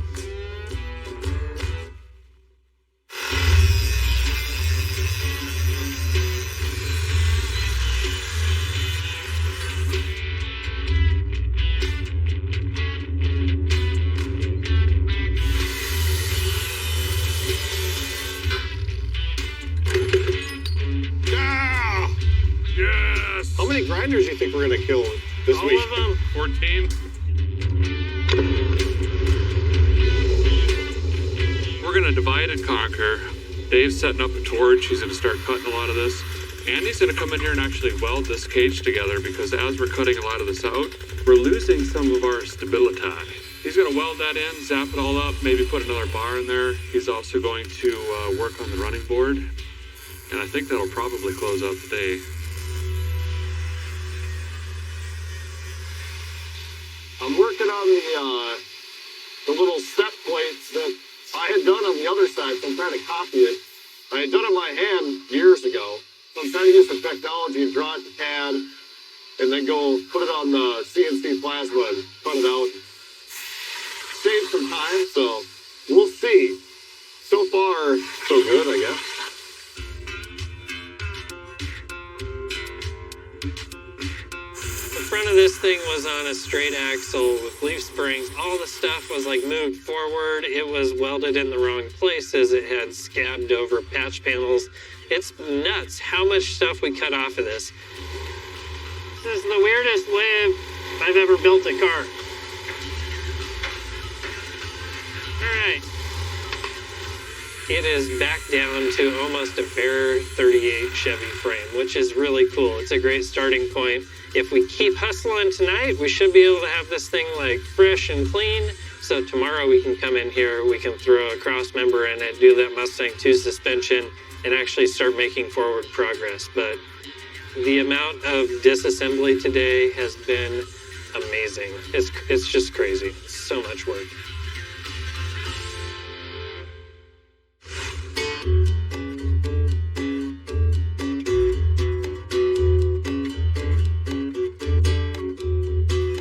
Well, good morning. Day 2 on the 38 Chevy. You didn't miss a lot last night. It was just grinding and grinding and grinding. Lots of cutting. And grinding.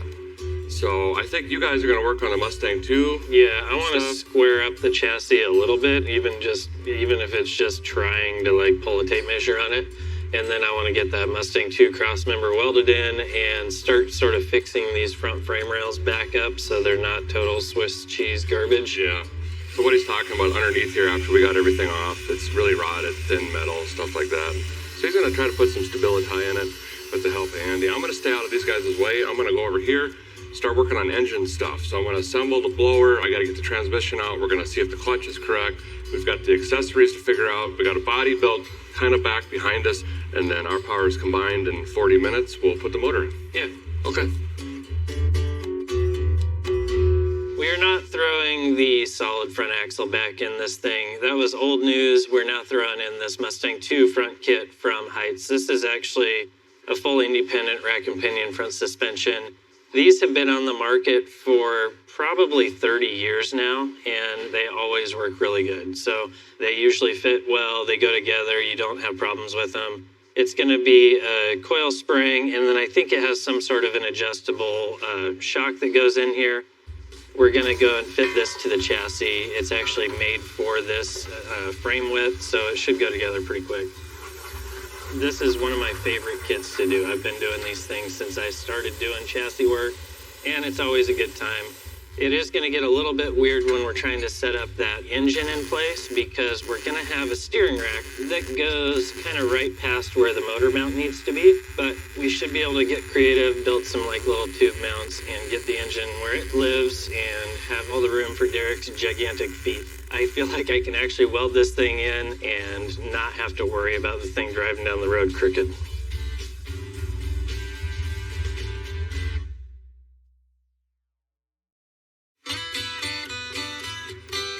So this is the crowning jewel of the car. It's going to be the engine assembly. This is a Blueprint 400 small block. I picked this up years ago and have had it just sitting in the shop waiting for the day to build this 38 Chevy.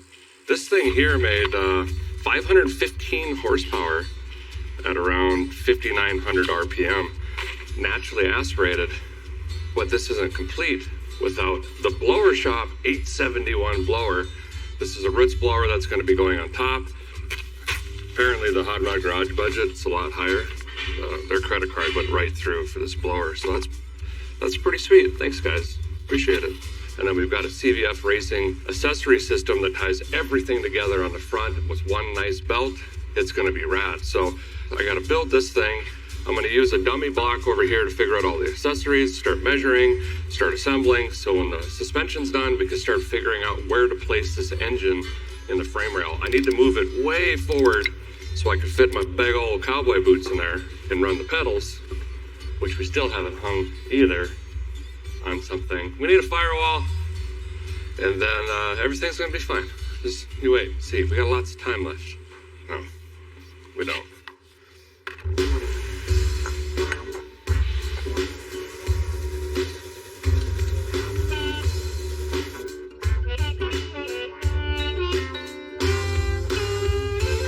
Derek's messing around with the engine. He's going to get that thing mounted, which is awesome. So I figured I would move back here to the 4-link for the rear axle. We've got this drag style 4-link kit. These are just the brackets for the frame side and the axle side. And just kind of brainstorming back here with Andy on where this stuff is going to live. I kind of feel like we're going to end up doing some tube work on this one. This is actually designed for like when you back half a drag car and you have a frame rail that comes up real steep. We don't have that, but we do have open space to work with. So I think what we're going to do is shoot a round tube across the frame, and that'll give us sort of a starting point. Eventually, we'll probably tie that tube in with the cage and in with the transmission mount. This guy here is pretty cool, but you can see it's designed to like get welded to an axle before it has the end bearing cups on it. So we're going to end up having to trim this out here and there so that we can slip this onto the axle. We'll get our in and out, side to side, make all this stuff happy, and later on today we should have 4 bars in here and an axle that kind of goes up and down.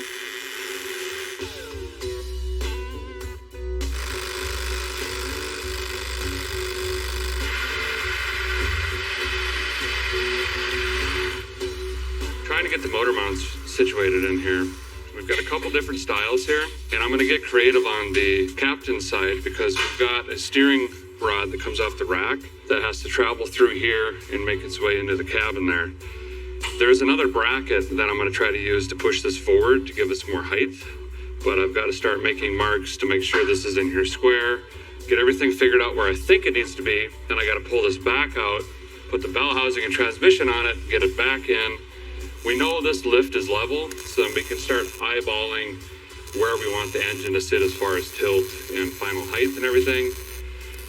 And then we'll burn those in and we're off and running.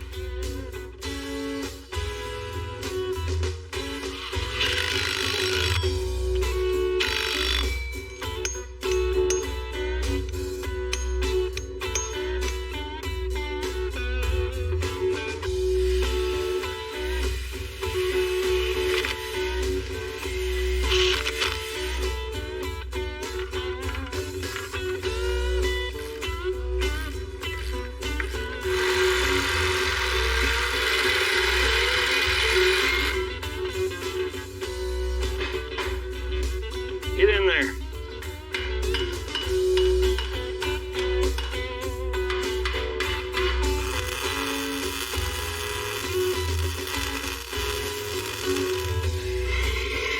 Hell yeah.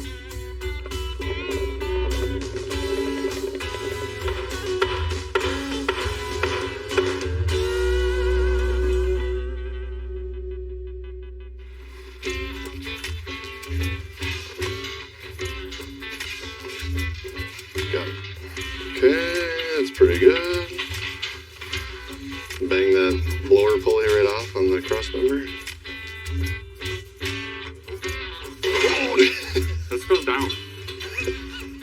Well, it's end of day 2 and we kicked butt today. We actually got a lot done. Cross members in for the Mustang 2. Dave's been working on the back. We got the 4-link started here. Andy's got all the cage welded in, did a bunch of other welding and stuff like that. Engine and transmission are kind of sort of mocked in here. This is where it's going to live. It's only day 2 and I feel like We're killing it, we dude. got a lot done.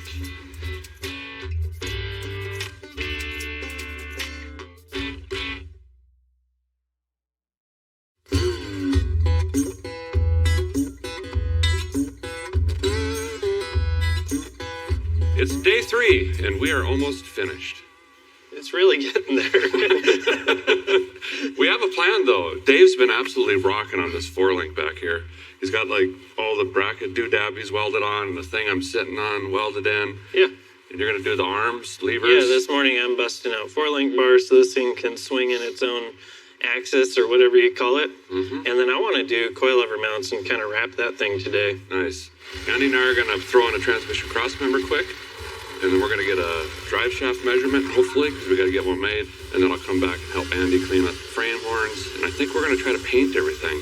Cage, front suspension, all of that. That's our goal by the end of the day, is to have some wheels hanging on this thing.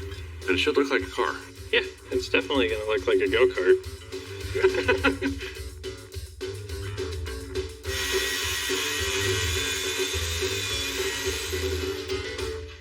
Yo, I am going to be making some 4-link bars here. I've never done one of these drag-style 4-links, so I'm not sure where I'm supposed to mount everything, but I think what I'm going to do is find the middle spot, top and bottom, and middle spots over here, and just make bars that fit. It should be fine. So I'll pull measurements on all these things, get the axle centered, then go and weld the bungs into the tubes that this thing comes with, and hopefully in a couple hours we'll be like cycling this thing. Poor Dave, every time he hangs out with me, he just welds for 5 days straight. Sorry, Dave. Love you.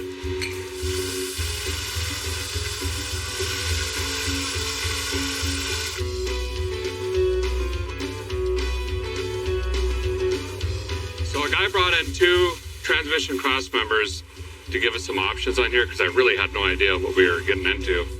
And there's one that's already lowered, but it wasn't quite enough.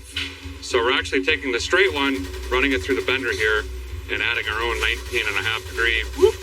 And then Andy's gonna hack this at an angle, weld it into some plates. I've cleaned up the frame over here and got the plates ready.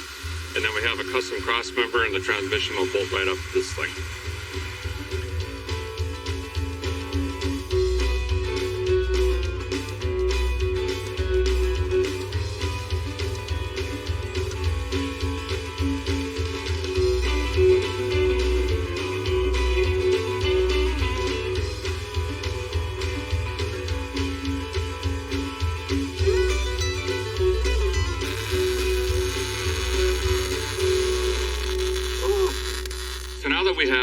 this essentially bolted in where it's going to live, and we're just going to have to deal with it at this point.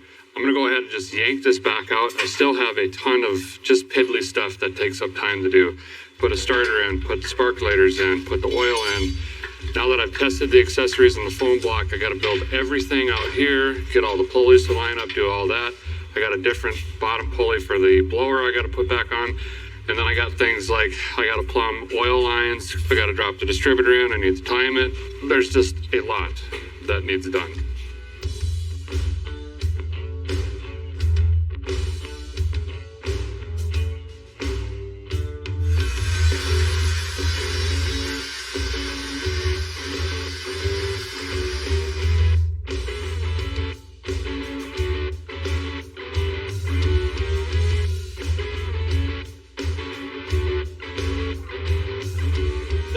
All kind of lives in its zone, and now I'm trying to figure out coilovers. I'm trying to figure out like how to have adjustability up and down, and I'm going to build a little cross member over here, some tabs off of it that'll grab that, and then I believe after that I need to figure out a drive shaft loop. That cross member I just put in is right in line with where the drive shaft's going to live, but at least now I know where the hoop needs to go and how big it needs to be up or down.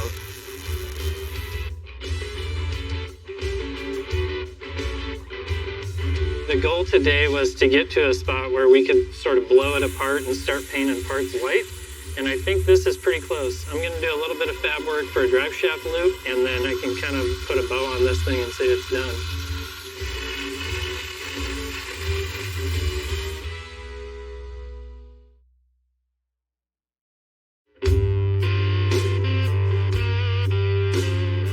Well, we put in the hours last night, and look, the chassis is all white. Just like Luke and his friends did many times in the past. There was a few different Sherwin-Williams and some sort of out there Bayer paint, all sorts of stuff. But look, we've spent every minute we've been here repairing, patching, replacing, fixing, welding, boxing this original frame and building this chassis because we all agreed that was kind of the cool thing to do. It's got a lot of history, it's been around, and it's the affordable, realistic way to do it. Now, could we have borrowed the Hot Rod Garage credit card again and bought a Roadster Shop chassis and just rolled that thing in and already had the body and engine in? Yeah, but it's not as cool. It's really expensive. It's not realistic, really. And don't get me wrong, they're really nice chassis, but that's just not what we're about. So now we finally get to do legit assembly and start putting all the pieces back together. One of the things I've got to do here is trim this body to fit back on the car. One of our first challenges was trying to figure out where to put this engine and transmission, because remember, the way that Luke had the engine was set way back in here like this, but the exhaust tucked and went under the vehicle. Well, now we've got some really cool side exit headers that kind of complete the look that I want to do with the car. So I'm going to have to trim, and it's going to clean up the look of the body from the side anyway. And then Andy's going to have to figure out how to make different mounts and tie this into the chassis, most likely with some gussets along the A pillar and B pillar. So we're getting ready to grab that thing, walk it over here, and just throw it right back on. The problem is Andy did such a nice job with this cage. It's really tight on the car, so you have to like stretch it and fit it over because the cage follows the body lines. Things are going to happen quickly. It's going to be awesome. Okay, down. How's it going over there? How far are we? It's going good. Okay, if you get your hand out, it might go. Who? You. Yeah, you, yeah. What's wrong with it? We're going to We're go going down. down already? I thought we were going forward. Further. Oh, just fall right in place. Is Travis still There alive? it is. Travis, come in the trunk. Okay. Now back. Up and back. Oh, okay. That's it. That's close enough, I guess.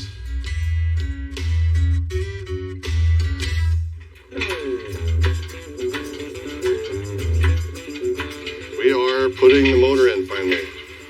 Starting to look like a real car.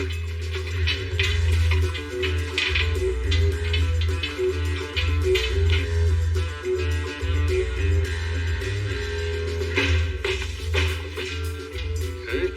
Easy. Okay. Oh. Yeah, you just need to go look. There you go. I'm out back track, I was just gonna throw some paint on this, but I think what I'm gonna do is actually like put the center chunk in, do the RTV, clean the whole housing, and paint it put together.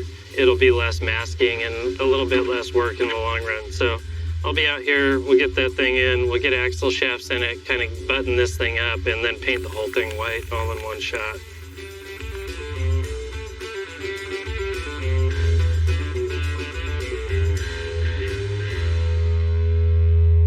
So a guy pulled the valve cover off here. Out of necessity and curiosity, I wanted to see what was inside of this engine. Again, I've had this for years after I got it, and it's just been sitting. It's got comp valve train in it. Looks really nice. Got the blueprint heads, obviously. It's a roller cam. But we needed one valve cover off to slip that blower manifold in. Otherwise, it sat on the edges of the valve cover. And I'm also going to take advantage of this, setting this to top dead center by watching the valves here operate. So I'm going to hook up a jump box here in a minute, crank it over. We'll watch this valve train move, and once that piston's at top dead center, I'll have my timing marks, and I can set this at initial timing and then drop my distributor in. So when we go to fire this thing up eventually, bam, it should light right off. Now is also an excellent time to get any of this dirt and debris. It's been sitting in a barn for years, and I'm gonna dump in my engine oil, slather up all the valve train, good opportunity. That'll be in, and we can take off this no oil sticker as well.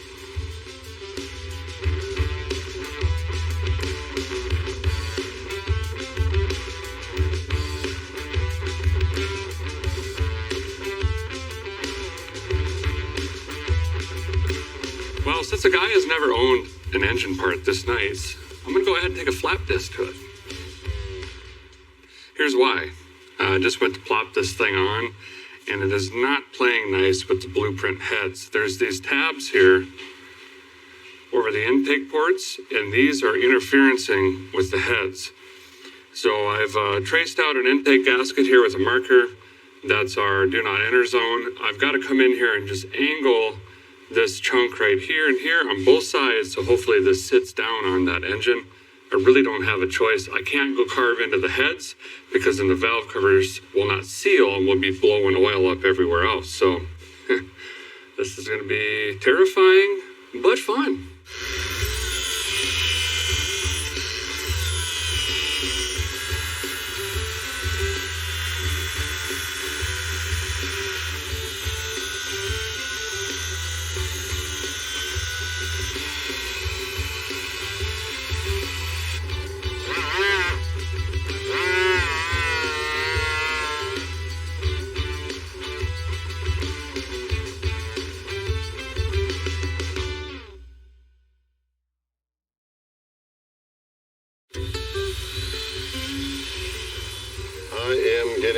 To figure out plates to tie the cage into the body, because now we don't have any body mounts on the front. Should do it anyway, because everything kind of just needs to, the body needs to be one with the cage when the cage is tied into the frame like this. So I'm going to go around and make some dimple dyed sheet metal things to tie it in here and around the top of the cage, and then the B pillar back here somewhere. And then we'll be good to go and all one piece again.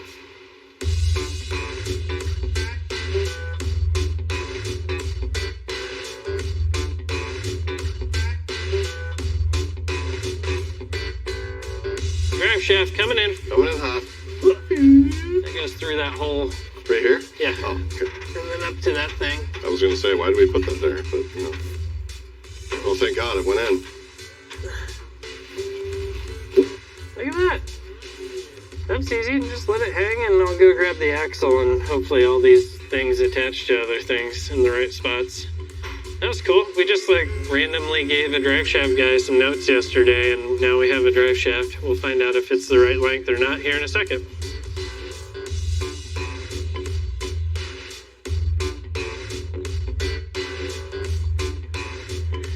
You gonna come down with the lift above?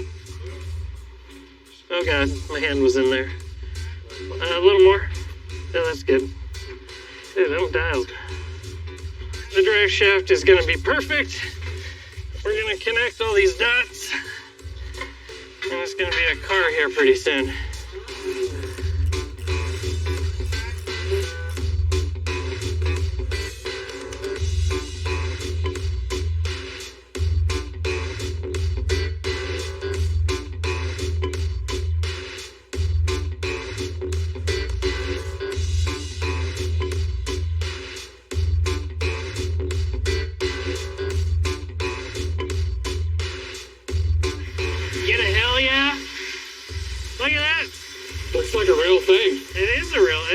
crazy. It just went from like a bunch of stuff laying on the ground to a bunch of stuff in a race car. The integrated shock mount thing is pretty sweet. That makes it nice. Great work, Dave. Awesome. Slowly becoming a car. We had to modify the blower manifold. We got all that figured out. Went through the valve train. We got it on the top dead center. Did some clearancing on the valve covers. New gaskets there. Got everything mounted. Now I'm going to probably stab the lightning whirler in the back here while I still have some room and get that set to initial timing. I got to pull up the paperwork on this. I'm guessing it's probably 16 to 18 degrees. That's pretty much every small block.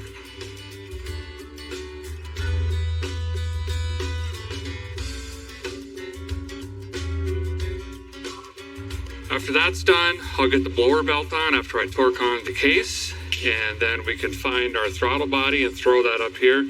We have a single and a double. Right now we're just going to do a single, but ideally we're going to have two big carbs on here, or two snipers or something like that. Fuel injection would be great, just because this is going to be at events from west coast to east coast, different elevations, different weather.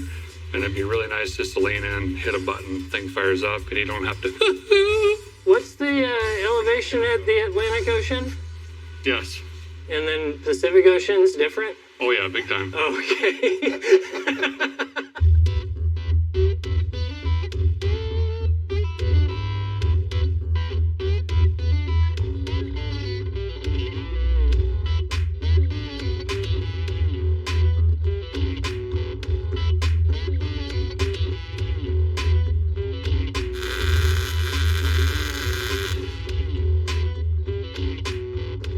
Check it out, the axle housing is in place and suspension's hanging there. And now I'm gonna do the axle shafts and throw these guys in. These are custom made to length for this rear end, which is pretty cool. And we've got this disc brake kit that also needs to go on with it. So I'm gonna go ahead and slide these in, do a little RTV in here, start mocking up the brake caliper stands, and then we should kind of have a fully complete rear axle here pretty soon.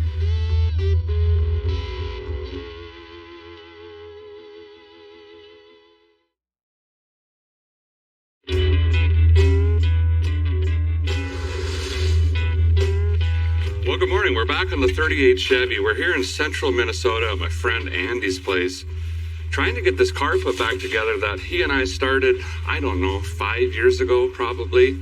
Not quite sure it's going to run, Andy. Yeah, but it's going to look cool.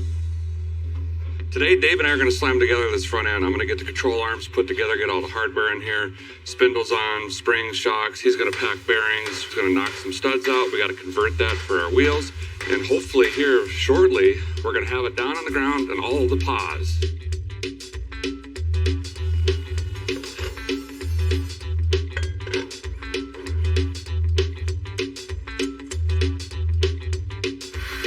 Well, we ordered a standard Mustang 2 front end, but looking at the ride height and everything going on, we switched to drop spindles, but then we've got standard height coil springs here. And we're going to fix that with the old bandsaw lowering kit. I'm just going to come in here and take one coil off, and that'll give us, well, essentially that in lowering.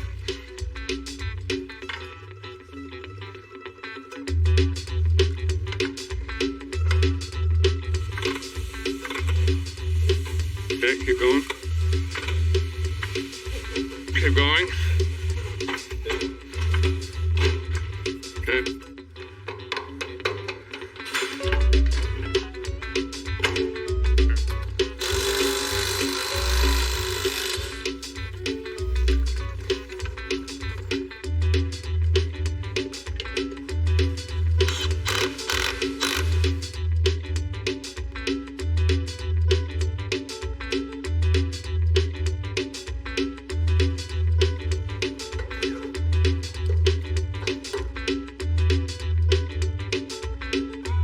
So guys going with the manual rack here for a couple reasons, mostly to simplify it, but also keep the old school stuff alive. So you'll see here we don't have a power steering pump or anything on the engine, which means we'd have a big traditional honking gearbox and the hydraulic lines and all that. Instead, this is going to take care of it for us. It's just a manual rack. This simply basically goes up and attaches to the steering wheel and you muscle it around. And I say muscle it, but it's really not that bad. This is going to attach right here. And then we'll put some doodabbers on right here, that right into that. And then we can adjust our toe in, and we'll have to do camber and all that. We're going to kind of rough it in. Then we can start on a steering shaft that's going to work our way under there, through a firewall, and up into the cab. There's a whole chunk of front end here that I just sawzalled off. And we got to start redesigning that and come up with some way to mount the radiator and shape the front. It's going to need a bumper or a push bar, something that can get through the wall of the tavern and that stuff.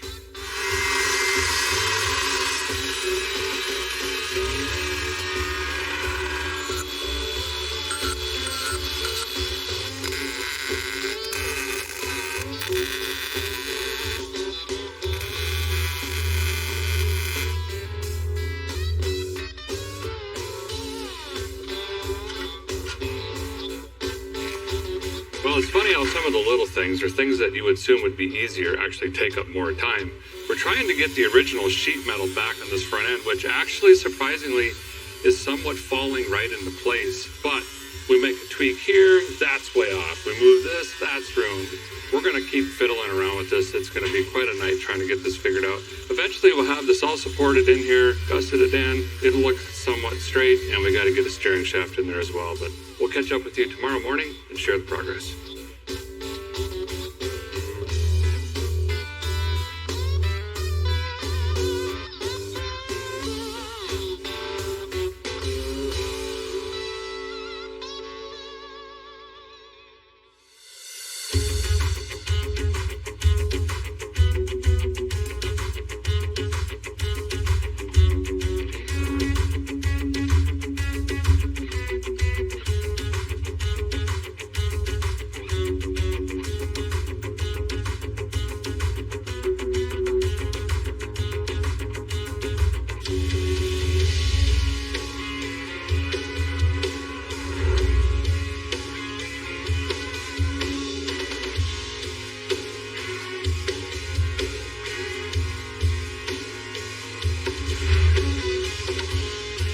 Here is the Hall of Fame 777 1938 Chevy. No, it doesn't run, and we didn't get to the interior and stuff like that. We ran out of time, but in no way is this defeat. This is incredible, and we did a lot of work thanks to Andy and Dave in the amount of time that we had. I mean, this thing basically is brand new other than the body. Everything was touched. Wild. I was looking through my pictures on my phone, and this thing was blown apart like 2 days ago. This is an early 60s champion dirt track car that was inducted in the Hall of Fame, along with Luke McLean around 2007. And he actually went back and rebuilt it again with his friends and started racing it and winning once again. And you drove this and raced it around a track in that same form? In that same form. Yep, it was wild. So I've been dreaming of this car, how it looks right here, for a long time, and this thing was rad. We actually ended up spending 3 full days repairing and patching and adding to the original frame, and basically made a custom chassis on this thing, which I think was really cool. Yeah. I agree. I think doing all this work to the stock frame may have been a lot of hustle, but it's still cool to be able to say that's the original frame. Yeah, absolutely. Now it's got a Heights Mustang 2 front end on it, and Dave killed it on the back end with like a very racy, adjustable 4-link back there and custom drive shaft hoop and all sorts of stuff. It's pretty trick. We've got a Blueprint 400 in here, and it's got a blower shop 671 on that. We're going to have some sort of Holley fuel system. I haven't decided if we're going to poke it through the hood or go duals yet. Time will tell on that. We've got a Silver Sport Transmissions TKX 5-speed in here, and the package as one is going to be a handful and a lot of fun. I hope to do road course stuff, drag racing, dirt track, cruising events, drag weeks, ice cream, tavern trips, you name it. Everything. But it doesn't run. Nope. So, there's a track back here. Mm-hmm. Do you have something we could maybe? Yeah, I got a couple, 2 or 3 things we could rip. All right. I think let's end on a high note. Go break something. Let's do it. Backyard dirt tracking.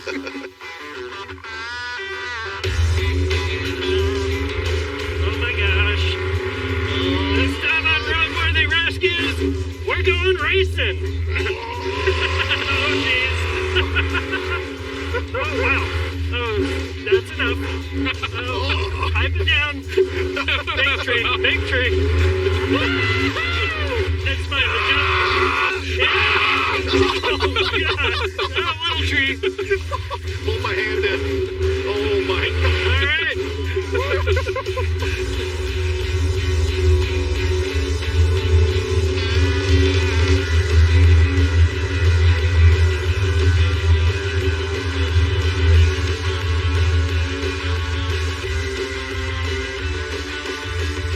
Well, that's going to do it for this episode and season of Roadworthy Rescues, but stay tuned. There's plenty more to come.